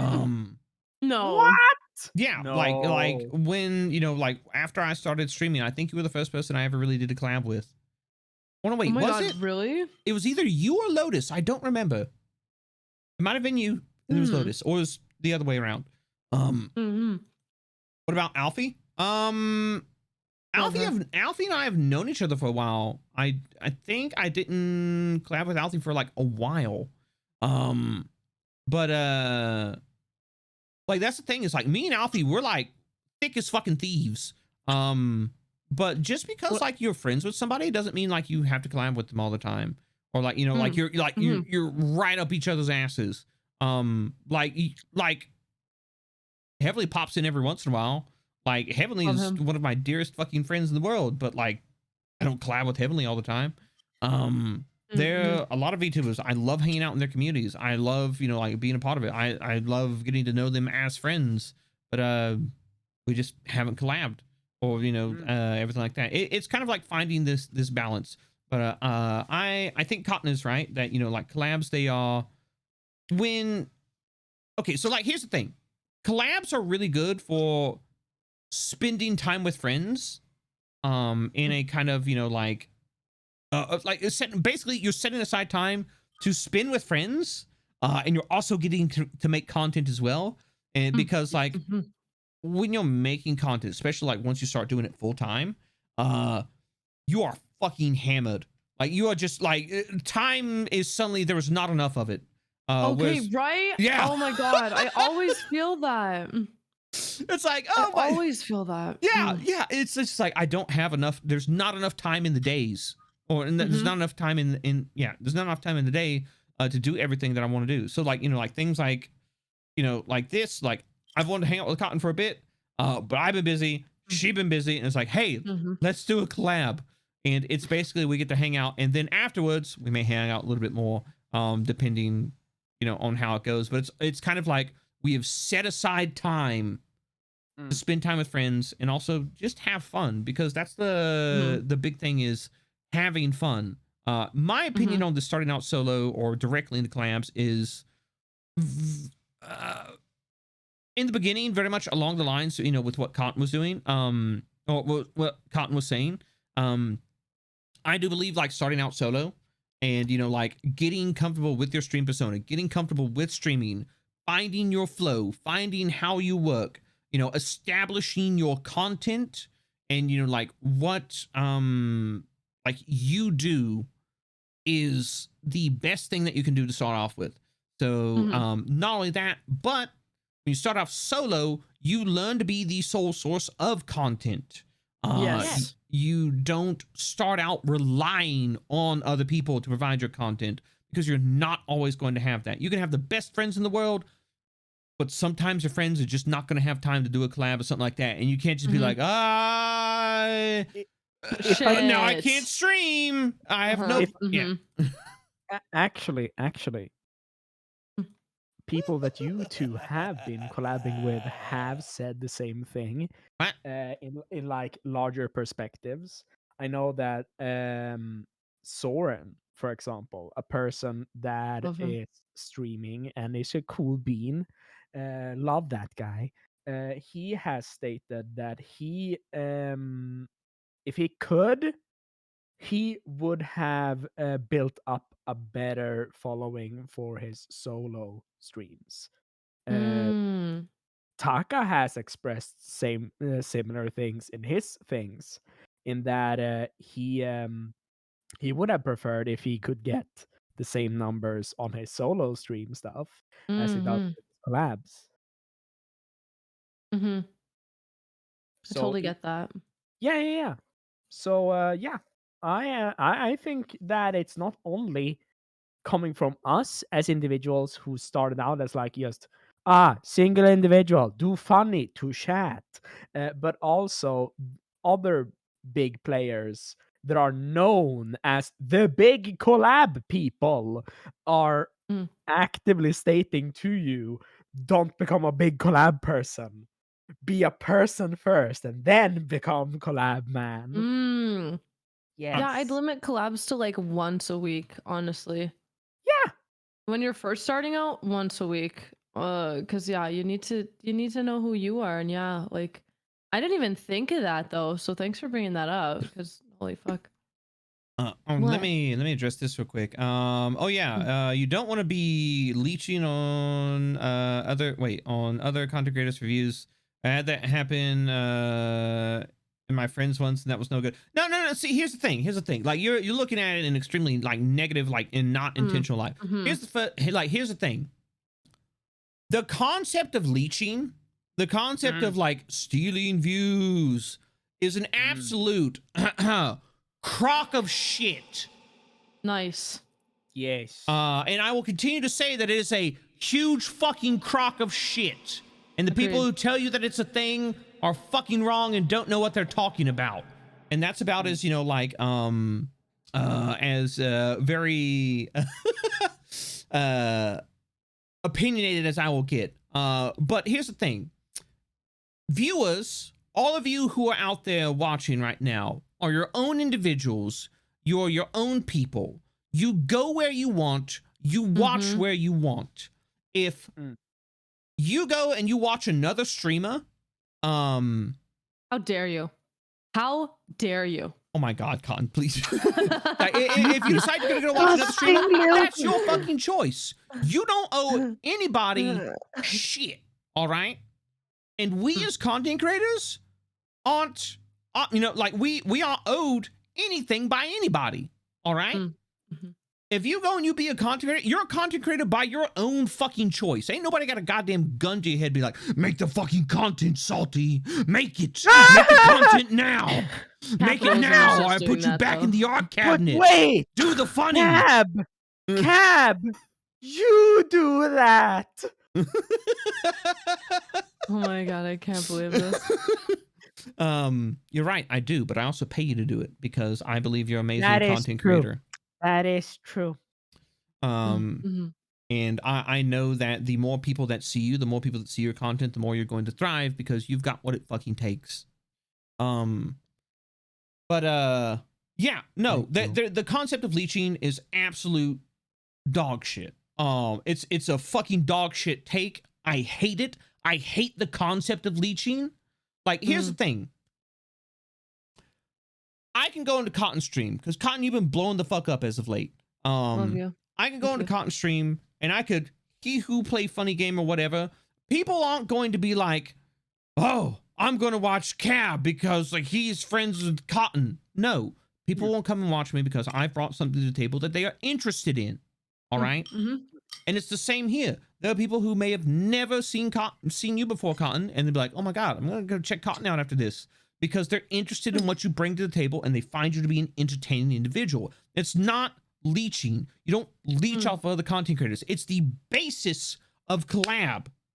Yes, that is, it's literally the only way to grow on this fucking purple platform is for people to get eyes on you and see what you have to offer. That's what collabs do. And it's one of the reasons like you collab with friends is because you want to raise your friends up. You right? raise me up. You don't so what? Sorry. The concept of collabing with people for the sake of growth, I find to be absolutely fucking disgusting. And like that's me. Like, if you look at it in a business sense, like, yeah, no, it's a good strategy, but it's something I refuse to do. It's why I don't ask shit from anybody. I don't expect shit from anybody. I remember how I found you. What? Froggy said you were funny, and we should run to your stream to post a meme. And then I followed thanks to your kick-ass model and awesome voice talent. I love that. And then I stayed What's cause the you were butt? a cool bean. What's the butt hair? Oh, I was looking.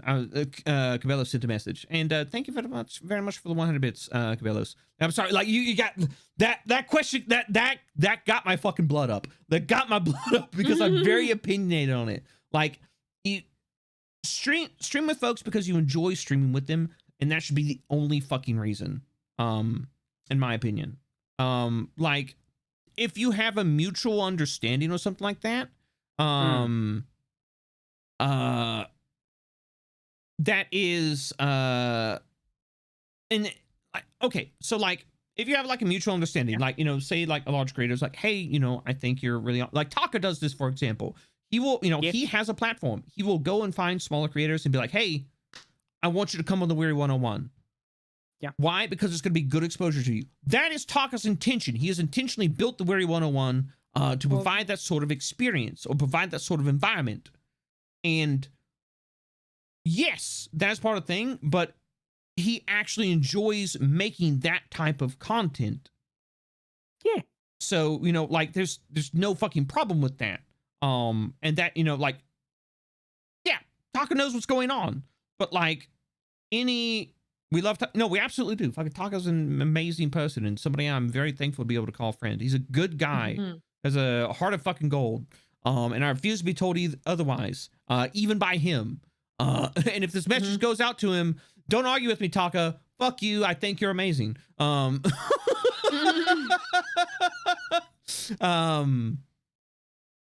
But yeah, no, that is yeah, that's my opinion. I think leeching is a dog water take. If people watch somebody, it's because they think they're fucking entertaining, and they watch them because they think they're funny. And you know, they have, you know, gotten exposure through some way, but it's not leeching. It's literally how the fucking system works. So yeah. Anyways, I'm sorry. No. Before Salty, do you have your beard? Have you eaten cotton? Are you still engaging in the noms? Yeah, I had cereal. I ate life. What? Oh, I ate life. Oh, I thought you said you hate life. I was like, wait, you had cereal? No. You're lactose intolerant. And I know I had oat milk. I'm a good girl. Okay. So if you took an on project that was just way too ambitious for your skill, what do you do about it? I started a long time ago, but it just turned into more than I think my skill can handle. Like a project that spiraled out of control. Finish it. Finish it to the best of your ability, but like that's it. Yeah. Finish it. That's it. Yeah. Like, all right, this is done. Move on. Yeah. What were we gonna do? We were talking about hot take on commissions.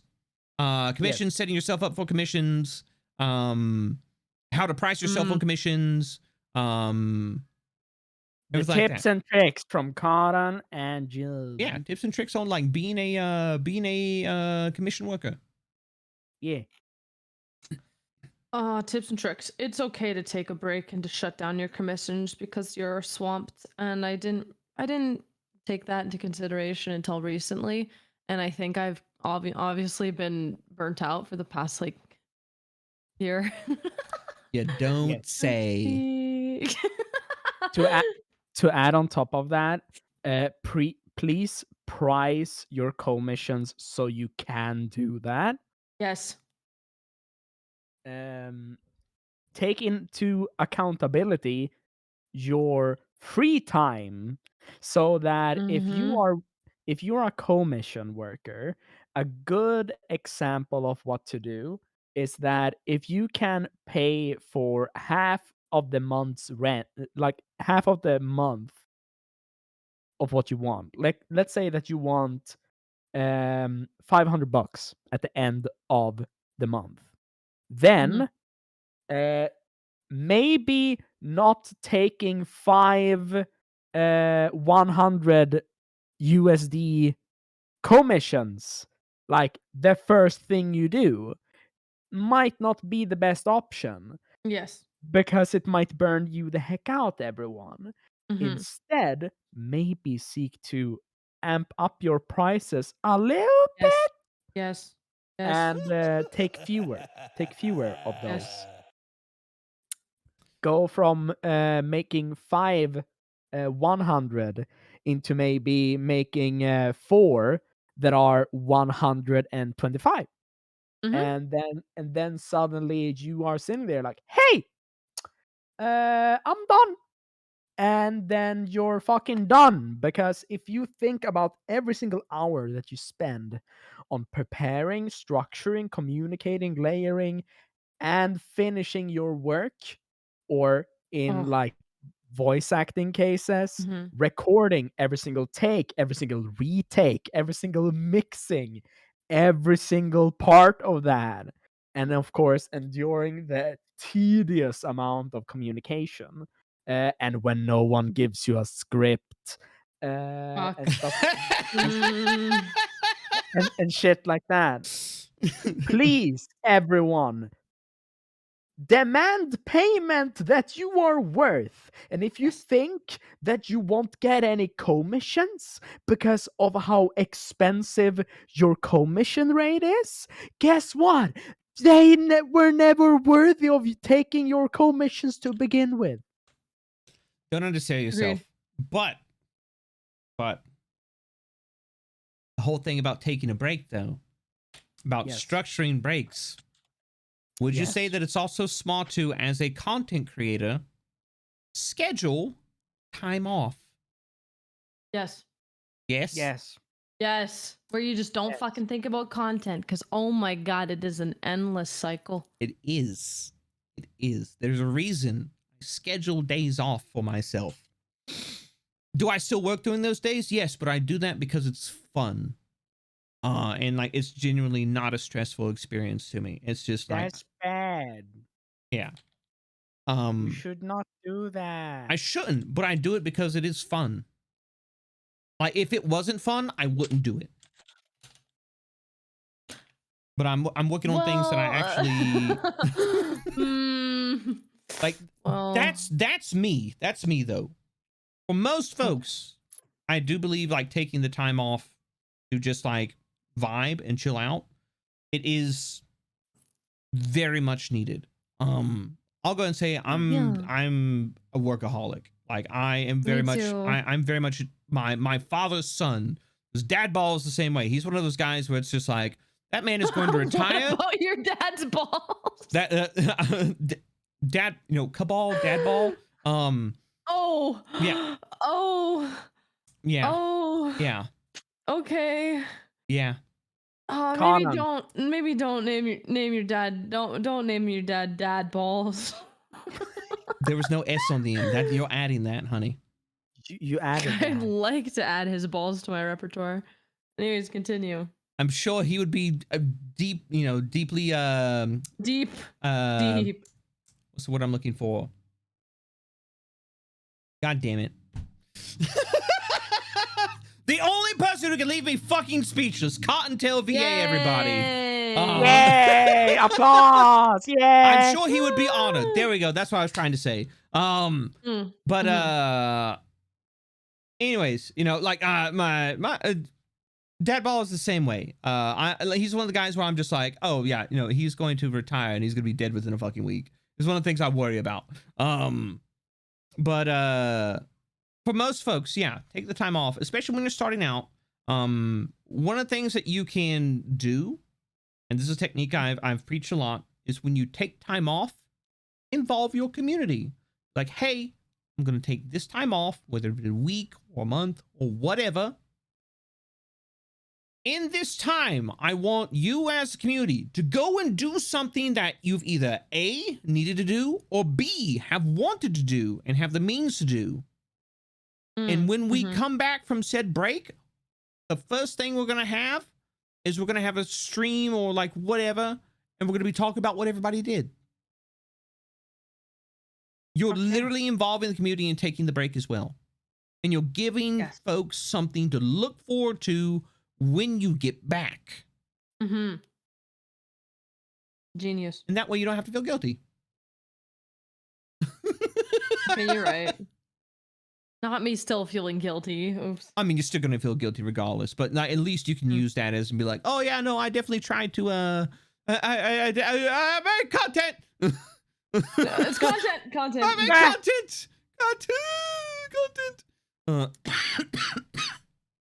You tell me I got to do more? I mean, that's working for yourself. You always got to do more. That's the thing about content. Is like, you're running a small business, baby. oftentimes a sole proprietor business. So, yeah. That's right. That's right. That's right. That's right, baby. You don't just make one YouTube video and you get big and millions of dollars. No, you got to make a lot of YouTube videos. You get the one that pops off and you got to keep making more YouTube videos. A lot of YouTube videos. Gotta make some of them YouTubes. Yep. Got to make the YouTubes. Satisfy the algorithm gods. Those Yeah, to it's come and gotta break your satisfy kneecaps. Yeah. Yeah. Jay. Oh, yeah. And the TikToks. That's true. The TikToks as well. TikToks are so important. TikTok's also a very, very discoverable platform. I've got a TikTok that is still fucking going. I think it's like 134K or something last I checked. Let's go. I gotta put another TikTok up. I put like one after that and I got to like 2K. I was like, It's like, I was like, I don't want to upload TikToks anymore. Like, I need to get better about that. Oh, what was I gonna say? Well, I mean, well, what were you going to say, huh? What were you going to say? Whoa! What is with this? This confrontation. Let's all be friends. What was I going to say? I was going to thank everybody who's dropped a follow or dropped a sub or anything like that. Thank you very much for that hype train about 30 minutes ago. And It Is Kittis, thank you very much for your frightful follow. Chipset Noob, thank you very much for your frightful follow. Stressed Andy, thank you very much for the resub now for 3 months. Chaos, thank you Chaos WD, thank you very much for your frightful follow. Cabellos, thank you very much for the 100 bits. Future Soldier, thank you very much for your frightful follow. Lady, hello lady, how you doing? Thank you very much for your follow as well. And Ashley, thank you very much for your follow as well. But what I was going to say was, do you feel like we've touched on some of the more important topics today? You think we've covered some really good ground? Yes, but there's one question that I need to answer. Yes. For Kingdom Timeless. Hey, sorry, it's taken forever to get to this question.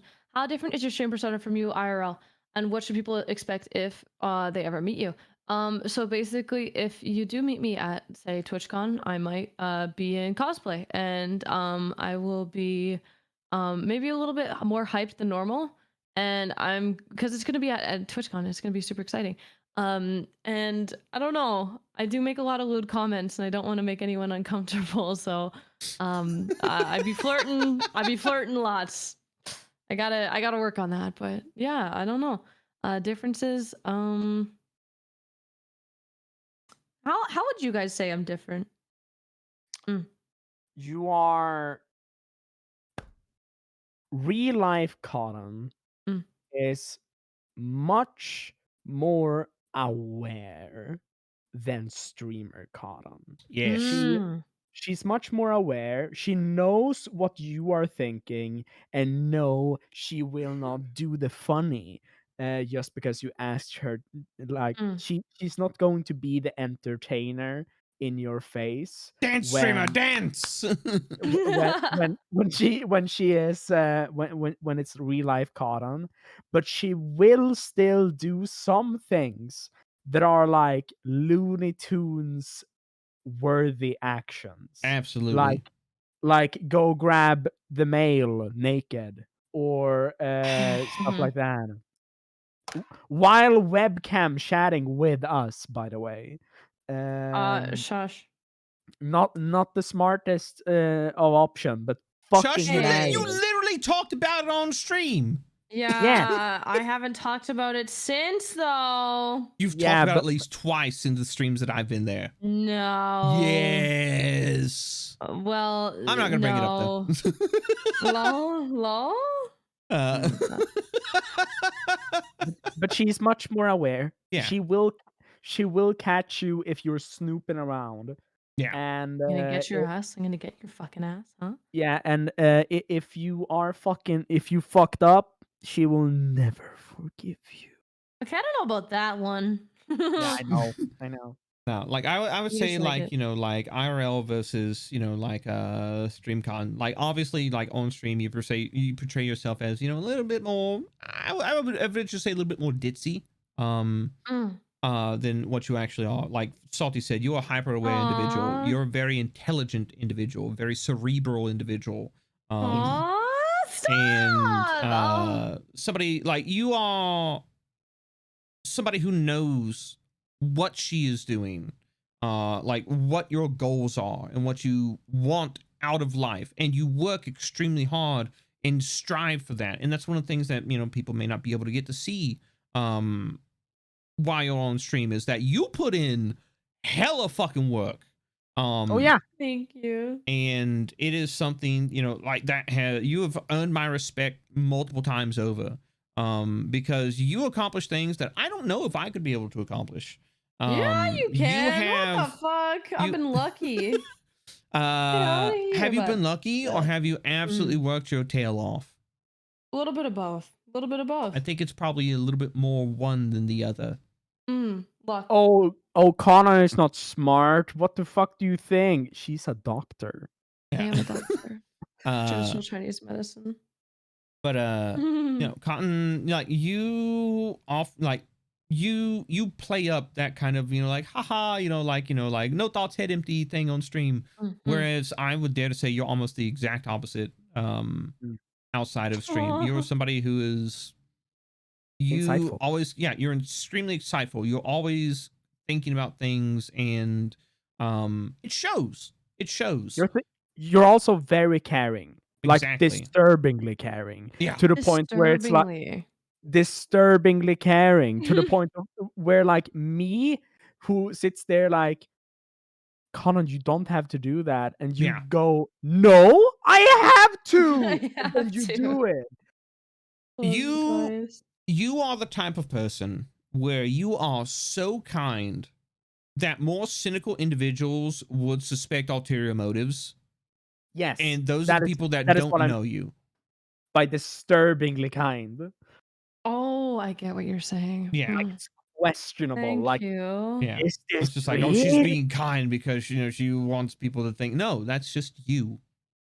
Yeah. Stop. Anyways, your turn. Your turn, Cabal. Time for us to kiss your butt. All right. What? Yes. So off stream. Cabal is one of the most supportive people I know. Literally. Well, no, you are on stream too, bitch. What the fuck?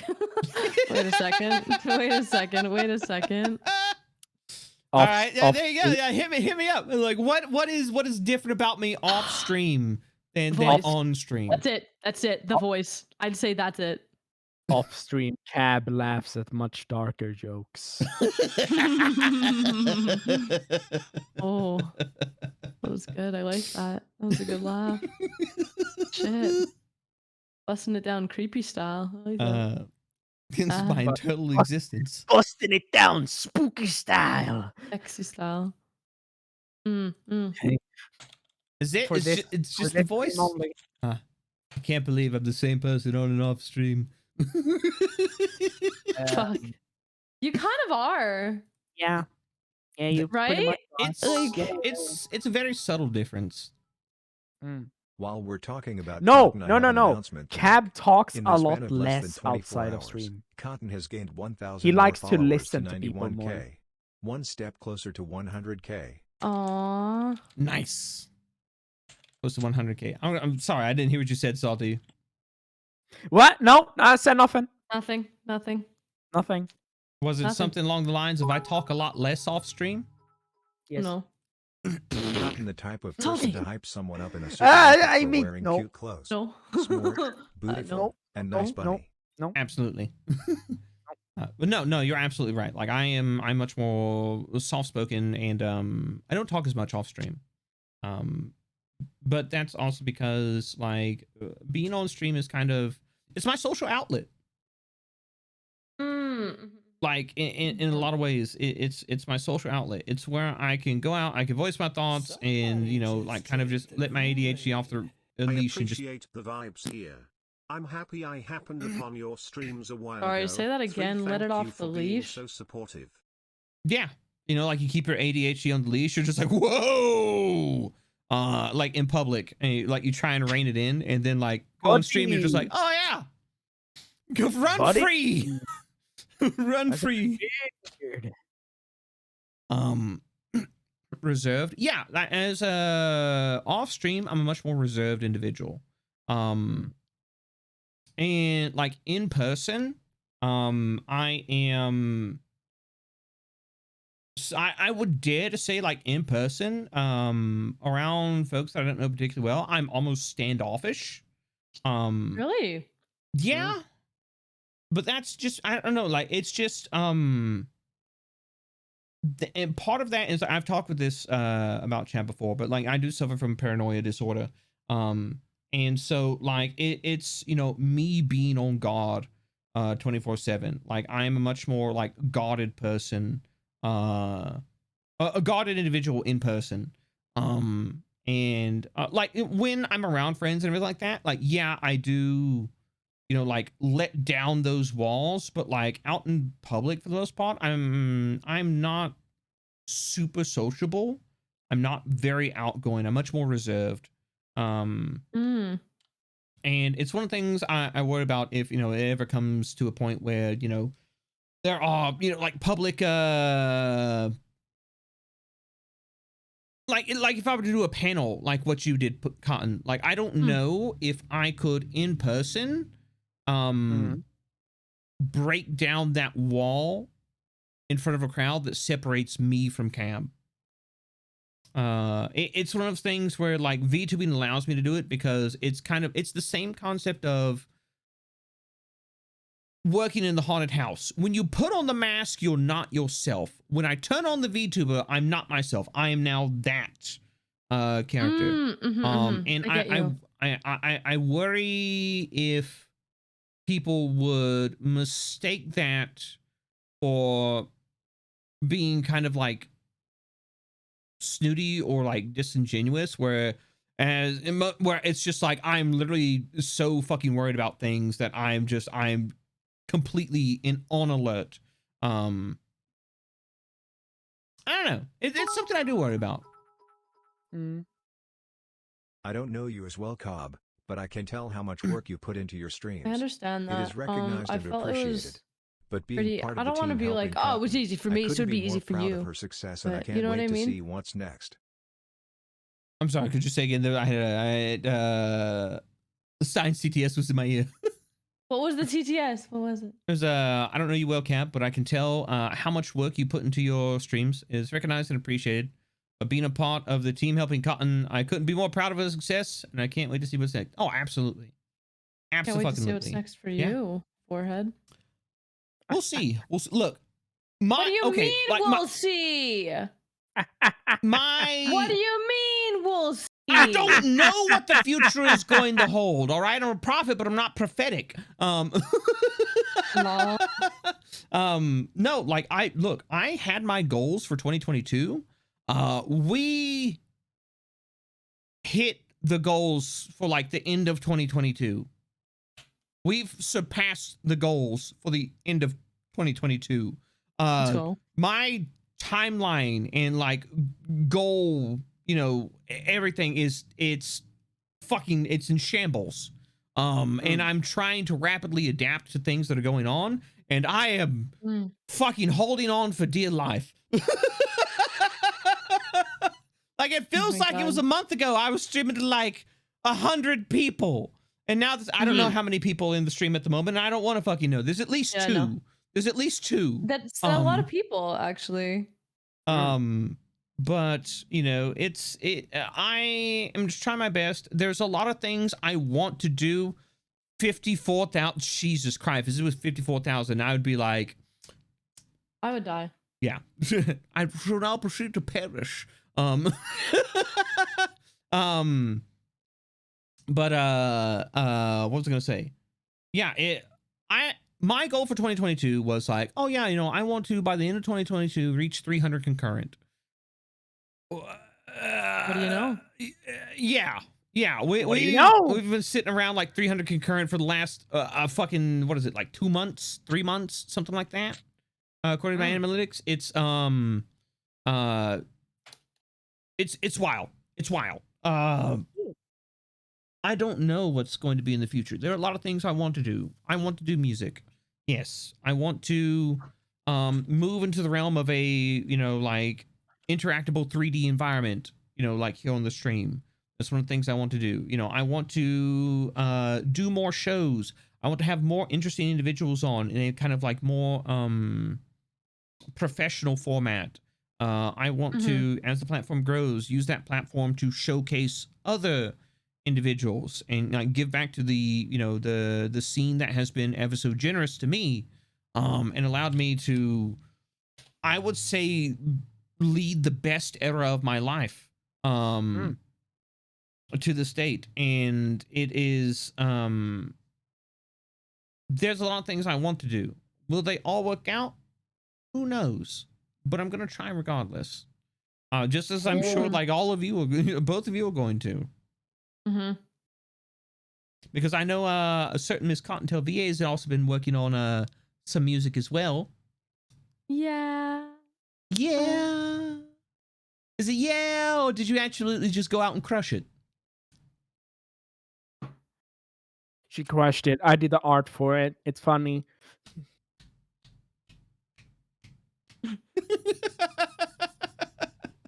I'm really excited. Did I not send that to you, Cabal? You didn't. I had to hear about it through Salty. Oh, So happy to what? have found you, Cobb. I get And now that Cotton nervous. is so close to 100K, I'm starting to get a little nervous on the bet I made with her last night, but I'm very proud of her and how far she's come since I first found her. You should be proud of it, because Cotton is It's fucking so astounding. It's like one of, like, look, I will say this. You know what? You know somebody is a real friend when, you know, not just because they stick through the bad times, but they celebrate your successes. And I am all about celebrating Cotton successes, celebrating Salty's successes, Hootie's successes, Party Demon S's successes. You know, all these people that have been so kind enough to be friends and let me in their lives. I want to celebrate these successes with them because they've absolutely earned these fucking W's. And so have you. And that's different. Number one victory royale. Yeah, Fortnite Cabal's about to get down. Get down. Get down. I can't believe they chug jugged on my stream.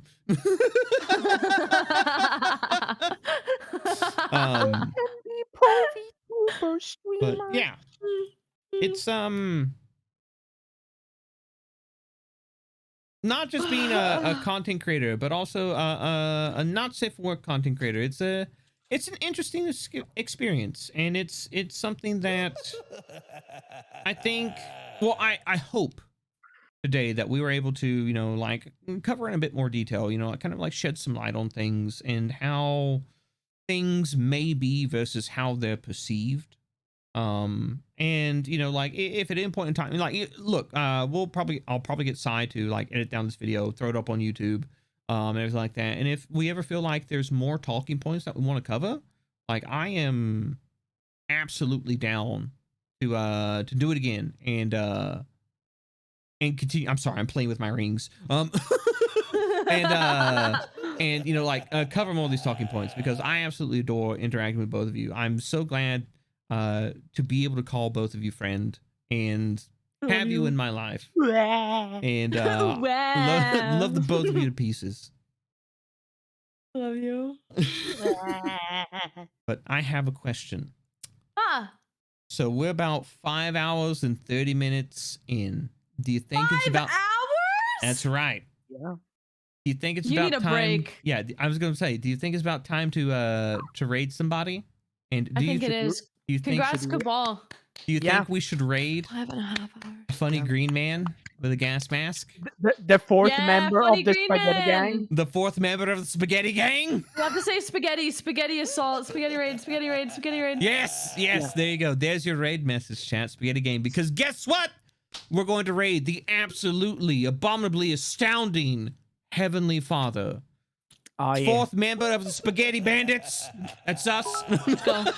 Let's go. Spaghetti falling off my pizza. Can you raid Shadow Legends?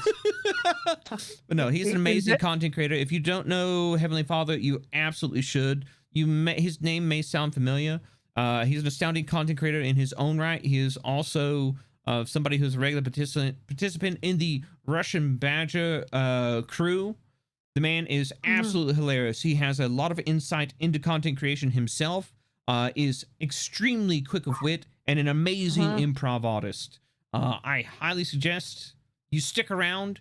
You go give Heavenly some love because we have an emote. Yeah, we do have an emote as well. If you are subscribed, you have access to the Heavenly Approval emote. It's going to be tier 1. There you go. There it is. So if you'll take that emote and you'll type in Spaghetti Gang and put that emote in there with it, you're going to be good to go. Let me go ahead and get this raid started.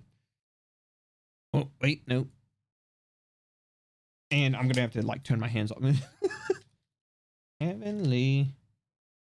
Oh, but I'm just gonna copy that. I'm copying Gamer's message because I'm too lazy. That's perfectly fine. Thanks, Gamer. Thank you, Gamer. Thank you, Gamer. But Thank yeah, you, Gamers, for coming to the stream. He's currently playing retro games. Yet again, thanks. In time. Yes, just in time, Scribble. But thank you very much, both again, to my absolutely chillingly cool collaborators, Cottontail VA and Salty Jub. If you type in !collab, you'll be able to find links to both their Twitches. They're amazing content creators, amazing individuals, and amazing people. I definitely suggest you go and check them out. Do you all have anything going on this week that you wanna talk about before we head out? Yeah, I want everybody to have a good rest of your day, drink some fucking water, and stand up because we've been sitting for 5 hours-ish. Well, Cabal has. God damn. Yeah. God damn. You gonna stream this week, Colin? Yeah, I'm gonna stream. When? Many days. Many days. I don't want to promote myself. Thank you. Okay. Fine, fine. On Wednesday, on Wednesday and on Friday, I will do the funny. I will draw the funny. Very nice. Nice. All right, but as for me, I will be back this Wednesday. We're going to be working on more Guilty Gear Strive art. We're going to be drawing Milia Rage and finish up, trying to finish up the shading on it. But until then, I will see you all. Have a good time with Heavenly, everybody. Bye, chat. Love you. Bye. Bye.